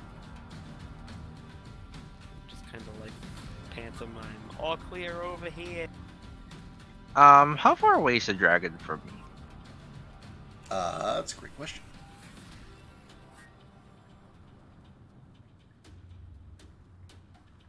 125 feet, plus he is 10 feet up, so it's probably about 135 after Pythagorean. Right. Can I jump up in the air? Probably not. You want to do a 10-foot vertical from a standing leap? No. But with that said, if you were to step, 25 feet over this way, you'd be in range. Yeah. I want to do a backflip and shoot him. This way? Sounds about right? Yep, if you just kind of head that way, that would put you close enough, I think. Yeah, I'm not precarious. Okay, cool. I'm gonna try and do the thingy thing. Stop attacking my cleric and my friends. Oh, I don't think it hits. 17 does not hit. Shame. And I'm gonna move a little away from the ledge here, maybe here. And I'm just going to in the dragon's mind, it was I killed your rider. Take revenge. Excellent. Alright. Probably the talk round. Yeah, we'll see how he reacts on the talk round. Yulin patches, they seem pretty okay.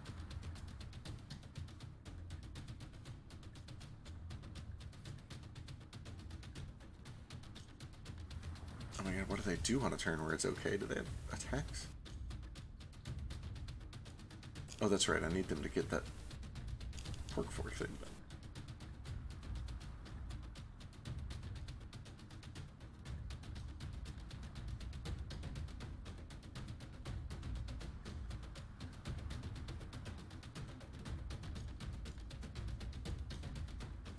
Range 60... Okay, nothing in range. They're just going to take the dodge action and spread out in case that there is a breath. Brings us to the packs. These guys are going to try to free themselves. Sure don't. These guys are going to do this.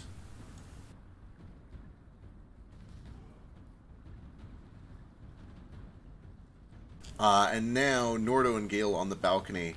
You can hear kobolds inside rushing up the stairs, and you can see through these big balcony windows a bunch of kobolds that are starting to make their way up and around each side towards the balcony, towards you. With a dash, they would get to... Yeah, that's about right. And then Flick and Elise, likewise, you guys hear... little draconic yipping and footfalls coming up this tower to the doorway right next to you.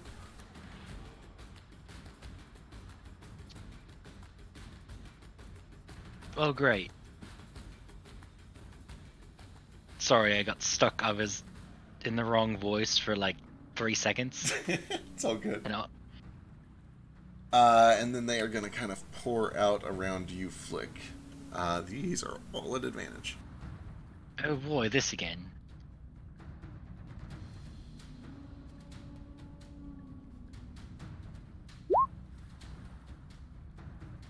Oh no, I see a crit. There is a crit in there. Oh, I wish that I had shield. Oh, do you not? No. Do I have my reaction? I believe so, yeah. Can I see Flick from on top of this turret? Yep, you're right at the edge. Bam, you have shield. Oh, sick. Nice. That's really neat.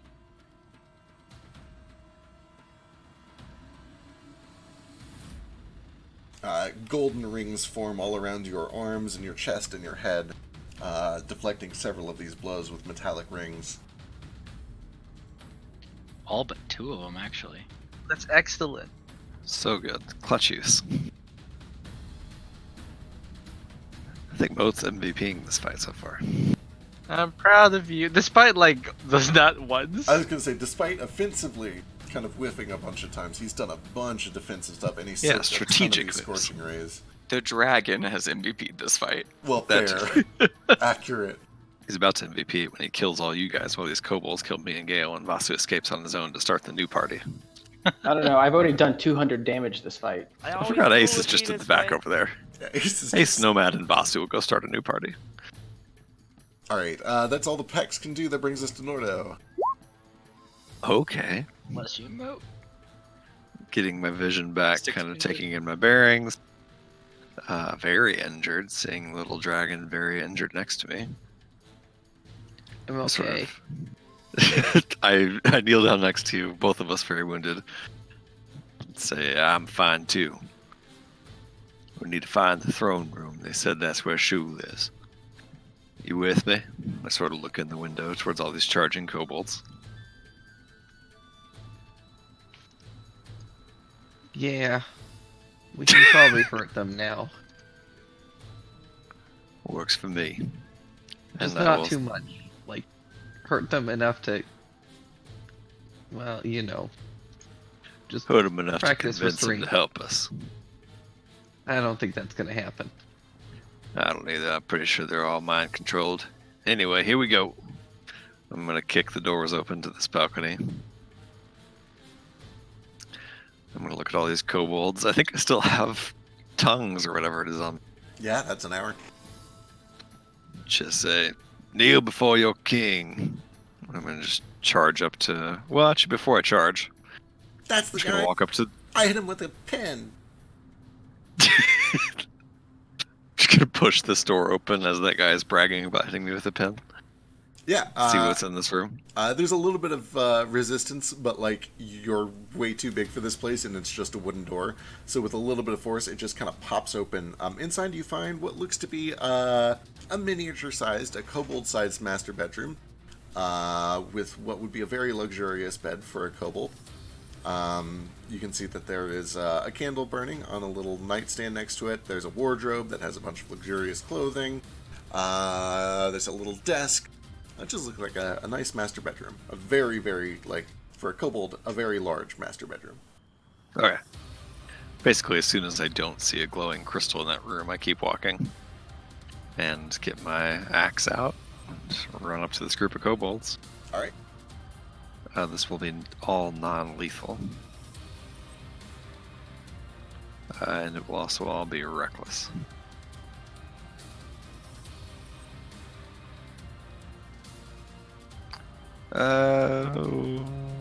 Actually, let's hold off on the reckless.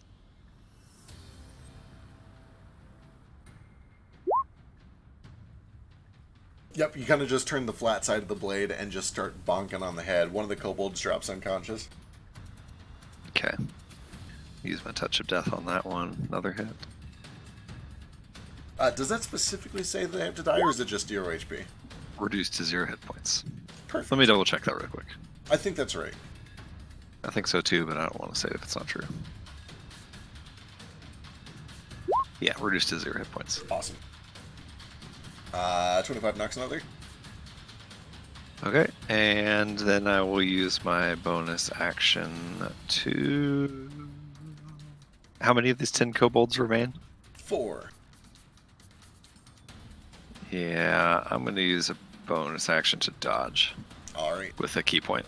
sounds good. Brings us to Gale. Okay.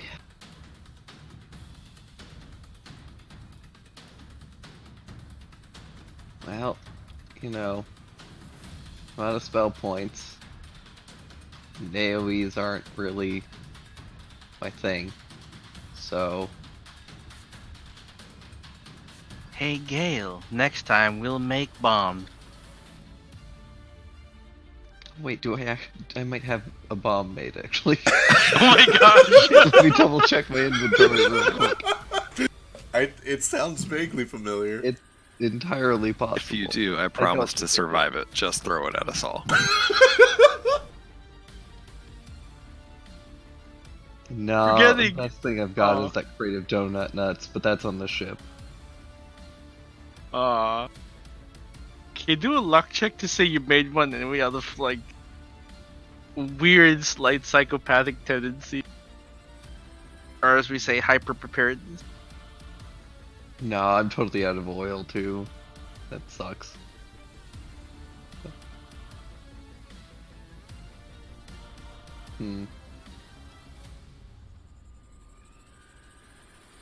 Item interaction's a full action, right?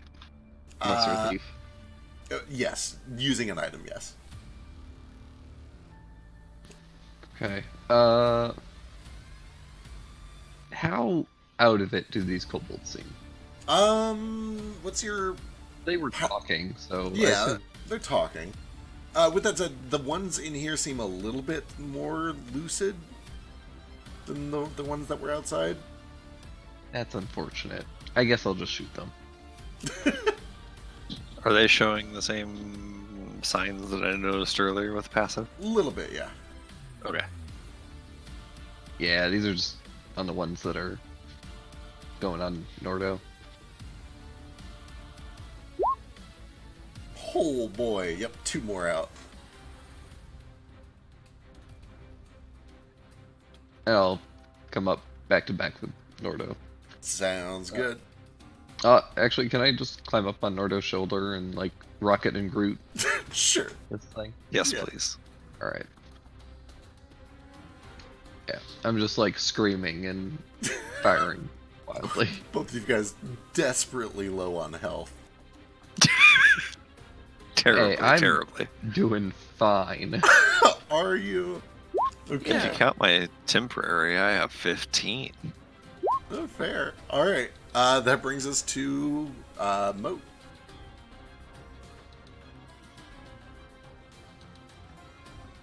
Alright. I will start by casting Wrathful Smite as a bonus action. Fuck yes. And then I will fly over here, just on the opposite side, so it can't breathe on all of us, and I will try and attack this dragon. Bring.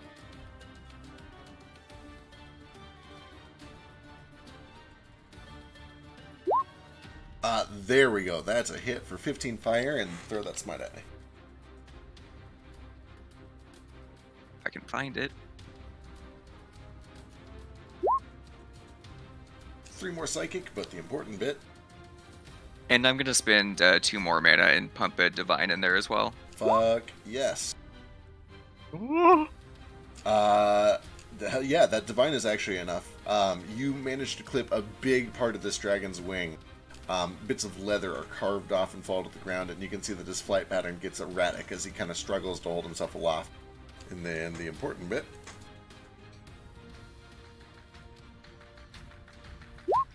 Seems terrified by that. Hell yes. Okay, that should be it. Alright. Good. Top of the round. Once we're in here, Nordo, or Gale, either one of you with advantage, give me another intimidation check. Mine's terrible. You should do it again. You sure about that? Mine's +1 or maybe +0. Mine's +0. It's real nice having a party full of people who can't make social checks. Alright, well, I got +2, so. Means we get to do a lot of fighting. Yep, okay, cool. 19's He had good. advantage, though. Yeah, 19's good. 19's good. Okay. Alright.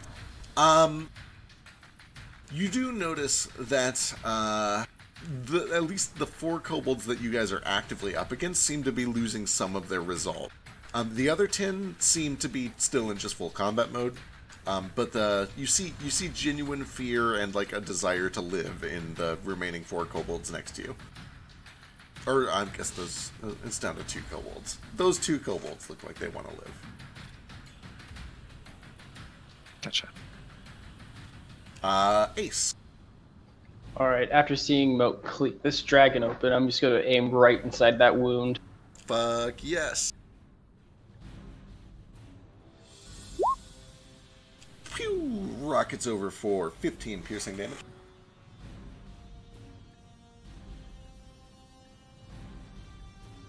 Imagine just seeing Ace is invisible, an arrow just materializes out of nowhere.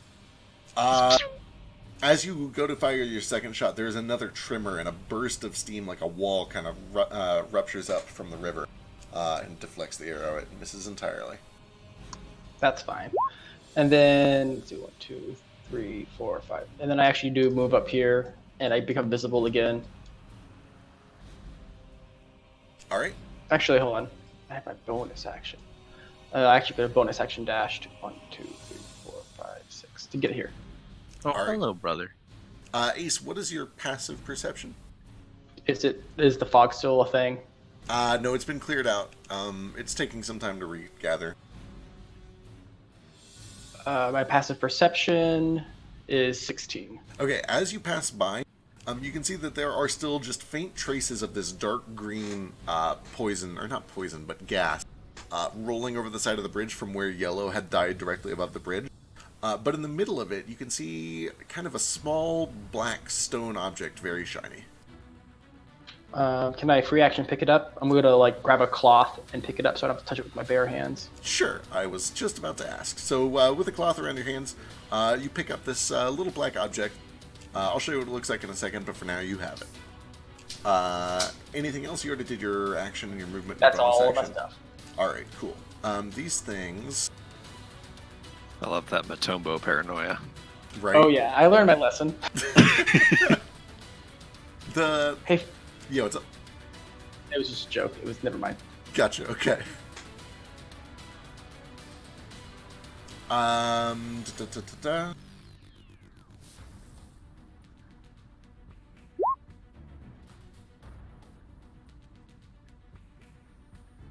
Alright. These invisible bastards are going to come over here. Could I like tie the cloth up and like stick it on the end of my bow so it's just like hanging on my bow and I'm not actually like having it on my person? That's a lot to get done in one round. Okay, never mind. Then I'll just As a free action anyway, yeah. Okay, these things are going to emit several bursts of color and see what they can get. Let me double check their mana. Good. Okay, cool. This is kind of going in a cone covering... Let me make sure they can do this without hitting anyone else. Ooh, they actually do have to do like very precise strikes. This is going to be on Elise. I think 31 is good. Oh, no, it's not. So Elise is fine. This one is on Moat. It needs a 22. It gets it, so Moat is blinded. What are these? And then these two attacks are going to be on Flick. With advantage. Oh, okay. 3 points of piercing damage. You still have shield till the start of your next turn. Oh, so actually, if that that 20 20 doesn't. might Points miss. of piercing damage. Excellent. 2 points of piercing damage then.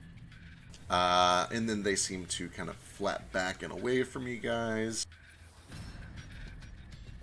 You can definitely hear that there are invisible things flying around you, but, you can't see them.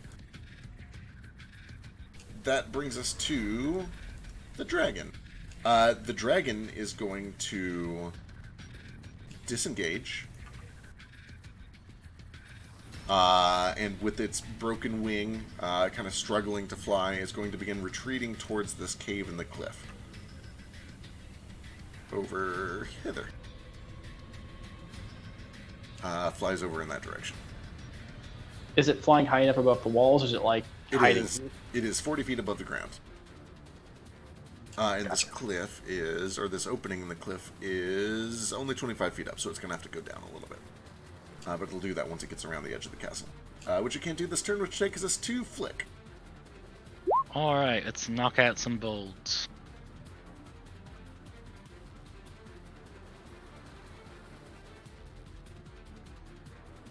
I really wish I had extra attack, but nope, just one will do. Get a bonus action aim real quick. Bonus action aim, 15. Definitely hits a bold and destroys a bold.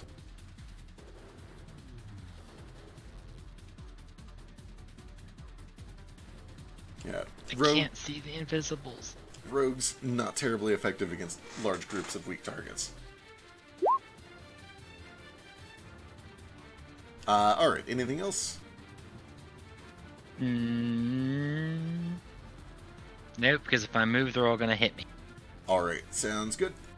Elise will bring the spiritual weapon with a bonus action.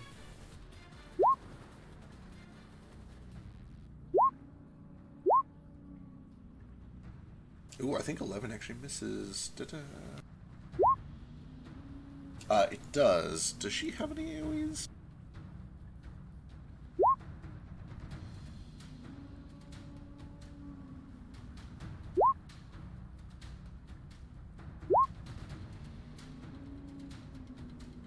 Nope, she sure doesn't. Does she have this? Nope, she sure doesn't. Well, she will swing once and try to kill a kobold. She doesn't even kill a kobold. Oh, Elise. What about her weapon? Oh wait, she did use it already. Yep. So Elise is just trying to slowly carve her way one kobold at a time through this pack of kobolds. Sorcerers are all down. Brings us to Vasu.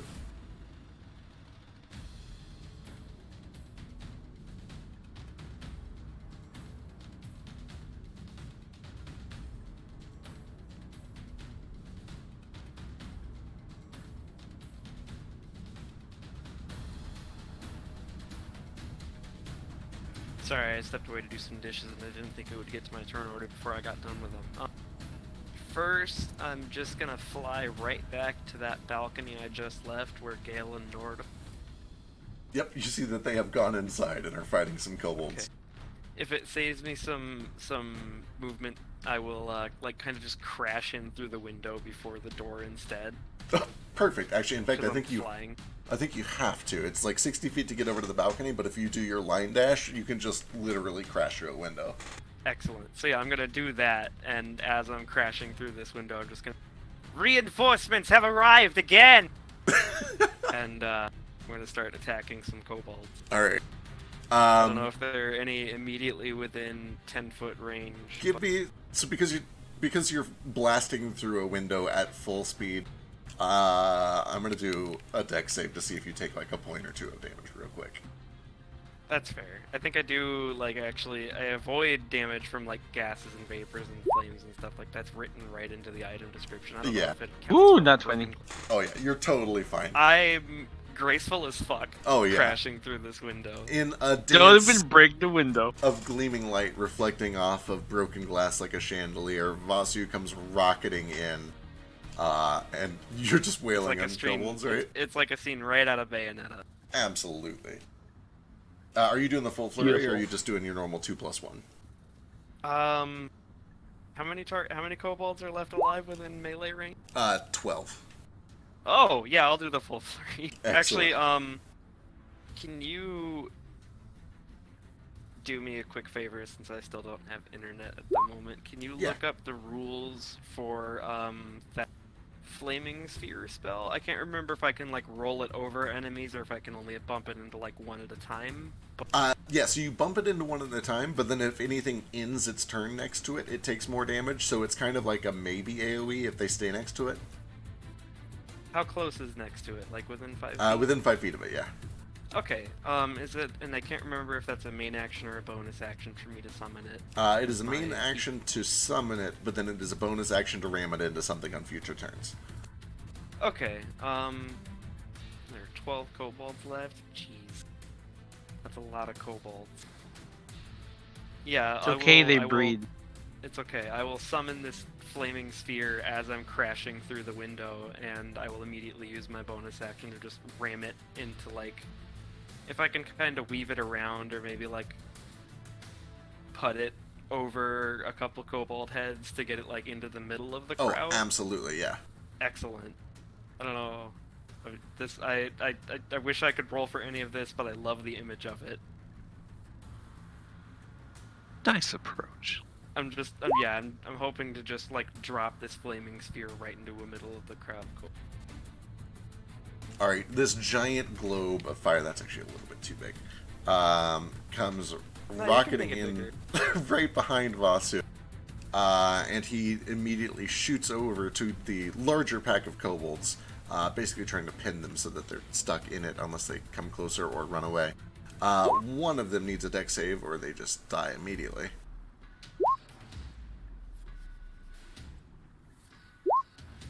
Ooh, I think they make it actually. Is it safe for half or all?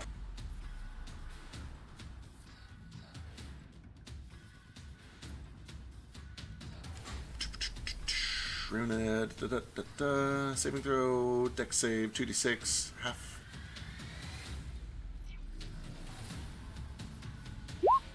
Still, even on the save, so one of the kobolds is immediately incinerated, and then this flaming ball of fire is just threatening to scorch all of them unless they get the fuck out of there.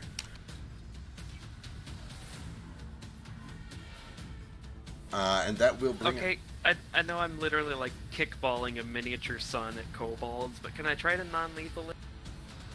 I feel like I'm pretty generous with non-lethals. I don't know a way to non-lethally cook someone.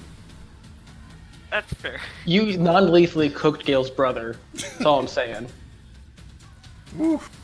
Fair. They had their chance to run. It's a really bad sunburn that makes them just kind of writhe on the ground. I imagine I just like two-face the guy. Like he's still alive, but That's fair, yeah, he's just like incapacitated. he's just irreparably burnt. Yeah, if it was like a direct strike, like a firebolt, I think it would be possible. When it's like an AoE that is literally just like you get cooked, I think it's a little harder to guide that. Would you even call this an AoE? It only targets one. The marble is a direct strike, but then it definitely produces an AoE off of it. So this particular guy got two-faced. The rest are probably gonna But cook. just kill that guy. Alright. Yeah, honestly, like Leave it's him probably represent- less cruel to kill. Yeah, him it's than- really cruel to just leave him alive like that. I'm not saying it's okay to kill kobolds, but they know what they're getting into. I mean, I know they're like expendable, but we have one in our party, so I have to be careful about. Listen, even they don't value their own lives. Why should we?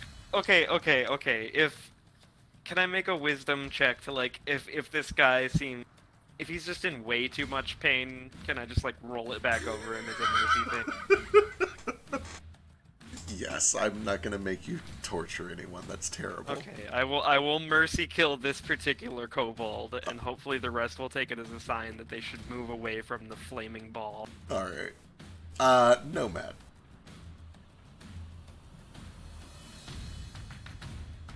This has gone on too long. This has been a fucking hell of a fight. Like It's 3 hours Great fight. encounter, though. I love it. Yeah, it's super well done. So, do I get the sense of what these traps do? Oh boy. Without, like, taking time to study them, no. If you want to use your action to study it real quick, you can do that. You did see that it exploded with the thing of light and blinded our Yeah, good one friend of Puddle. Yeah, one of them blinds. I'm not sure. From a cursory glance, they have, like, a canister that holds liquid. Let me see what this thing... Passively, as you're looking it over, the only thing that you see is a tripwire. If you want to take your time to like dig things up and try to look at the mechanisms of the trap, you can do it. But like it's set up in such a Too way so much that time. it's not obvious. Yeah, it's a trap. I can check it out for you later if you want. Oh, sure. If Bonus you action. can. That's excellent. Am I within range of these kobolds here? Yes. Well, it depends on what that range is, but yeah, probably. 120. Oh, definitely, yes. Yeah, I'm gonna try and help them thin them out because Elise and Flick are not doing very well there. Also, sorry to interrupt, but my internet's back. So Hey, hi. back. All right, that definitely takes care of one of these kobolds. There are 6 left. Yeah. And in my head, I mean, like, in one of these kobolds' heads. Or, like, I'm just gonna use my fucking choker. Oh, wait, no, we don't share language. Yeah, I'm gonna go in one of their heads and just be like, look, are you going to surrender, or will I slowly kill one of you one by one? We will die for Asatirith. Who even is that? If you survive, you can tell me his backstory.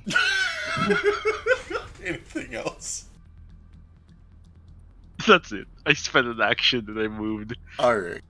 Yulin patches, 10, 20, 30. Well, I know what they would do here. Yul's like, I'm sorry about this, but it's just too tempting. And she throws a bag of pop rocks at that group. That's them taken care of, at least. They failed. Yep, that takes care of all of them. There is just several flashes of light and thunder, and those kobolds are put down. Do be merciful. Oh, never mind. It is quick. It is quick and painless.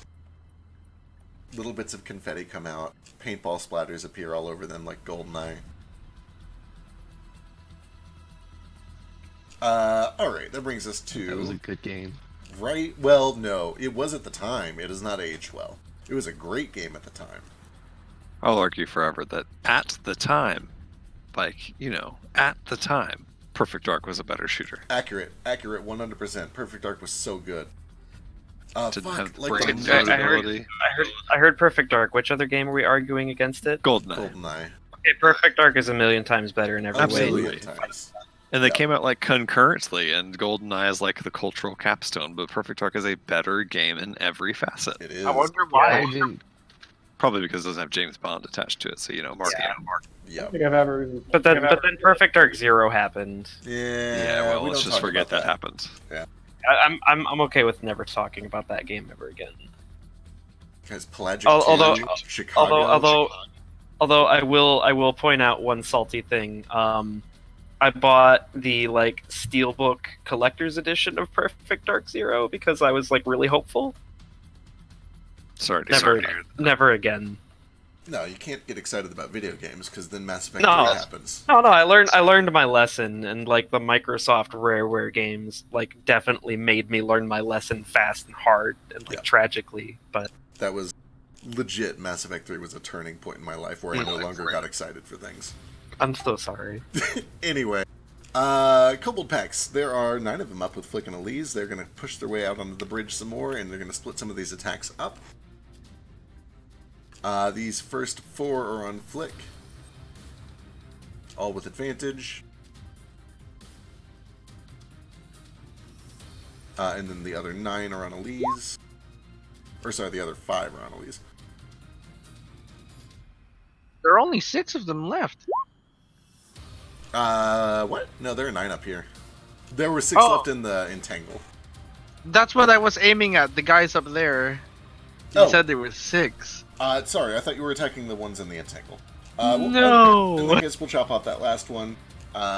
So, Flick, I think, gets hit once or twice. Maybe once. Once. And then Elise gets hit once for 5.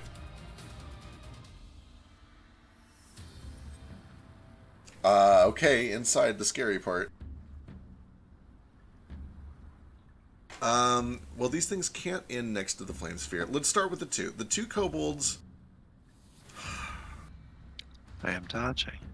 You're dodging. And also, are those the two that said that, or that seems like they wanted to live, right? Yeah, the two that want to live are going to Show me the throne room. The two that want to live are going to take the dodge action. They don't run away, they don't like surrender, but they take the dodge action because they want to live. And they kind of back into a corner here like this. These 10 want to get away from the fire, and they will do so. And they will kind of come over here, take their place. And since Gale is stacked on top of Nordo, we're going to split these 5 and 5.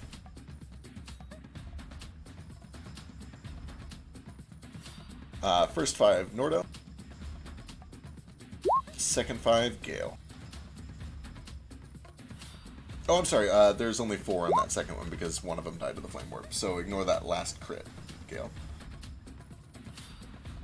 With that said, one of the others did crit. Alright. So the last 5 is on me? Just the first 4 of the second set. I forgot there's only 9 of these things, so you can ignore that crit on the 5th one. Oh. So it's a 20, a crit, a 19, and a 21. Can they reach me? They can. You're up on my shoulders. If you can climb onto Nordo as a free action and get on his shoulders, they can reach up to you as a free action and attack you on his shoulders. Fine.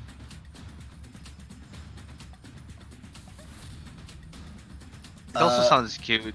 Just all kind of jumping up. Oh yeah, kobolds. Trying to climb. Exactly. It's just like this big swarm. It's like a tiny zombie invasion, sort of. Coming up the stairs behind them are 10 more kobolds, who get stuck and can't push past, and some of them are going to fry. Or possibly fry, depending on dex saves. This is going to affect 5 of them. You're gonna boing for your insolence! They make it. Go and roll me 2d6. If you can get 10 or more, they're dead anyway.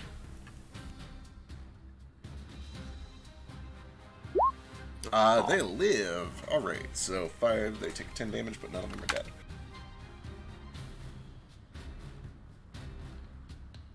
Any more? Yes. From down below, Vasu, you can actually see down into the first floor. And actually those, Nordo and Gale would probably be able to as well. So looking down into the first floor here.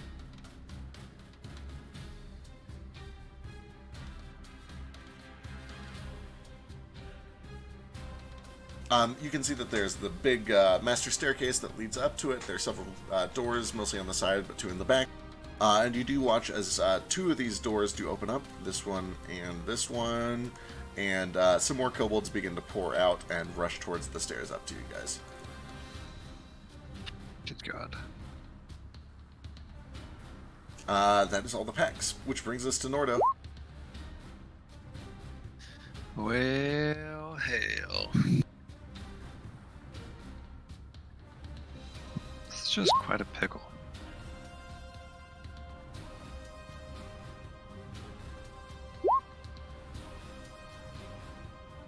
So this question might be kind of meta, I don't know.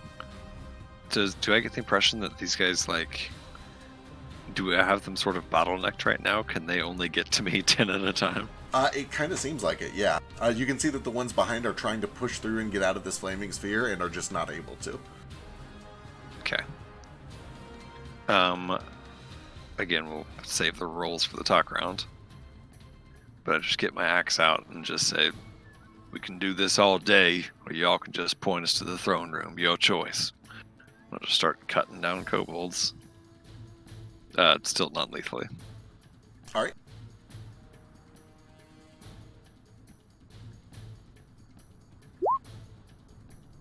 One drops. Touch of death.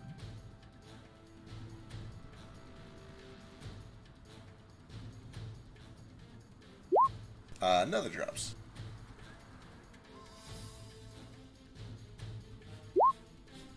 And another drops. And I'll say with a crit, you can take 2 at once. Excellent. And just step forward a little bit into the spaces left behind by the deceased or unconscious kobold, and I point to the two kind of cowering in the corner. Just say, your friends made the right choice. We'll help you. We'll cure whatever's wrong with you. Just let us through, points to the throne room. And that's my turn. Alright. Gale. I'm dead. Oh, are you down? Woo, give me a death Oh save. shit. Did not realize How did that that. happen? Oh, shit.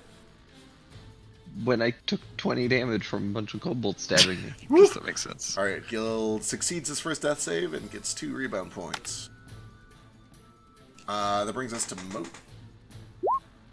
Alright, so I'm blind, but here's what I want to do, and you tell me if I can get away with it.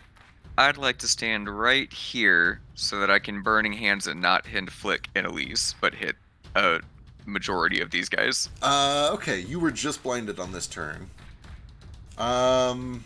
Give me a wisdom check. Can I give you a charisma check? Charisma check would make it a really good Scorching Hands. I'm kidding. Let me give you Yeah, wisdom. no, I think this is What wisdom. about a luck check and hope you're lucky? I was gonna say you can either try to think of where they were standing, or you can leave it to chance. It's kind of up to you. That's the same thing for me, so... Fair. Also, I'm double checking. There was some sort of rule about unconscious creatures, but I don't remember what it was.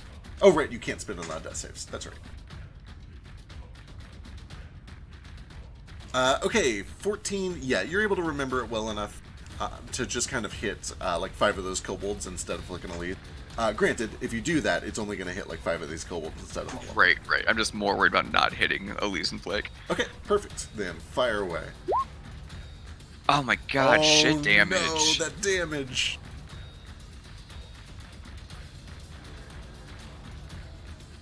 They do fail it, though, and they actually- take all of it. Yeah. Hold on. I have to look at how this works.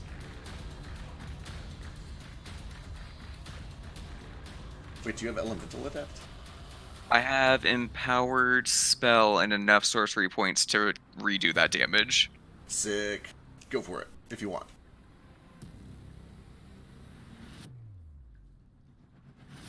If you can get anything over 4. Okay, perfect. That'll do it. 5 of the kobolds drop. Excellent, cleric. Yeah, my wings kind of flare out, and I just let loose some like purple and white fire out. All right. There's 4 kobolds left there. Hot. Fuck yes. That's it for me. All right. Top of the round. So as you are calling out,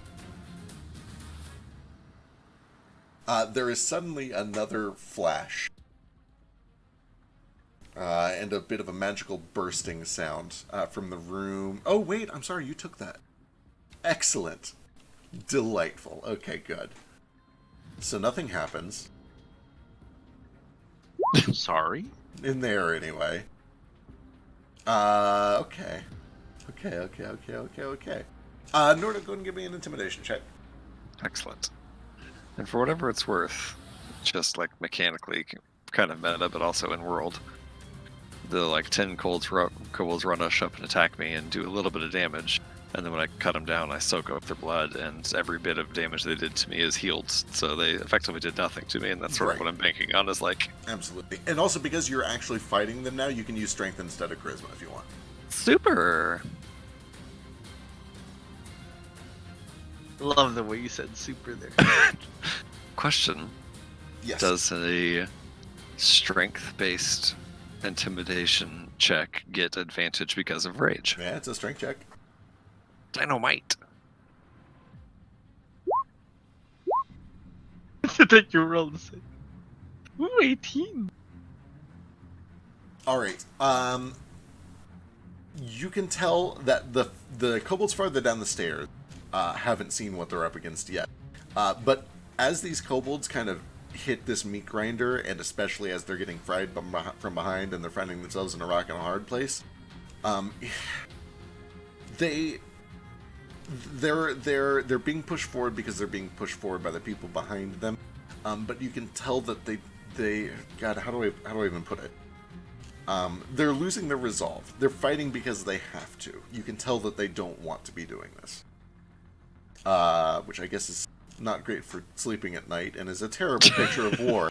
I'm realizing that that's very dark, but there it is.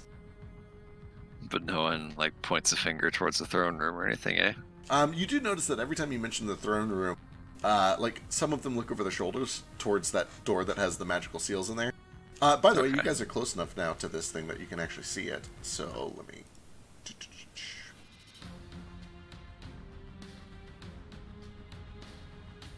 First of all, Ace, the object that you picked up looks like this.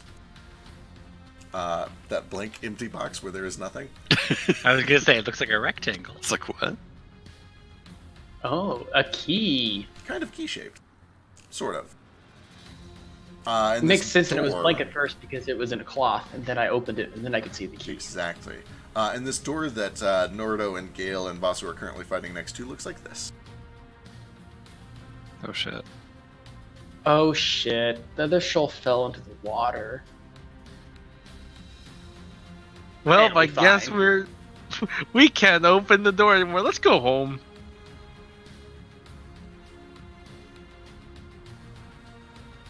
Anyway, whose turn was it? It's Ace's turn. No man, I'll check out that trap later. I got some stuff to do, and then I use my bonus action to aim, and then I'm going to fire on the 10 kobolds, giving Flick and Elise some trouble. Alright. There are 4 left of them.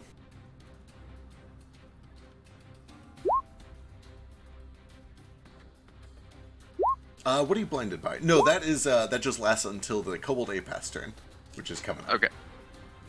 You knock out one of these kobolds.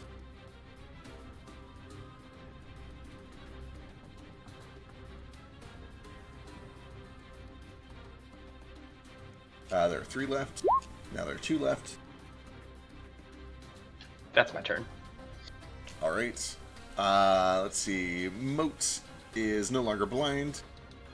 These things can hear what's going on in there. They're gonna go do that.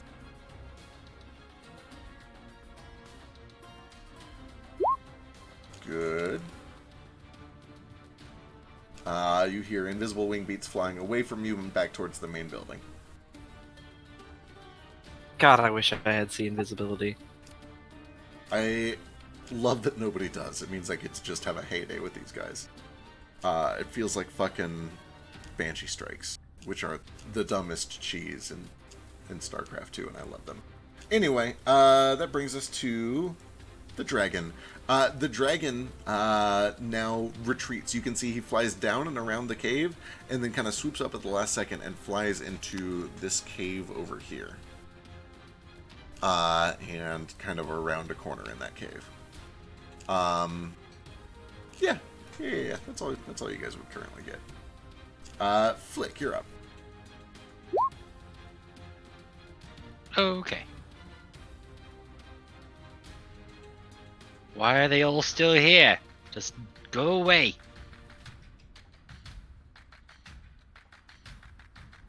I know why you're here, it's because I can only kill one of you at a time, but you know, fuck off.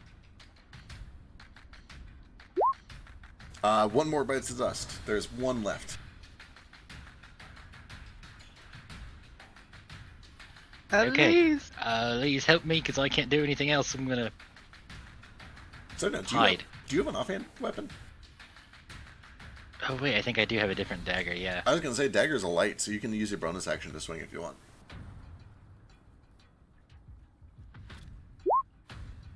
And then add... Yeah, that's plenty. So roll a d4 plus your dex. I think that's not a hit, or not a hit. Plus your dex, yeah, okay, that is enough. So the last 2 kobolds are taken down here. This swarm is gone. Hooray. Let's go this way. Is there like a pathway through this here? Yeah, so so there's little doorways in each of these turrets, so you can run along it. And you do notice that as you're running through this turret, there's a ladder that goes down. Oh, well, we'll do that. Awesome. It's about a 20-foot climb down, and then you're on the ground floor, kind of inside of this wall. Then you can I'll see there's just like a little cutting corridor. action dash, and then Awesome. Yeah, when you get out here, you can see that there's a little door hidden in this archway that pops out into the courtyard. Elise is going to follow right behind you. 10, 20, 20 down, 40, 60 gets... She's a little bit behind you, but she's keeping up. She will... Tabaxi dash. She could tabaxi dash. or main action dash. Well, if she does both, she can get all the way out, but then she can't heal. Does she... this is a weird spot. Okay, if you're right there, actually, if you wait right there, she can heal you. So she'll do that. Yep. Alright, she'll tabaxi dash, and then she does her main action to heal. Dire.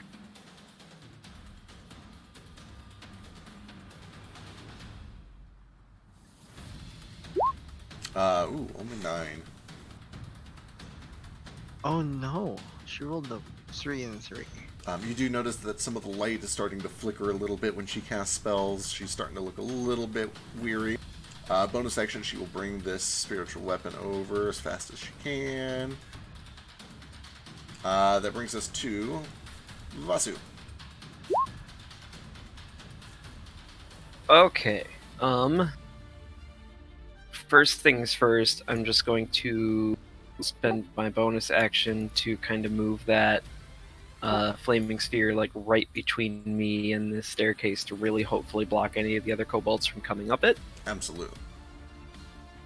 So I'll move it like right there, move myself right there. Yeah. And then I'm just gonna start. Okay, so the 2 kobolds up in the corner are the ones that like they've basically surrendered, right? So, not... Okay, so first of all, I'm going to take these 2 and I'm going to merge them into these 5 so that they're 7. Okay. And it doesn't seem that they've surrendered so much as Nordo can tell that they don't want to be fighting, but they're still fighting because they feel like if they don't, they're just going to get overrun by all the kobolds behind them that are going to fight. It is very much a situation where they realize they're in over their heads, but they feel like they have no choice, so they just keep swinging. Well, then I'm gonna keep swinging too. Yeah. They dodged Because I don't while have they any were, way to heal. They dodged while they were alone, but as soon as like all of the other reinforcements showed up, they kind of jumped back into the fight. So none of them are dodging right now? None of them are currently dodging. Sorry, I had to reopen up my character sheet. I can't really like heal Gale or Nordor right now, but I'm gonna try to fly my way over there and start attacking the ones that are most directly attacking them first. Sure, absolutely. You can Hopefully try to without counterpage. provoking any other opportunity attacks. Yeah. Can do. Cool. Here's the first one. I'm gonna have Shu fly out to give me advantage. Yep. 24. Drops 1. I'm gonna drop another. Check this out. Yeah. Oh no. No, that one's no good. Shu, where'd you go? Come back. I need your help. Ah, shit. How many key points do I have? You haven't been ticking them down for me at all, have you? I don't think... No, I have not. I think you've only flurried once while you were out here. Yeah, because I did the flurry, but then you said that I didn't need to do the flurry. Right, that got undone. And then Mode of the Sun is 2 points. So I only have 1 key point left right now. I'm gonna hold on to it. This is just gonna be a regular bonus attack. Awesome. Fire kick. Not a 10. Woo! Another one goes down. It looks like there are 15 on this side of the fire and 20 down below. All I heard was another one goes down. What was the rest of that? There are 15 kobolds up here, 20 down below. And they're kind of like... That's a cut in lot of half out kobolds. The flaming sphere. That's still a lot of kobolds. Yeah, it's a whole lot of kobolds, guys. That's the kobolds. That's the thing. All right. This might have to wait until the talk round, but I'm gonna try to roll intimidation after blocking several of them with the sun and then knocking down 3 of them in one turn. 2 of them, I guess. I'm just gonna be like, "Aren't you tired of getting killed yet?" That'll be it. All right. I would just copy over the whole speech from Kill Bill, but I feel like I've already done this campaign too many times. Nomad.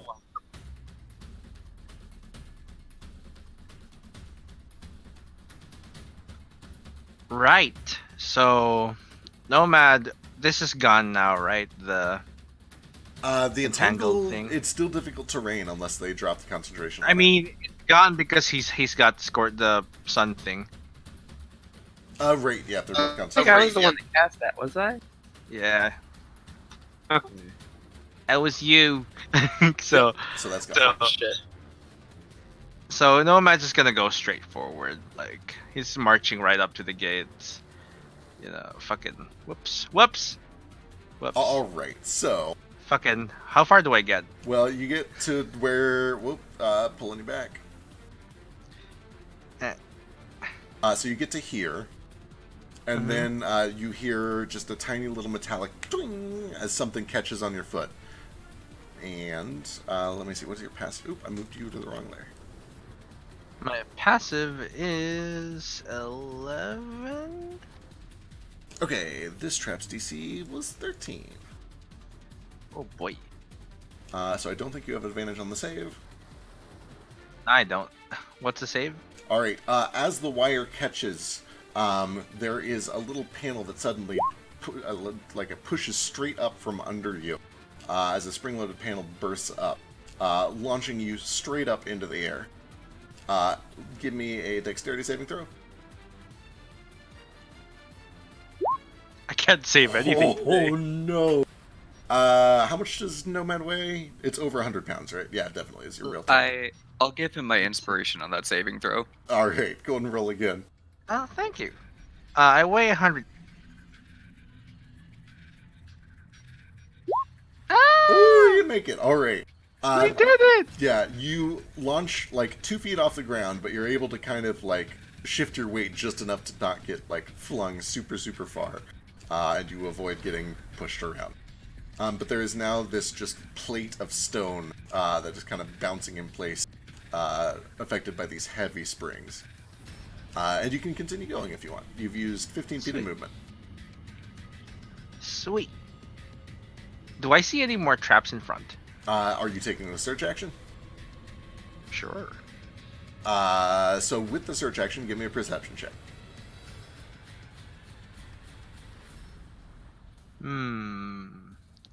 I will use my bonus action to give myself proficiency in that Alright. for the next 10 minutes. 18. Okay, 35 That's with the radius. I'll make it 35.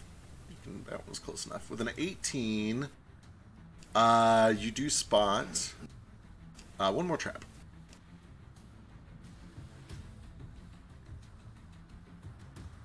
You can see a tripwire right there. Right. I just point that out to Ace, and then I'm going to continue moving like 15 feet. Yeah. Alright. Perfect. Yule and Patches will follow carefully. 10, 15, 20, 30. And they will also take the search action to try to spot more traps.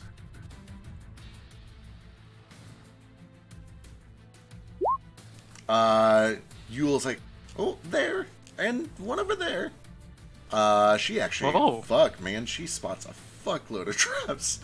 Leave it to the former adventurer. So she reveals... that makes sense. These.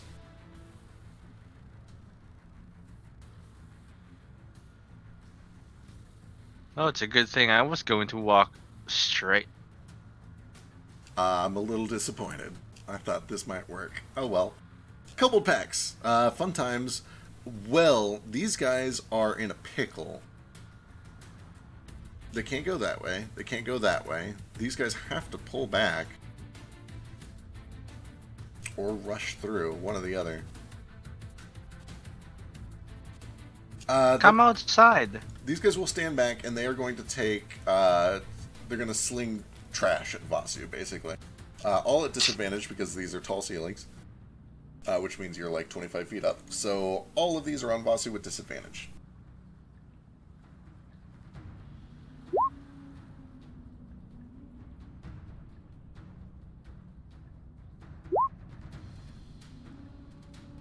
The disadvantage is good because that's a lot of crits.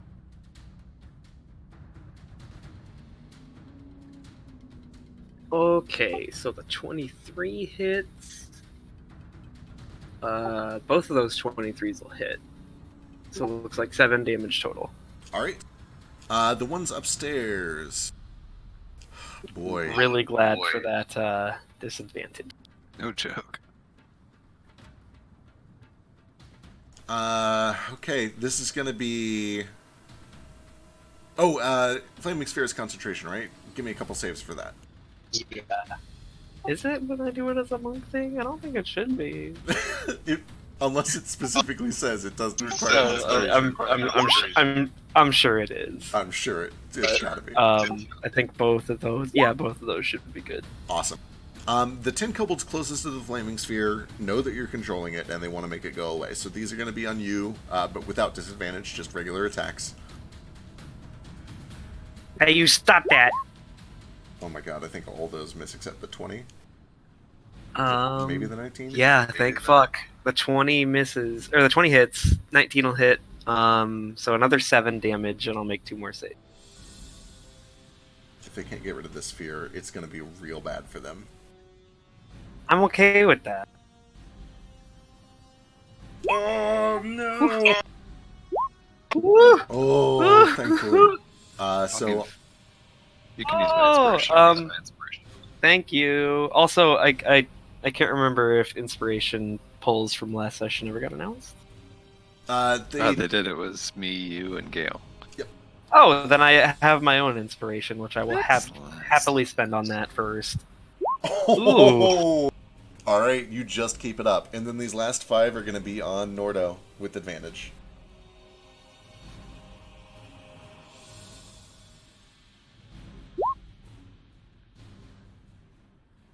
Ruh-roh.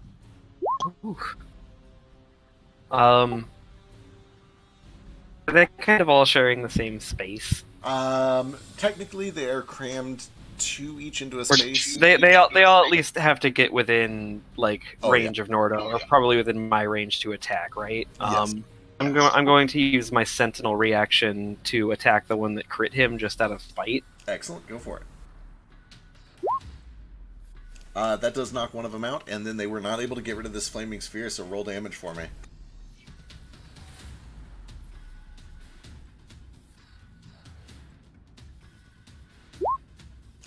Ooh, they survive if they save. Here we go. This affects... What is it? It's a 5-foot radius around them? Shit, this is gonna hit 12 of them.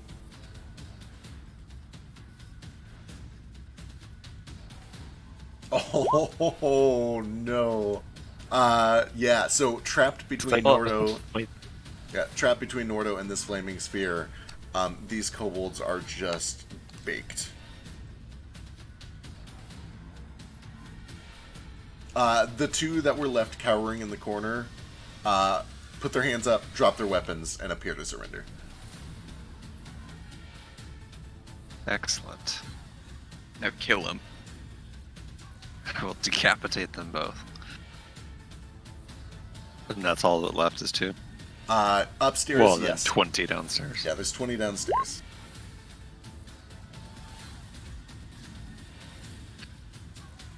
Are they all done? Is it my turn? It is your turn. Super. I smell burnt kobold. Look to the 2 cowering in the corner. If I can, it's just like an item interaction. I grab their weapons. Just kind of kick them down to the lower floor. And just say, that's a good choice just made. Alright, you just make it quick, please. I ain't gonna make nothing quick. We're here to help you, not to kill you. And I turn around and walk over to Gale, and I will use my action to stabilize him. Alright, medicine check.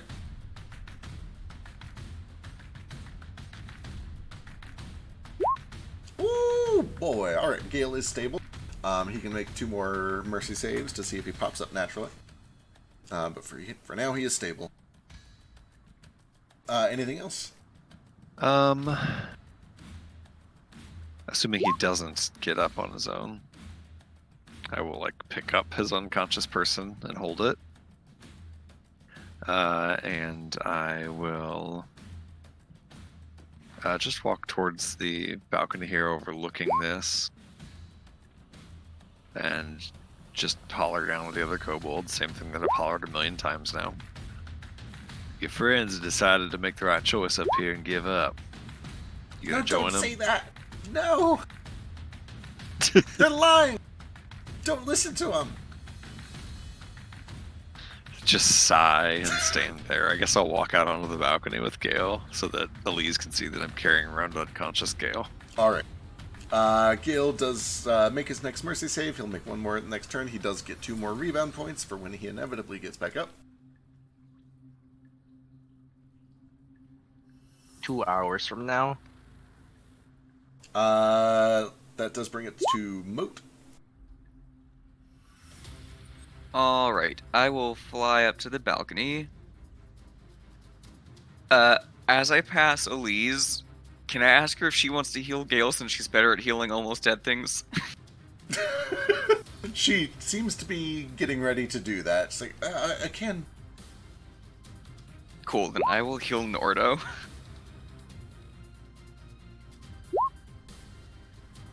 If I can find it. But that's it. I'm just gonna cure wounds on Nordo. Much obliged. Alright. That brings us back to talk. We have that ongoing thing. I don't think anything has changed. Ace. Are these doors here open so I can see inside? No, the first floor doors are actually closed, and also it's kind of an awkward angle because you have to look through the castle wall. I'm a sharpshooter. You're a sharpshooter. You can... Oh boy, you're a sharpshooter. Fuck. How tall? That'd be 10. I was also planning on getting closer. I was gonna move up to like here. Yeah. From there, especially as a sharpshooter, you can definitely... you can see through the windows well enough to see that there's some action going inside there. That front door, the doors are closed. They have not been opened by anybody yet. Okay. So I can't really get inside. I can't I'm assuming I can't shoot an arrow through the window. You definitely could shoot an arrow through the window. I think the kobolds are too short. Like, I don't think you can see the floor level through the window now. All right, I want to wanted it and just curve my arrow. Okay. I love it. Bonus action dash, and I guess I can just main action dash too at this point. Is this door open? That door is open, yes. I guess just get over here on the ground and just chill inside. Okay. And that's my turn. As you step there, pew. Would I have noticed with my passive perception? So the way that I've been doing this is you get advantage on the save because of your passive perception. Mine's 16. So you do beat it. This one was only a 14, so you have advantage on this save. At the last second, you kick a tripwire. Some gas bursts out. I need a Constitution saving throw with advantage. Hear me out. What if it was a dexterity saving throw? If only. What did I say? 14? Okay, you do take... Yeah. Oh shit, poison. I forgot to put that in a thing. 11 points of poison damage, and you were poisoned for 3 rounds. That's like your max HP, isn't it? Actually, she's Pretty still much. fine.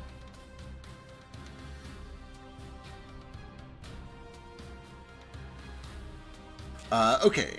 Anything else? That's my turn. Alright. These guys...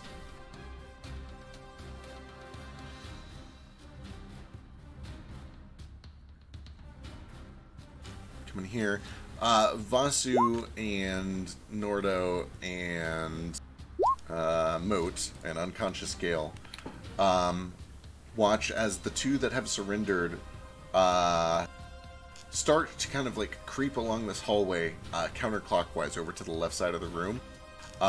One of them is suddenly shanked in the back by something invisible. and begins to kind of like dribble a little bit of blood out of the side of their mouth, and then falls to the ground, covered in tiny little puncture wounds.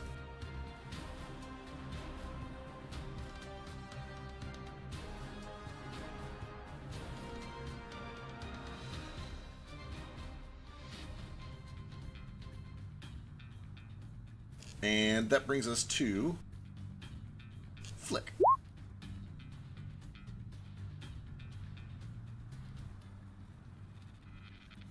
Okay, I'm here, sorry. Alright, 5, 10, 15, 20, 25, 30. Let's Emperor's New Groove and kick these doors open, yell boom baby, and then cast Entangle, because Vasu gave me that. Am I still here? Did I mute everybody? You're here. I can hear Entangle 15-foot square, 20-foot square, I think. And that will absolutely hit all these guys. Thank you for remembering about your entangle. I wouldn't have forgotten if you didn't use yours earlier. It really invalues the precious meditation time you and Vasu definitely canonically spent earlier together. Definitely. Alright. Going on in that. So tangling thorns burst up through the stone floor here, and all 20 of these kobolds are now restrained. Very nice. Woo. Alright, well that settles that. Let's see. Well, I can't dash through there without getting shanked a bunch, so I'll wait.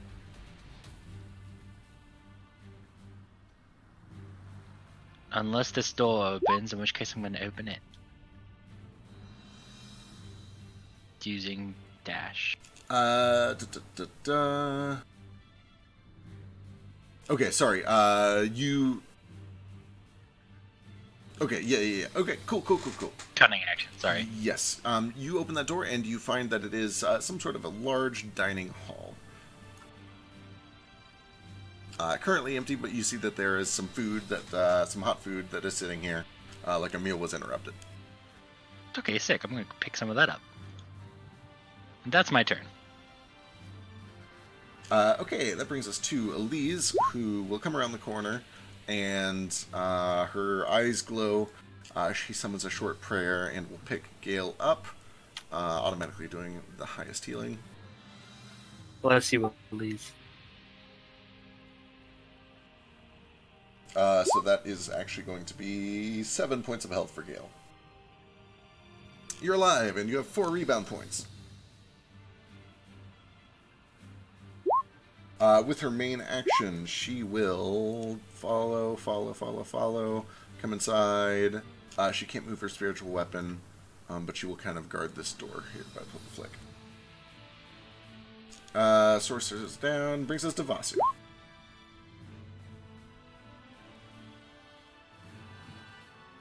Okay.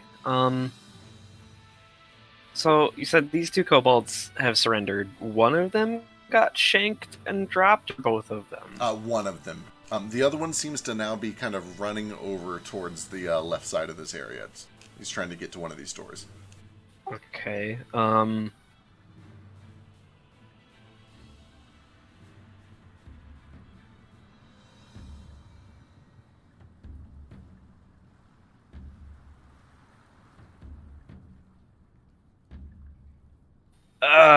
Shit. I'm gonna take an action to make a full-on, like, perception/investigation check. It's probably not gonna help much because they're invisible, but which would I use, you think? Perception. Perception, because I'm proficient. Yeah, thank you. Oh, I'm not. Why? How am I not Whoa! I'm not proficient in perception. I thought I was this whole time. Yeah, that's bad for a monk, I think, but we're gonna do it anyway. Okay. As you're trying to focus on all of this, you can see tiny little spatters of blood from the ganked kobold that kind of spray out and hit some obviously invisible forms, and then immediately turn invisible once they kind of hit their clothing. but it's enough to at least kind of give away their positions, and you can see that they are all just huddled up in a circle around the one surviving kobold, and they're going for him next. Okay. Oh boy.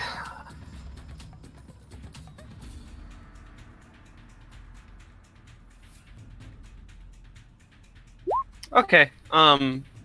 Vastu is going to reach out toward this kobold, the last remaining kobold that I haven't lit on fire or harmed in any way.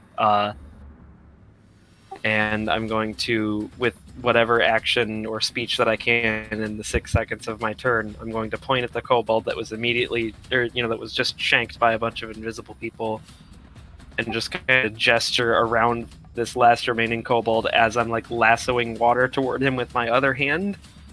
And I'm like, "Come on! They obviously don't need you alive anymore. Don't you realize you're expendable? Come with me, goddammit, if you want to live."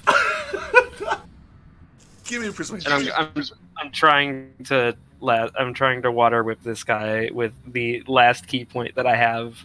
Excellent. Because Vasu has suddenly discovered his empathy. You said persuasion? Yeah, persuasion. Can it be intimidation? I mean, they're probably the same. Hang on a second. No, this one would be persuasion. It's okay. They're the same anyway.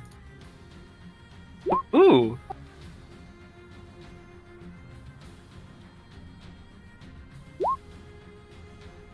Oh my god. God, it means it stays the same. What is his current state? His current state is surrender, so he will not resist. So the water grabs him and yanks this little kobold over to you. Alright. Just like moments before, I'm going to lasso a kobold into my arms bridle style and just kind of fly back out toward the balcony to get away from all this fire and invisible shit. I won't use my full movement because I want to stay kind of close to the rest of the group, but It's no use. I will kind of duck below the balcony. They'll come for me. It's too late. Save yourselves. Oh, you don't know what you're messing with. Hey, shut up. I'm going to try to save you too. Unless you want me to just drop you into the moat right here. Oh, that might be faster. I don't know. That looked painless, right? And he looks over his shoulder at the other one. Did you see all that blood, pal? There's at least 4 of them over there. Oh boy. Okay, that brings us to Nomad. I'm gonna interrupt. Sorry. Yeah, what's Oh up? boy. I'm gonna use my a rebound point and my reaction, and I'm gonna shoot this square. Fuck yes, fire away. Disadvantage.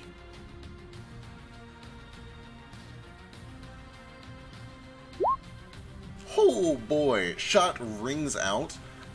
There is a spatter of blood that hits the door, kind of covering some of these magical glyphs, and this guy's invisibility fades as he falls limp. Hey, sorry to backtrack, because that was a very long turn for me. Did I forget, did I already use my bonus action to move the sphere on that turn? I don't think you had. Oh Okay. shit. Yeah. Yeah. Can I bonus action move that sphere right back to where that kobold just was, surrounded by all those invisible cunts? Sure can. That's not what I thought you were doing with it, but that is definitely a doable thing. What did you That's think what I was that's going to what do I with it, just out of curiosity? Well, you have all these restrained kobolds down here. Yeah, but they're restrained, and I'm trying to be merciful. I literally just pulled one from the jaws of death, and you expect me to ignite all of them at once? I'm a little proud, but also a little offended. Fair. Alright. No, I'm gonna move it over toward all of those invisible, who I can only assume to be Shul. Excellent. Okay, that brings us to Nomad. What? You're up. Also, good morning. Right. We can wrap up soon if you need to get ready for work. What? No, it's your daylight savings has given me 2 hours. Oh, that's right. So let's go as long as we can. Agreed. Who knows when the next time is? Probably next week. Yeah, hopefully next week. I hope so. If it's not next week, I will riot. Same. So I move here 30 feet, and then I'm gonna move an extra. Be careful, there's still more traps. Yeah, understood. Wait, where are you? I'd oh, like I see. to- Okay, yeah. Yeah, and then moving here, and that's all I can do. All right, catching up. You're getting there, waddling your way back to the castle. Ideally, I'll end up here. Yulin patches, let's see, 10, 20, 30, they'll dash 40, 50, 60 to get here. Bonus action, Gale still, everybody looks real bad. Shit. Do they have this yet?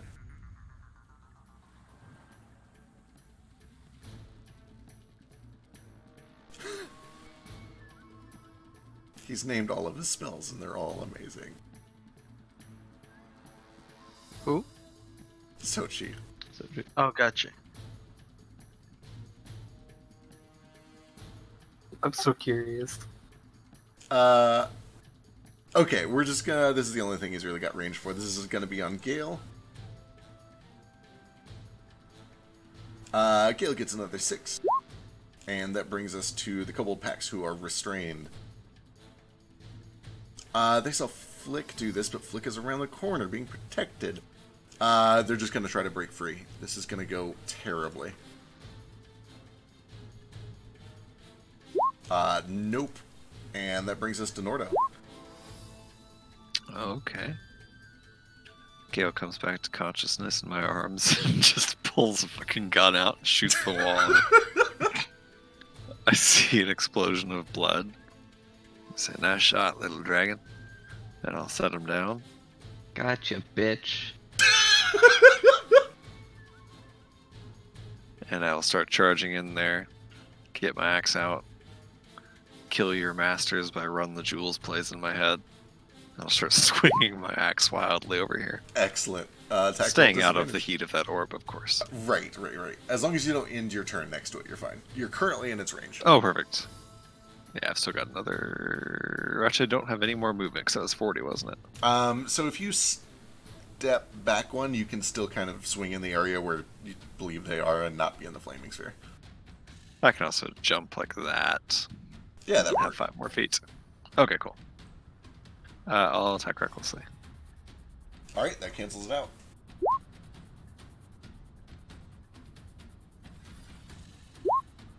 Oh my god. Okay, let me move you aside for just a second here. Yeah. Just swinging at the air, trying to just catch something. And you do. Your axe feels a little resistance, but not that much, because when it becomes invisible, you see that you've cut this thing straight down the middle. Excellent. And the blood splatters over me and restores me some health.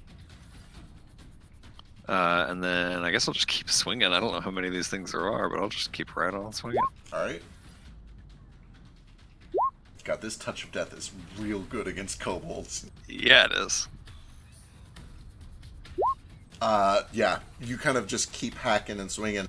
There's 1 or 2 more just empty swishes, but then you land another hit, and another one of these things becomes visible and dead. Okay, and then one last just wild roundhouse kick, hoping I hit something.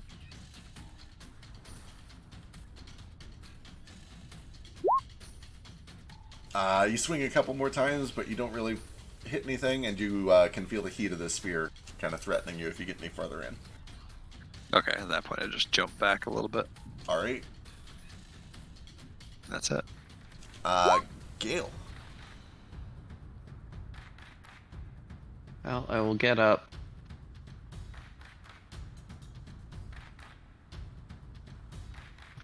And,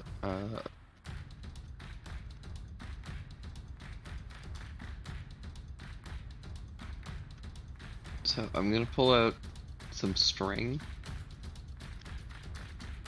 And I'm gonna touch it with some tools, and then I'm gonna lay it in front of this door. Excellent. And unfortunately, that's an action. So, I can't wait if to find out what anything that touches does. that string, it's gonna make a loud yipping noise. Excellent. Kind of a makeshift alarm. I dig it. So, yeah, this is my pseudo alarm, just in case any more of those invisible fucks come close. And if they do, I am shooting blindly in that direction. Excellent. Okay. Hey, speaking of yipping sounds, where's Toto? Where is Toto? He's been on the sub, Oh, okay. Okay, that's fair. Someone's got to watch this. I think. And Leo. I don't know. I don't know. He can be here if you want. I would love that dearly. All right, Toto. Toto makes it through the gate. Where is? Oh, right. I have to do that.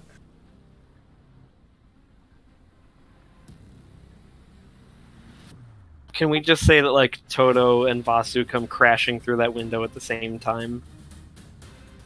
Because that would make the whole reinforcements thing a lot more applicable if it wasn't just Vasu.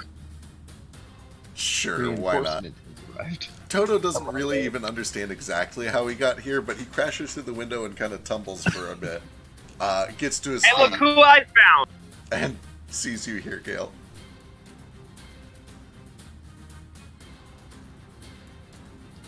Okay.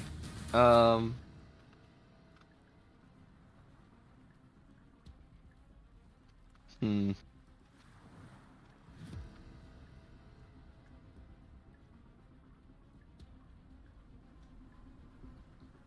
I guess he'll just go over here and listen for things. Sure, fair enough. Yeah, he can take the search action if he wants. Give me a perception check.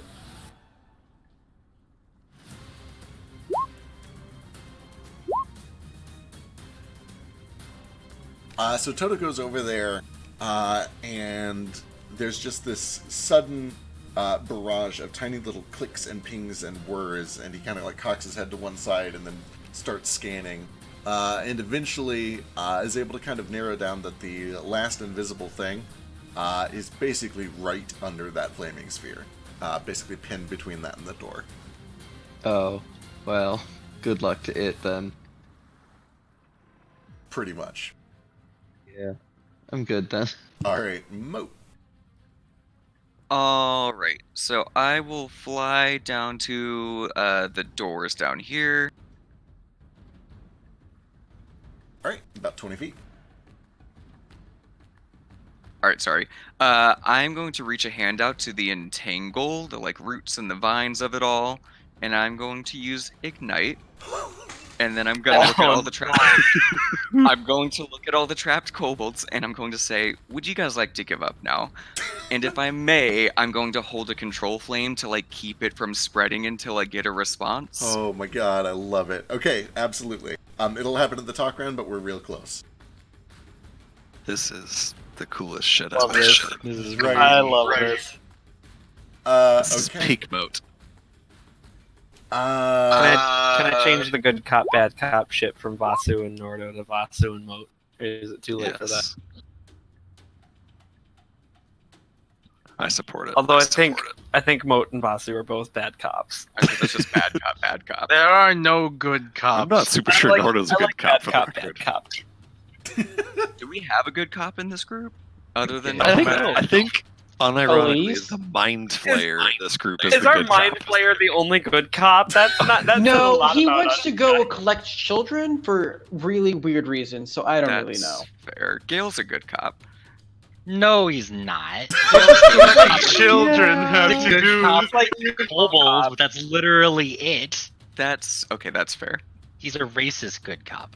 Elise might be a good cop. Yeah, Elise is a good cop, and that's why we need to keep her around I'm to like morally ground this party, because otherwise evil we might about all just be adopting evil. children. Yeah. I The don't, DM NPC is the moral center of this party, I don't think I'm a cop.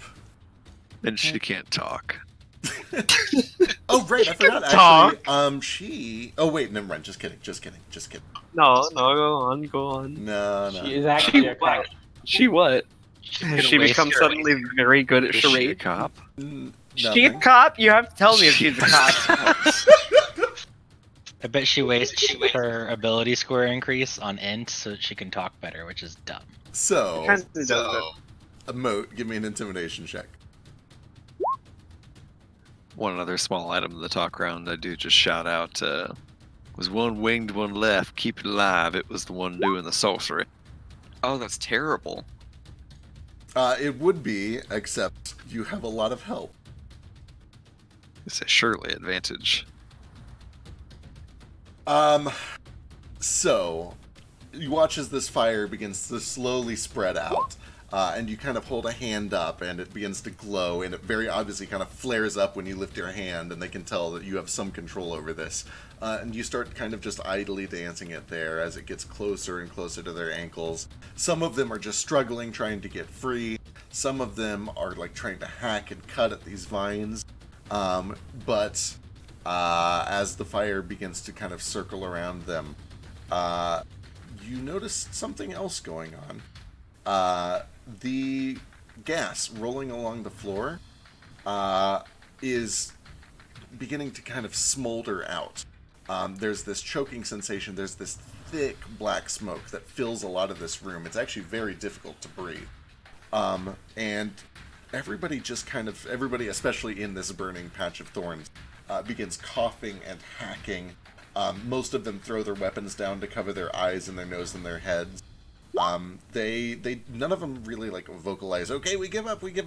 But they throw their weapons down, they drop to the ground, and they're just coughing and rolling. They don't seem like they're fighting. Cool. If I have enough power with the cantrip, I'll put the fire out then. Alright. Yeah, you were in control of that the whole time. And as it does, this black smoke kind of continues to roll up towards the ceiling, filling the like domed surface of this roof. Some of the kobolds stand up. You see 2 or 3 of them grab swords and start to run back towards you. And then, like, a couple of the other kobolds, like, you idiot! And just, like, they literally grab them by the shoulders and throw them to the ground. Leave them alone. There you go. And the ones that want to continue fighting are basically held back by the ones that don't. Alright, we get it. She's in there. Go quick, she'll kill us all. And they kind of like start to motion towards the door like they want to get the hell out of here. I mean, I don't stand in the way. Alright. Are they still entangled? That's a good point. I mean, I guess they haven't been fully burned out of that yet, so they want to, but they can't yet. You could say, wrong voice. Hi, Simmons.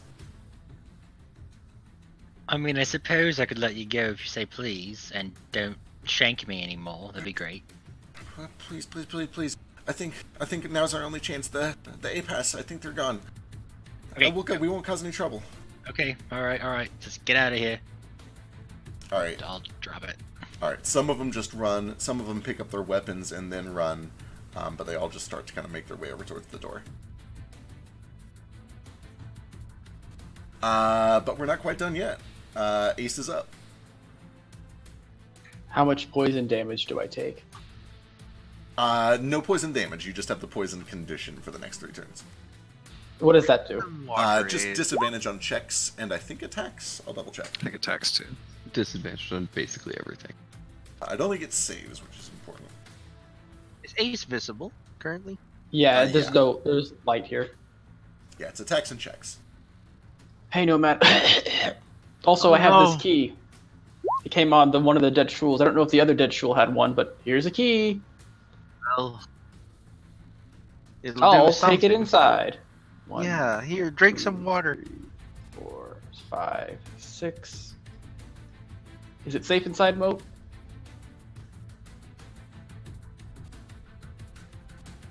Oh, he's BRB. Yep. Or Look, a good is it shout safe- down. Is it? We're good in here for now. As you look inside, it seems like the upper half is just filled with this thick black smoke. It smells nauseous, like chemicals. You can see these kobolds are all like red-eyed, noses kind of running, and they're all just trying to get out of this building. Assuming you walk in the door and ask if it's safe, Nordo shouts down from the balcony above that there's one flying, one left, invisible, trying to find. I guess I'll take the search action and see if I can see anything? Sure. I'll do it as a bonus action. Oh, right, you can do that. Give me a perception check. Disadvantage, I'm assuming. Yes, because of poison. Cancelled out. Is it cancelled out by my ranger shit or no? I don't think so. No. They're humanoids. You're not tracking. You're doing a search action. Unless you have Fair. advantage on searches. I don't believe so. Just survival Gotcha. and shit like that. As you're looking, you do see that there is almost like an invisible man silhouette in the flames of this flaming sphere. It looks like it is pinned kind of between the door and the flaming sphere, trying to. Good. Out. Can I shoot it from here? Absolutely.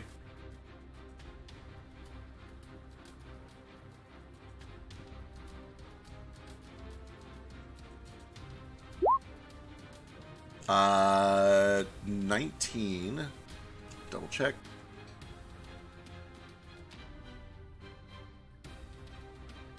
Uh, 19 does hit for 10 points.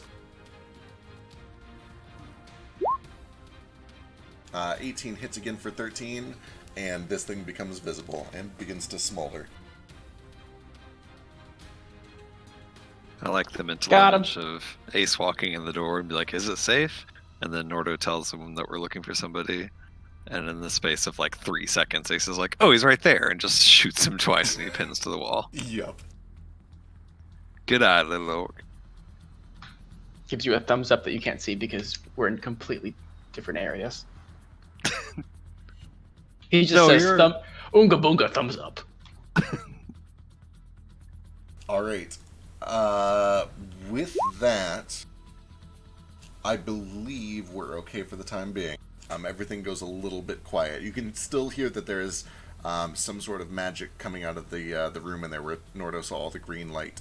But everything goes quiet for a bit. The kobolds are just running out across the bridge past you guys. I just want to say how much I love Ace. I didn't use my Hunter's Mark at all, and I still did 266 damage this battle. Right. Yeah, Jesus, tear shit up. Nomad Yeah. is kind of like chaperoning the kobolds out, just standing by the gateway. And it's like, do not This run, way, please. don't trip. This way, stay together. I like to imagine you're like a nun. You're like, no running in the halls, and you just like have a little ruler and you're just smacking them on the heads. Do not forget to pick up your weapons. It is dangerous out there. And you are Hey, Mo. very fragile. Is Moat back? Yes, I'm back. I found this key where we killed one of the shuls. The other one fell off the ledge. You have wings, and I don't know if that's if there's another one or not, or if we just I need this key. But I got a key. Suppose me, Vasu, and Norda could go looking for it. But it definitely looks like lava down there, so Is it lava down there, or is it like a lava river under the water? Yeah, so it's a big river, almost even like an underwater lake, but then there is a vein of lava that seems to be flowing under it, boiling it. oh, my bad. I thought it was actual lava. Gotcha. Yeah, so all of that blue shit is water, and then there you can see through the water, which is surprisingly clear. There is just an underwater river of lava, and then bubbling up from that. Do you think you can still grab the key? I can give it a shot. That water's not going to be pleasant. Well, don't swim in the water. I was thinking more like using magic. Does anyone have control water, or they can just control the water to grab the key? Oh, jeez, I don't know. If only there was somebody here who had control over several elements instead of just If fire. only. Wouldn't that be Unfortunately, we only convenient? have one person who can control fire, and that's it. Who's that then? Well, Vasu that's the puts kind of his hands on controller. his hips and gives you the daggeriest glare he has ever done. Could someone fly me down to the edge? I'm going to use this tentacle to try and reach. Your tentacle No, rope. no, fuck that. Yeah. Vasu flies out over the boiling water himself, Alright. and I'm going to use control water to part it like the Red Seas.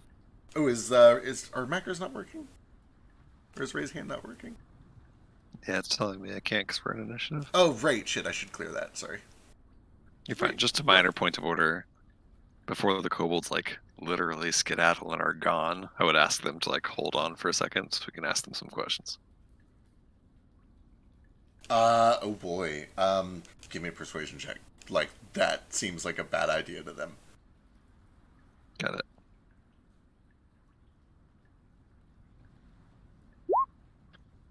Bye. One of them, the one that Vasu went out of his way to save, is like, oh, quick, what is it? What do you need? What do you need? What? Does he have a name? Can I ask his name real quick before we continue? Yeah, it's Linny. Aww. It's actually Lenazo, but nobody calls me that. It's Linny.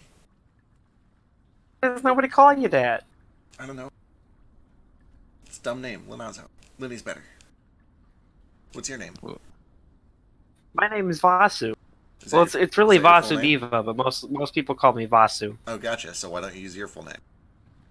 We're wasting time. I'm sorry. I'm making a point. What do you want?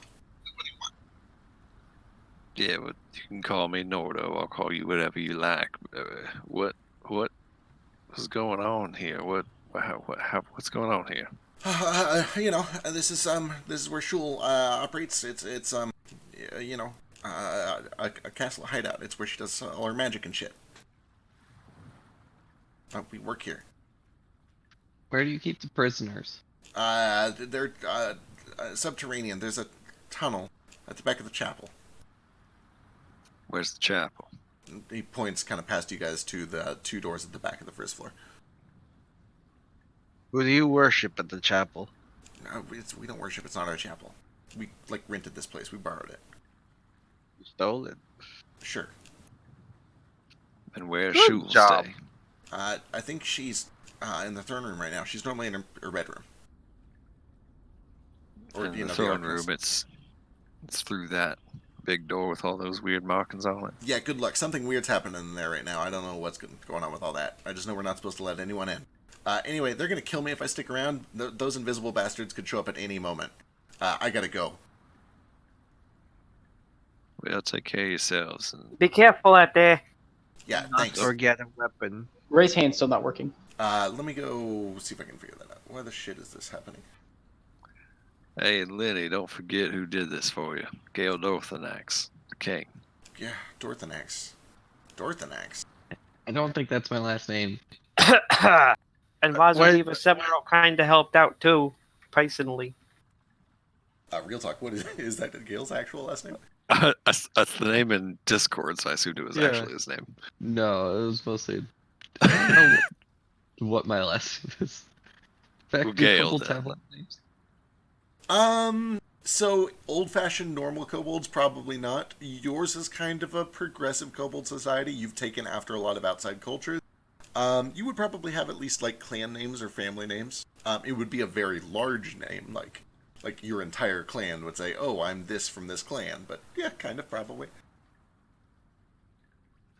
So while they were talking to the kobold, I'm going to look around this room a little bit, see if there's any like writing on here, because I know that this is obviously an old city and kind of a clue for like what the original inhabitants were. Yeah, let me get real quick, just because we're jumping out of initiative and everybody's going to want to do stuff. Let me get this hand raise system working real quick. But you'll be at the top of it when we get it going.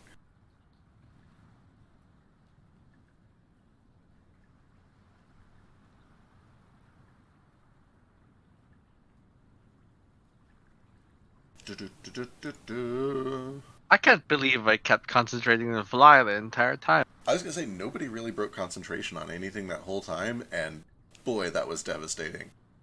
Still won't let you raise your hand. I only broke concentration to do concentration on another thing. Yeah. Yes, Because I that's all didn't that happened. realize they were both concentrating. Yeah, you're still flying for like 10 minutes, so it's a good while. I forgot about that. I can fly. I like to Let's imagine fly the with way, me. yeah, the way Nordo Fly with me, flies is like, what's that? The way Nordo flies is Oh, yeah. definitely just like super nervous. Yeah. And as soon as this battle's over, he lands immediately and is like not a big fan of that. Moats into it. All right. I imagine like, And I spend the next 10 minutes like flying with Moat, doing like air ballet shit. Is that too gay? I want to try to keep up. Sure. I'm gonna do real bad. Let's do it. Let's get some acrobatics or performance checks. Alright. Okay, meanwhile, Ace, you were looking for... You're basically investigating the place, trying to figure out its, like, origins, culture, Yeah. shit like that? I had like 12 more seconds of being poisoned, then I'm fine. Yeah, I mean, that'll wear off quickly enough. So I was gonna like wait till do it till I feel a little bit better. But yeah, I'm gonna look around and see if I can find any clues about this Sure. area. Are you willing to, like, open doors and check out rooms and shit? I'm gonna stay in this main area for now. Okay. Go ahead. Yeah, okay. Let me kind of get what everyone is doing real quick, just in case some things happen concurrently. So Ace is checking the place out, looking for signs of culture, whatever. Vasu and Moat are taking advantage of their flight for a short time.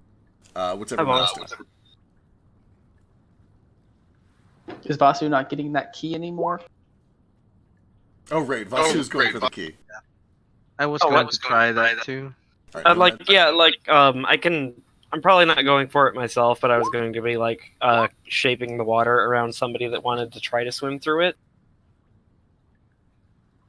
If nobody else can really do that, I probably will try to like shape the water around myself and give myself a swim speed with those magical bands and go for it. But okay.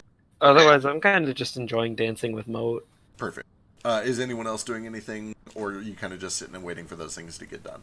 I'll probably go with Ace, so he's not going by himself. That seems stupid. All right, good Where's call. he going? Yeah, if I have Flick and or Nomad with me, I'll probably explore other rooms. Okay. Before they set off for that, assuming I have time to after talking to Lenny, I would just point out to them the two rooms that I found with that weird magic orb, and the room that looked like it was probably maybe Shul's bedroom or somebody's very nice kobold bedroom. And then also that insight check on Lenny, just in case he was possibly withholding anything. Yeah, he's hurried, he's in a rush, he doesn't seem to be lying. It's not really that he's withholding information, he's just like, he's nervous, he doesn't know when more of those invisible bastards are going to come stab him to death. He wants to move. Okay. But he's not lying to you. And then if I have time to join Ace and them after that conversation, I will just join them for their little search. Okay. So let's jump over... let's do Vasu. Let's figure out what happens at the river first, and then we'll jump back to Ace and the main group. People have been ignoring me for the last few minutes. I don't know if anyone can hear me. Yeah, and you're going over with Vasu too to try to get the key, right?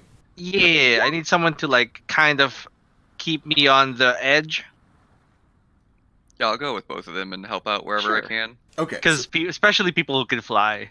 So South group is Nomad, Moat, and Vasu. If you need Flying Boy, that way I can go too, but it sounds like maybe Vasu and Moat have it covered. Sure. I need strength. So, if it helps. I don't know. I'm 180 pounds. So, Vasu has the ability to control water. He's talking about maybe making a bubble around himself or somebody else, taking advantage of the fact that Moat can fly right now. He can also give himself a swim speed if he needs.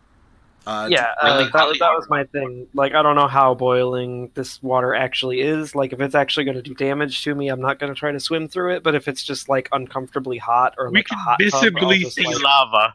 Oh.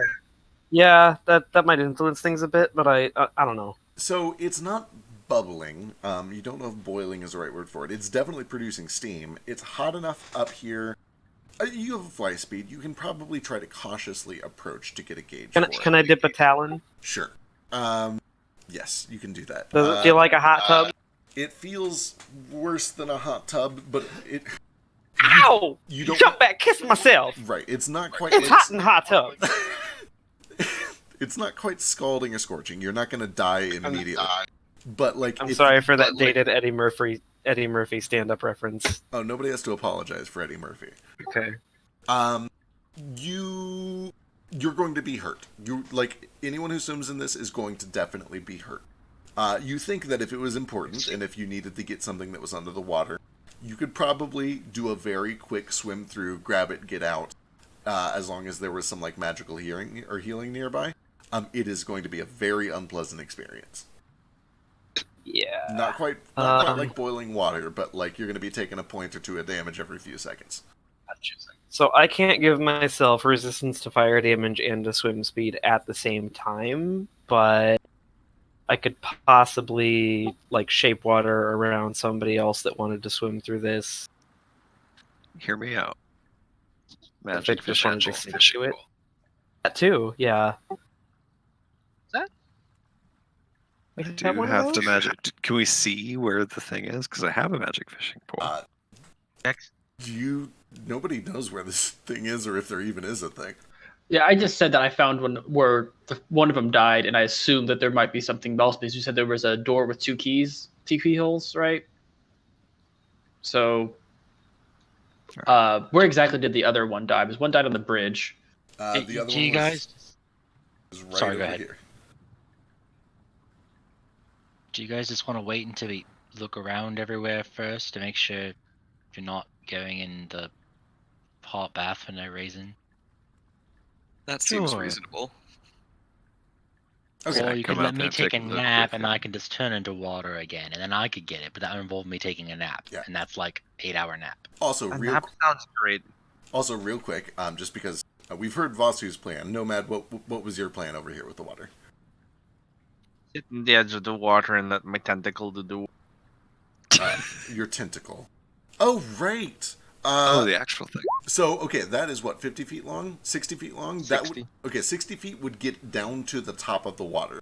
But as stated before, the drop from the cliff down to the water is 60 feet.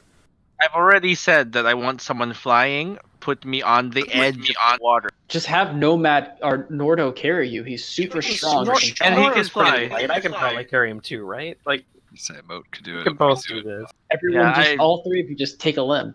I mean, he's an octopus. He's light as fuck. I'm Like, 180 bones. pounds. Alright. I don't know if that's light actually. What's 180 pounds? 180 pounds between 3 adults is nothing. They can do that. Yeah. It's my carrying max. It's half of my push or drag limit. Yeah. I could probably carry you while I'm flying. Yeah. I don't Between know the three of you, if it was 3 physical flyers, it might be a little difficult. Because 2 of them are flying with, like, the fly spell. Magic. Yeah. By the way, isn't the fly spell super high 10 level? minutes. Are No, you it's saying 3. They fly better than me, Feck. They don't fly The fly better spell than is you. the 3rd level. They fly slower than you, but more stable. It's like a smooth fly, Wow. whereas yours is like a flappy fly. Wow. Wow. Flappy fly. Flappy bird. Okay, I alright. will flappy fly Nomad down to the water with Moat's assist. Yeah, this is a 4th level fly, so that's how it targeted both. Okay, so It's a touch spell, but Nibbler was on Moat, and he counts as touch. as a bonus action, you can command the other end to move towards a destination that you choose. But you can tell the rope to fasten itself securely to an object. Son of One. a bitch. It doesn't say it has to be worn or carried either. So okay. So I assume you tell your rope to fasten itself to anything that looks like this key. Basically. Son of a bitch. Interesting. I love hearing the DM say "son of a bitch." It's one of my greatest feelings. Foiled again. Okay. Give me... Boy, what would this even be? Give me a... No, you even know the right spot. Yeah, okay. It takes like 2 or 3 minutes of kind of fishing around over the surface of the water. And the rope, it's definitely, like, it's a rope. It gets hot, but it doesn't, like, take damage. It just kind of is a rope in hot water. And after, like, 2 or 3 minutes, you feel a little bit of a tug, and this seems to have, like, fastened itself around something down in the water. Oh, I seem to have found something. Let's reel it back up. And it retracts back into my sleeve. It's a little warm, so I'm like, ow, ow, ow. As it pulls up, you can see that it is accompanied by, like, a little glob of bright orange. And you pull up another object that looks like this.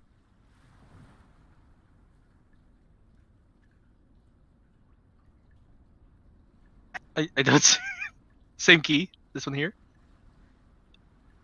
Oh, I can move it. This is the one that you pull up. And Oh. when you pull it up, it seems to be just partially encased in some molten stone, bright orange, which does not seem to cool off as you pull it through This the water might be normal. or up out of the water or anything like that. Can I gust Okay. it? Can I'll you- try to hit it with a gust to cool it off. Yeah. I you try throw- not to blow it away.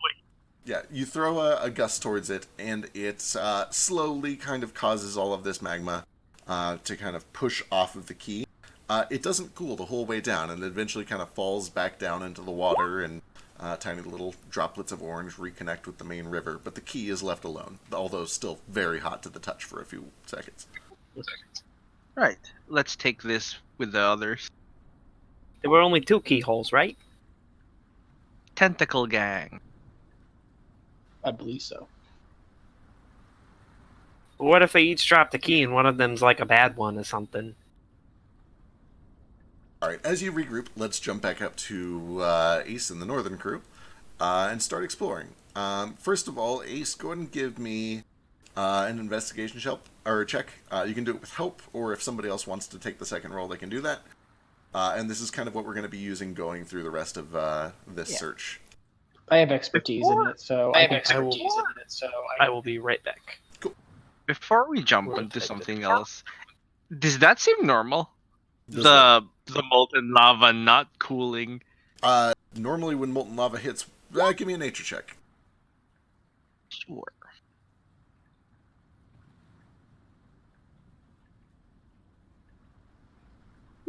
You've been in the Underdark, you may have seen an underwater thing once or twice. Normally when magma hits water, it cools rapidly, and this is how land is formed. That's how islands are formed. It's extremely unusual for magma to remain hot and flowing underwater. Very unusual. Mo. I think I'm right next to you, but yeah, I'll take a look. He doesn't actually yell it like that. He just kind of hands the key over, don't touch it or anything, but like, look at this. It's not cooling. Yeah, that doesn't seem right. Can I try to control flame it and just flick it back to the rest of its lava home? Sure, give me a charisma check. I was thinking maybe more. I don't know. Would you rather me do something else with it? I was thinking communicate with it. I mean, I don't know what I'm looking for. Okay, it's like Speak 3 with a.m. fire. Speak with flame. hi there. How are you? It glows and sizzles like hot lava. I think it likes you. You know, I think it does too, but all good things must come to an end. And then I try to flick it back to its lava home. Give me a charisma check.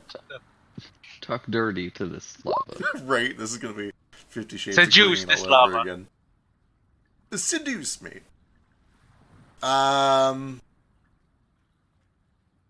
You can definitely tell as you hold your hand out, you feel this tingle at the back of your neck again. It does actually glow a little bit brighter than it was. But you don't feel that strange connection that you were able to kind of stumble into with Vasu before. It kind of just slowly kind of peels off of the key in a way and eventually sloughs off back into the water. Like it feels like you're making a connection, but the power is like you had pretty definite control over it. A couple When me and nights Vasu ago. were doing it, yeah. Yeah. Not quite so much this time. Eh, I well, am problem so solved. intrigued by this. That not takes so at much- least 2 of us. Maybe we should keep some as a what's the word I'm looking for here? A sample. As much fun as fucking with the balance of things does sound, I think that goes against a couple of my beliefs. Lava? Yep, that's the big one. Yep, he doesn't believe in lava. I don't believe in lava. It's against my religion. That makes sense. Okay, I'm back. Welcome back. Internet is up, but Roll20 won't load, so I don't know. Weird. Kind of same Weird. boat as I was in like half an hour ago, I guess. Did you Sorry. try a different browser? God, I'm doing my job. I hate myself. Don't tell me to turn it off and turn it back on again too, or I'll come over there and slap. You'd be surprised. But how have often you? that's I've all I already have tried to that. do. Yes. Okay. Okay. Thank you. Yeah. All right, I I've- rolled my investigation check. several times. Okay. You did. 21. Perfect. Good. Norda, what's up? Just a small point of order. Where do the kobolds go when they leave here? Do they go down the way we came in? They do. They go across the bridge and around the corner. They Where jump do in the kobolds go when they die? They're gonna seal us up. Say, little dragon, do we want to, I All don't know, kobolds go to heaven. follow them and talk to or something? Are they going to go down there and take our submarine and kill your brother?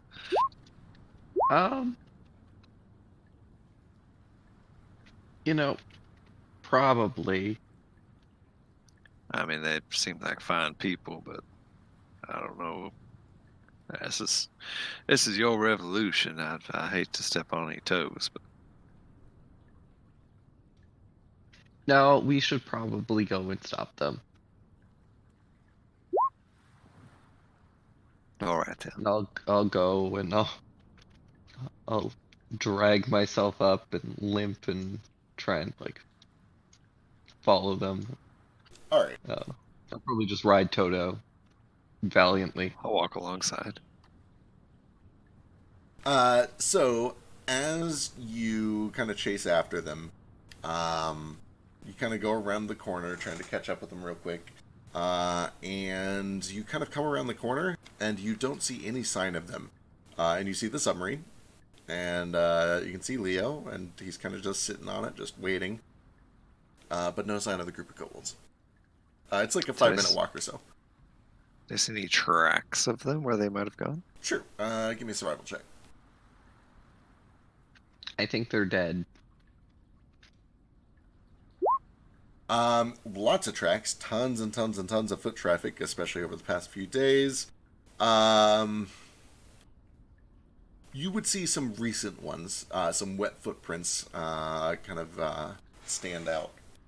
That seem to lead. At first, it looks like they're kind of just heading straight over towards the wall, but then you look real close and you can see that there's a tiny little fissure that at first looks like just this impossibly thin crack.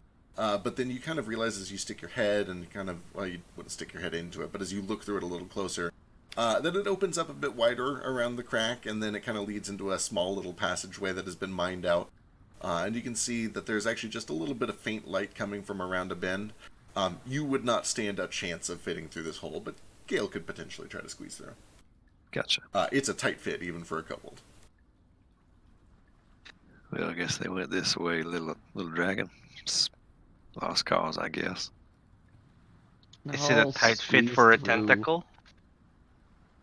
Alright, it's a tight fit. You have to do a little finagling with your leg. But it does open up, and then it kind of goes around a couple of real claustrophobic turns and bends. But then, after another one of these seemingly impossible cracks, it does kind of branch out into a larger tunnel, and it looks down, and you can see here that there is this field of these just kind of faintly purple flowers that look a little bit like, kind of like seagrass, sort of, just with tiny little dots all over their long leaves. Making a bit of like a long grass field or a forest of some sort. And you can see a little bit of swaying, probably a couple 100 feet away, and a group of kobolds that are kind of walking through this field.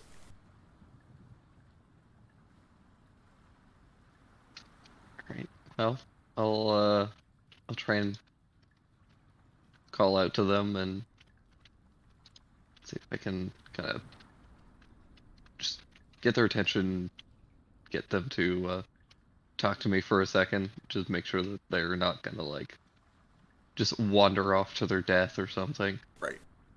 2 or 3 of them kind of turn around and like, okay, you guys go ahead, we'll deal with this. Like, okay, alright, is it, we really can't stay behind you. I'm sure you know what happens to people that betray us to the earth. You look like you've had a run-in with them yourself. What is it? Yeah. Well, just, you know, it doesn't have to be that way. You can join us and we can take her home back. It kind of looks up and down you. I mean, you're crazy. You know that. I mean, fuck, you got results. You took the castle. I still don't think you're going to stop Shul in time. I have no idea how you're going to get into that throne room. But, like... I mean, it's not hard. There's just, like, a key, and we already have them. All of them? Yeah. That was fast. Wait, does that mean you killed the stillborn? Obviously. What's a stillborn? Okay, so you don't have all the keys. We might, that's not what we were calling it. Okay, well, when you know what, if you can take down the stillborn, then maybe you'll have a shot at Ozzy, but, more power to you. I think we want to be as far away as we can when that happens, because, frankly, if you didn't like the little dragons, I'm sure you're not going to like that thing.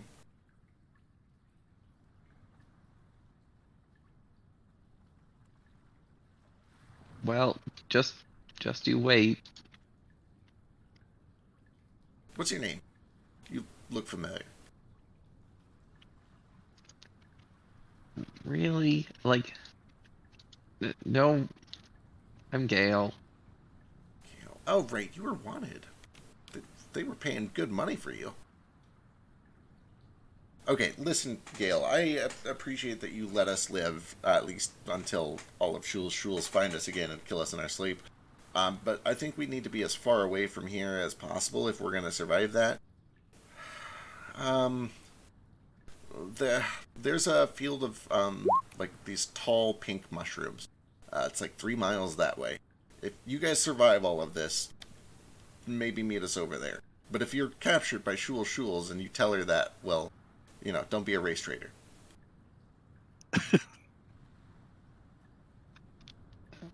Okay. Alright, good luck. Good luck. Yeah, you too. And they start to walk back off.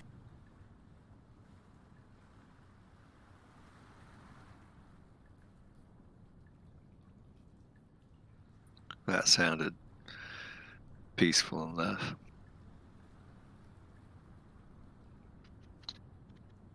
I suppose. Better than killing them all. One step at a time. Yeah.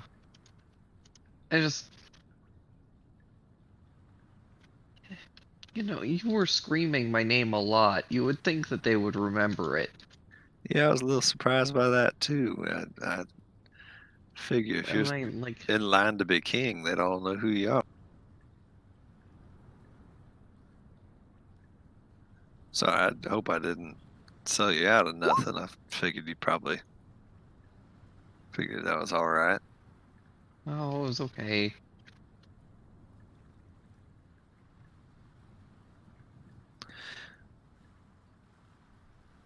Hey, I don't know how to ask it besides just ask it. Do you want to be king? Honestly, I don't know.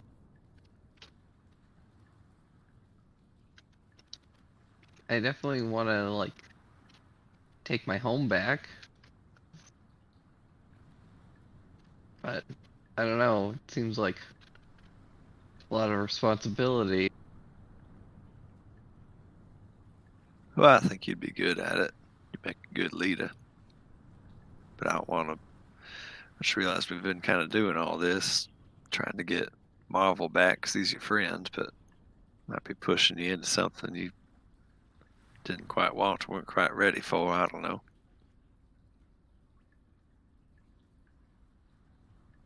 But I don't know. guess let's just start with finding Marvel, right? One step at a time. Yeah, one step at a time. Also, watch your step. There's lots of traps through here. Oh, okay. Yeah, so by the time that you guys get back, Yule and Patches have kind of gone around and just, like, dug up traps fucking everywhere, at least out in the courtyard. They haven't quite gotten to the inside because you guys are in there.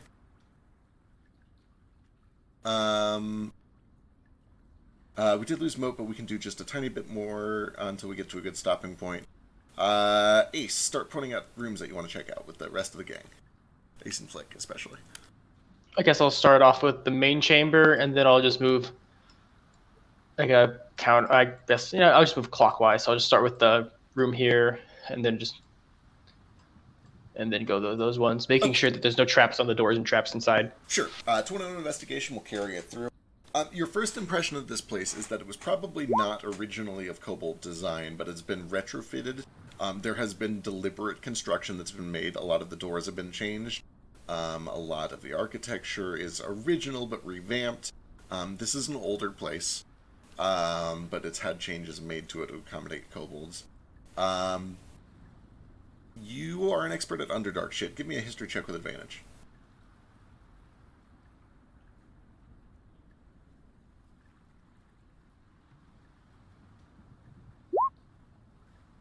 A lot of the architecture reminds you of Drow architecture.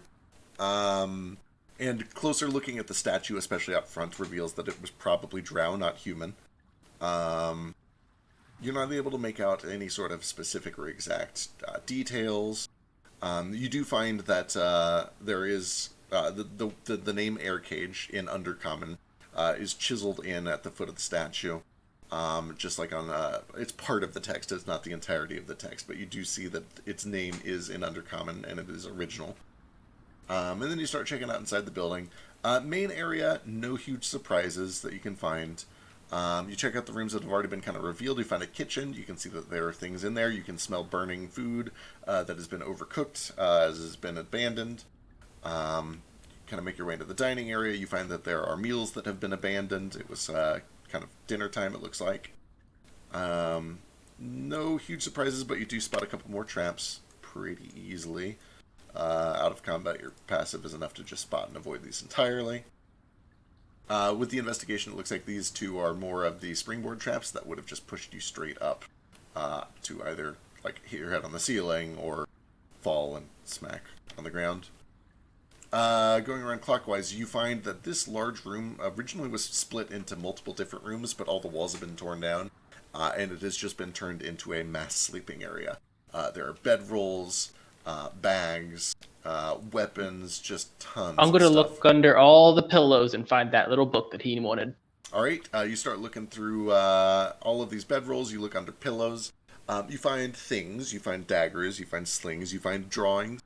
You find that one of them has a little pan flute. You find that a couple of them have tobacco. Some of them have some mushrooms that look pretty special. You don't find a book, or at least you don't find a book matching his description. You would find like some leaflets of paper. One of them looks like he was writing some sort of a dumb story or something. But you don't find. I take that dumb story, and I really hope that one day you'll tell me what it says. Yes. Please describe it. It is a dumb story about a mermaid who, oh boy, the mermaid meets an octopus, and they go on a grand adventure, searching for some treasure in an old ancient civilization. That allegedly had a ship that was magical that allowed them to sail through time and space. And they go on a grand adventure. Well, that's silly. Why would they be in a civilization if the mermaid couldn't leave the water? The whole thing is set in the Underdark. Underwater civilizations. Yeah. Is there a note by like who wrote it or anything? Nah. Okay, I keep it though. I love the story. Next room appears to be, well, it looks like it was originally a nice drow bathroom, and it has been turned into a kobold shitting corner. And it, you open the door and then immediately want to close the door. Let's see. Next around, this top room appears to be a chapel. It looks relatively untouched. There's a lot of dust that's gathered, but you do see that there are some signs of foot traffic going up towards the altar. You can see that there was originally some sort of... It's hard to tell. It looks like it was a basin or a tub or an altar of some sort, made of stone that has long since been worn down. Several of these stone benches are broken. There are pillars along the sides. There are these very large glass windows that have been kind of retrofitted and cleaned up a bit just to mainly keep the wind and air out. But with your investigation of 21, you do spot that there was a trap over hither. And also, you spot a couple of seams along this back wall behind this broken altar. And if you just kind of gently push open, you can see that they lead to a bit of a tunnel. That's what you found on the first floor. There is the entire second floor. Alright, should we move to the second floor then and keep investigating? Side note, about 30 minutes into your investigation, just after you've found all the secret stuff in the chapel, there is another little bit of a pulse of green light. You hear a noise coming from upstairs that sounds like something magical kind of ripping or tearing or opening. You all kind of draw weapons, get at the ready, not sure what to expect. A couple more minutes go by, nothing really happens. That sounded like what I heard from that room earlier with that magic orb, the one I gave to you, little dragon. Also, Galen and I just got done talking to those kobolds who went away, and they said there's something around here, or someone called Stillborn that has one of the keys, and supposedly is quite dangerous. If Did I they say had to anything get, else? probably some kind of an undead dragon creature. Ugh, and Lovely. stillborn makes it sound like another baby. I'm done with undead baby things. I'm kind of inclined to agree. I am as well, and I certainly don't feel up for another scrap right now. I don't know about the rest of y'all. Perhaps instead we can adopt it. Ace, what's up? While we were investigating, could we have had, like, Yule identify the orb that Nomad or Nordo found? Yes. Yule is content to identify it, and she eventually determines that it is a stationary crystal ball of scrying. It is not the proper magic thing. It requires a fixed location that is tied to a bunch of pink and yellow crystals, which are kind of built into the stand that it was in. So in other words, it functions as a a crystal ball of scrying, but only while it is tethered to this magical device that has been made in this castle. Is it like a rules as written crystal ball scrying that can be used as many times as you want? It's pretty close. I have to double check, but that is basically the idea. Is it's a fairly regular free access to scrying while it is in this location. My Atlanta. Explains A how lot she of was things to do there. With that said, I do need to double check the notes on that to figure out exactly how it works. explains how she was always able to keep an eye on everyone. All right, It later, Mo. surely does. Night. Good night, Mo. Good night. I get the feeling we are almost to a good stopping point, depending on what room you check out next. Oh, there's so many of them. Pick your We could favorite. always just say continue looking next session. Hell no, I need to know what to prep. Let's go to this I mean, tiny we're obviously room. going to search the whole thing, so. Oh, that's ridiculous. You check out this top room. You are immediately greeted by a more fetid smell. This appears to just be an empty storage area, but you can see that there are holes ripped in the ground that lead down to the next room. So you get all of that smell. All right. I guess this room.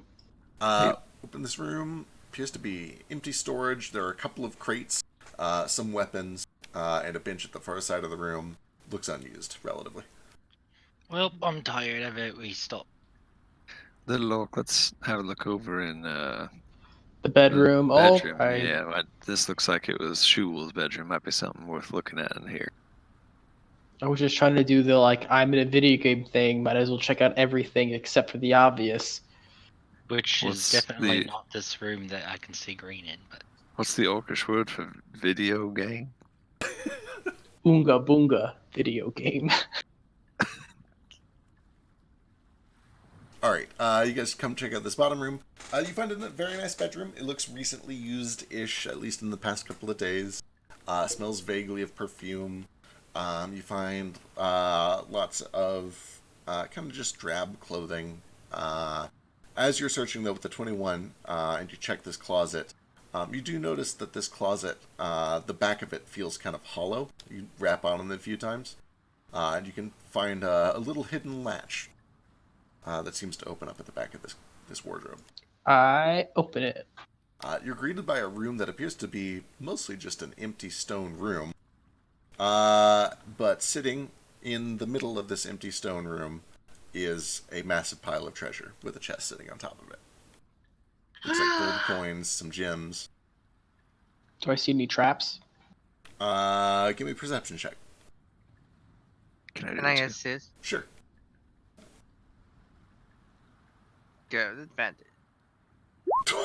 Oh. Ooh. Well, fuck me, Dubs. You don't see any traps as you look in. It looks to be a plain, simple room. But as you kind of look into the room looking for anything suspicious or dangerous, you both listen quietly and intently, with utmost focus, kind of believing that this must be too good to be true. And as you kind of look in and listen, you both hear just a faint whistling, breathing noise from that pile of gold. Just a tiny little whistling, almost like a snore. Some sort of a creature. I think Maybe something's it's Marvel. sleeping under there. Then you hear kind of just like a stomach rumbling noise. Something hungry sleeping in all that gold. I quietly close the door again. Or it's the gold itself. We talk about the gold itself. Well, sometimes there are these weird creatures that pretend to be treasure, and then they're not, and they eat you. This would be a perfect room for a sickening radiance. We just close the door and just wait. No, that can't be real. It's not. You're making that up. I don't think he is, Nordo. Besides, can you really say that something's not possible? We've seen a lot of weird shit. I mean, we I've had a seen weird rock shit, that were but- trying to eat us, and then we had a weird shark. Was he a shark person? He turned into the giant We dragon. had flying heads that turn you into flying heads. We don't talk about those. Yeah, but we ain't never fought no stuff. That's just coins sitting in there. Yeah, we also hadn't fought a fiendish aberration before we went under that observatory, but lo and behold, we found one. I'm just saying, don't dismiss it completely. Oh, but You know, one of my fiendish teachers used to aberration. tell me that gold was the root of all evil anyway, so I don't know, he might have been onto something here. I'm gonna chuck a firebolt at this pile of loot. No. There is a horrible screeching and wailing as several eyes pop up all over the chest sitting on top of it. It sprouts these several purple appendages, and like a spider suddenly awakened, crawls around to the backside of the gold pile and tries to hide behind it. Oh, Wow, look, Flick was right. Let's not go in there. Can I shoot it? Let's not go in there. What do you guys do? But all the rest of the gold is real, right? I don't know how this works. Is it all sticky purple monsters, or is some of it real? I think it's protecting the gold, and I think Shul was using it to protect the gold from people stealing it, and if any kobolds try to steal it, it would eat them, and her gold would be protected. Well, like I said, I don't know if I'm up for another scrap right now, so maybe we just close this door right back on up and take a little rest before we move on. All right. Also, if need be, I can get another little cap out, and we can get some healing. Just look at all that gold. Happy much obliged. I think me and Gale and Moat and Vasu are all hurting pretty good. All right. Nomad, this means I'm not going to be able to give you any magic today. That's all right if we rest. There are 12 1d6s to get spread around. I am probably going to take one for myself, just so I Look at not that. like your hat. Woo! Side note for Healing Spirit. I am okay for the sake of simplicity with just rolling it all at once and then divvying it up like a pool of lay on hands or whatever, if that makes it a bit easier. I could still That use makes more even after that if there's some to spare. I but got know, Basu one. and Mode are hurting. Yeah, we can do that. Let's see, that was So There's going to 9 roll left. 9 more. So there's 34 points of healing to go around.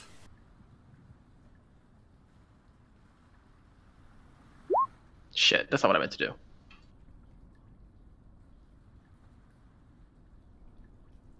How many more is there? 34. There's 30 health. There's 30. Oh, did you roll? Oh yeah, I'm sorry. No, I rolled haven't. up there. That's fine. I mean, I don't really care which one we use. It's either 30 or 34. He did it first. I There's could find no more. 34 points left to go around. Okay. I'm missing Also- 20. Yeah, Elise is going to get Gale real quick just because he is low and she can take advantage of that. Can I get? Sorry, you go first. 10. Let's get the people who are close to bleeding out first, because I could Say use 20. Basu and Mode probably need Something to like hit that. next. If I get like 18, it'll put me above bloody at least. For the bloody people, 40 out of 61. Gale gets 24 from Elise, and then Yule will do Vasu while you're still bloody. Bless you. Yule comes over to Vasu. Oh shit, Yule still has a fuckload of mana. Okay. Yule hasn't been really active for a few sessions. That's probably why. So Yeah. you should be like long rested probably still. So Vasu gets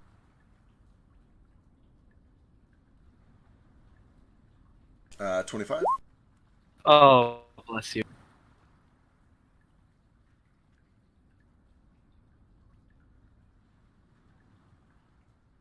Yeah, I'll probably hold off on the healing spirit after that for now then. If anybody else needs it more. I'm at 47 out of 61. Sure.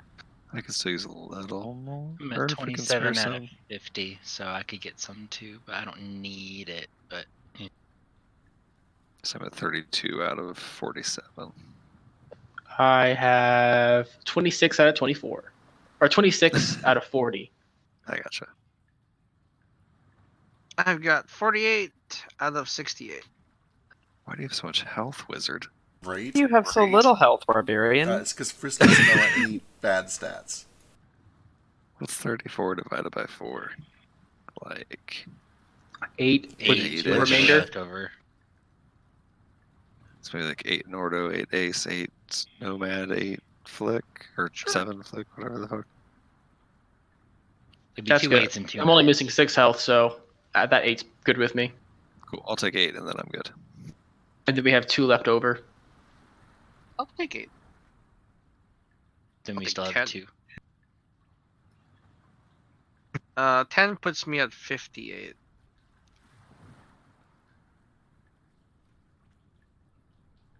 I'm 10 below, but that's fine. Say I'm comfy at 40. I've still got my temp HP too, so.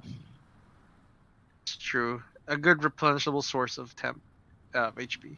We just gotta go find those kobolds and farm them.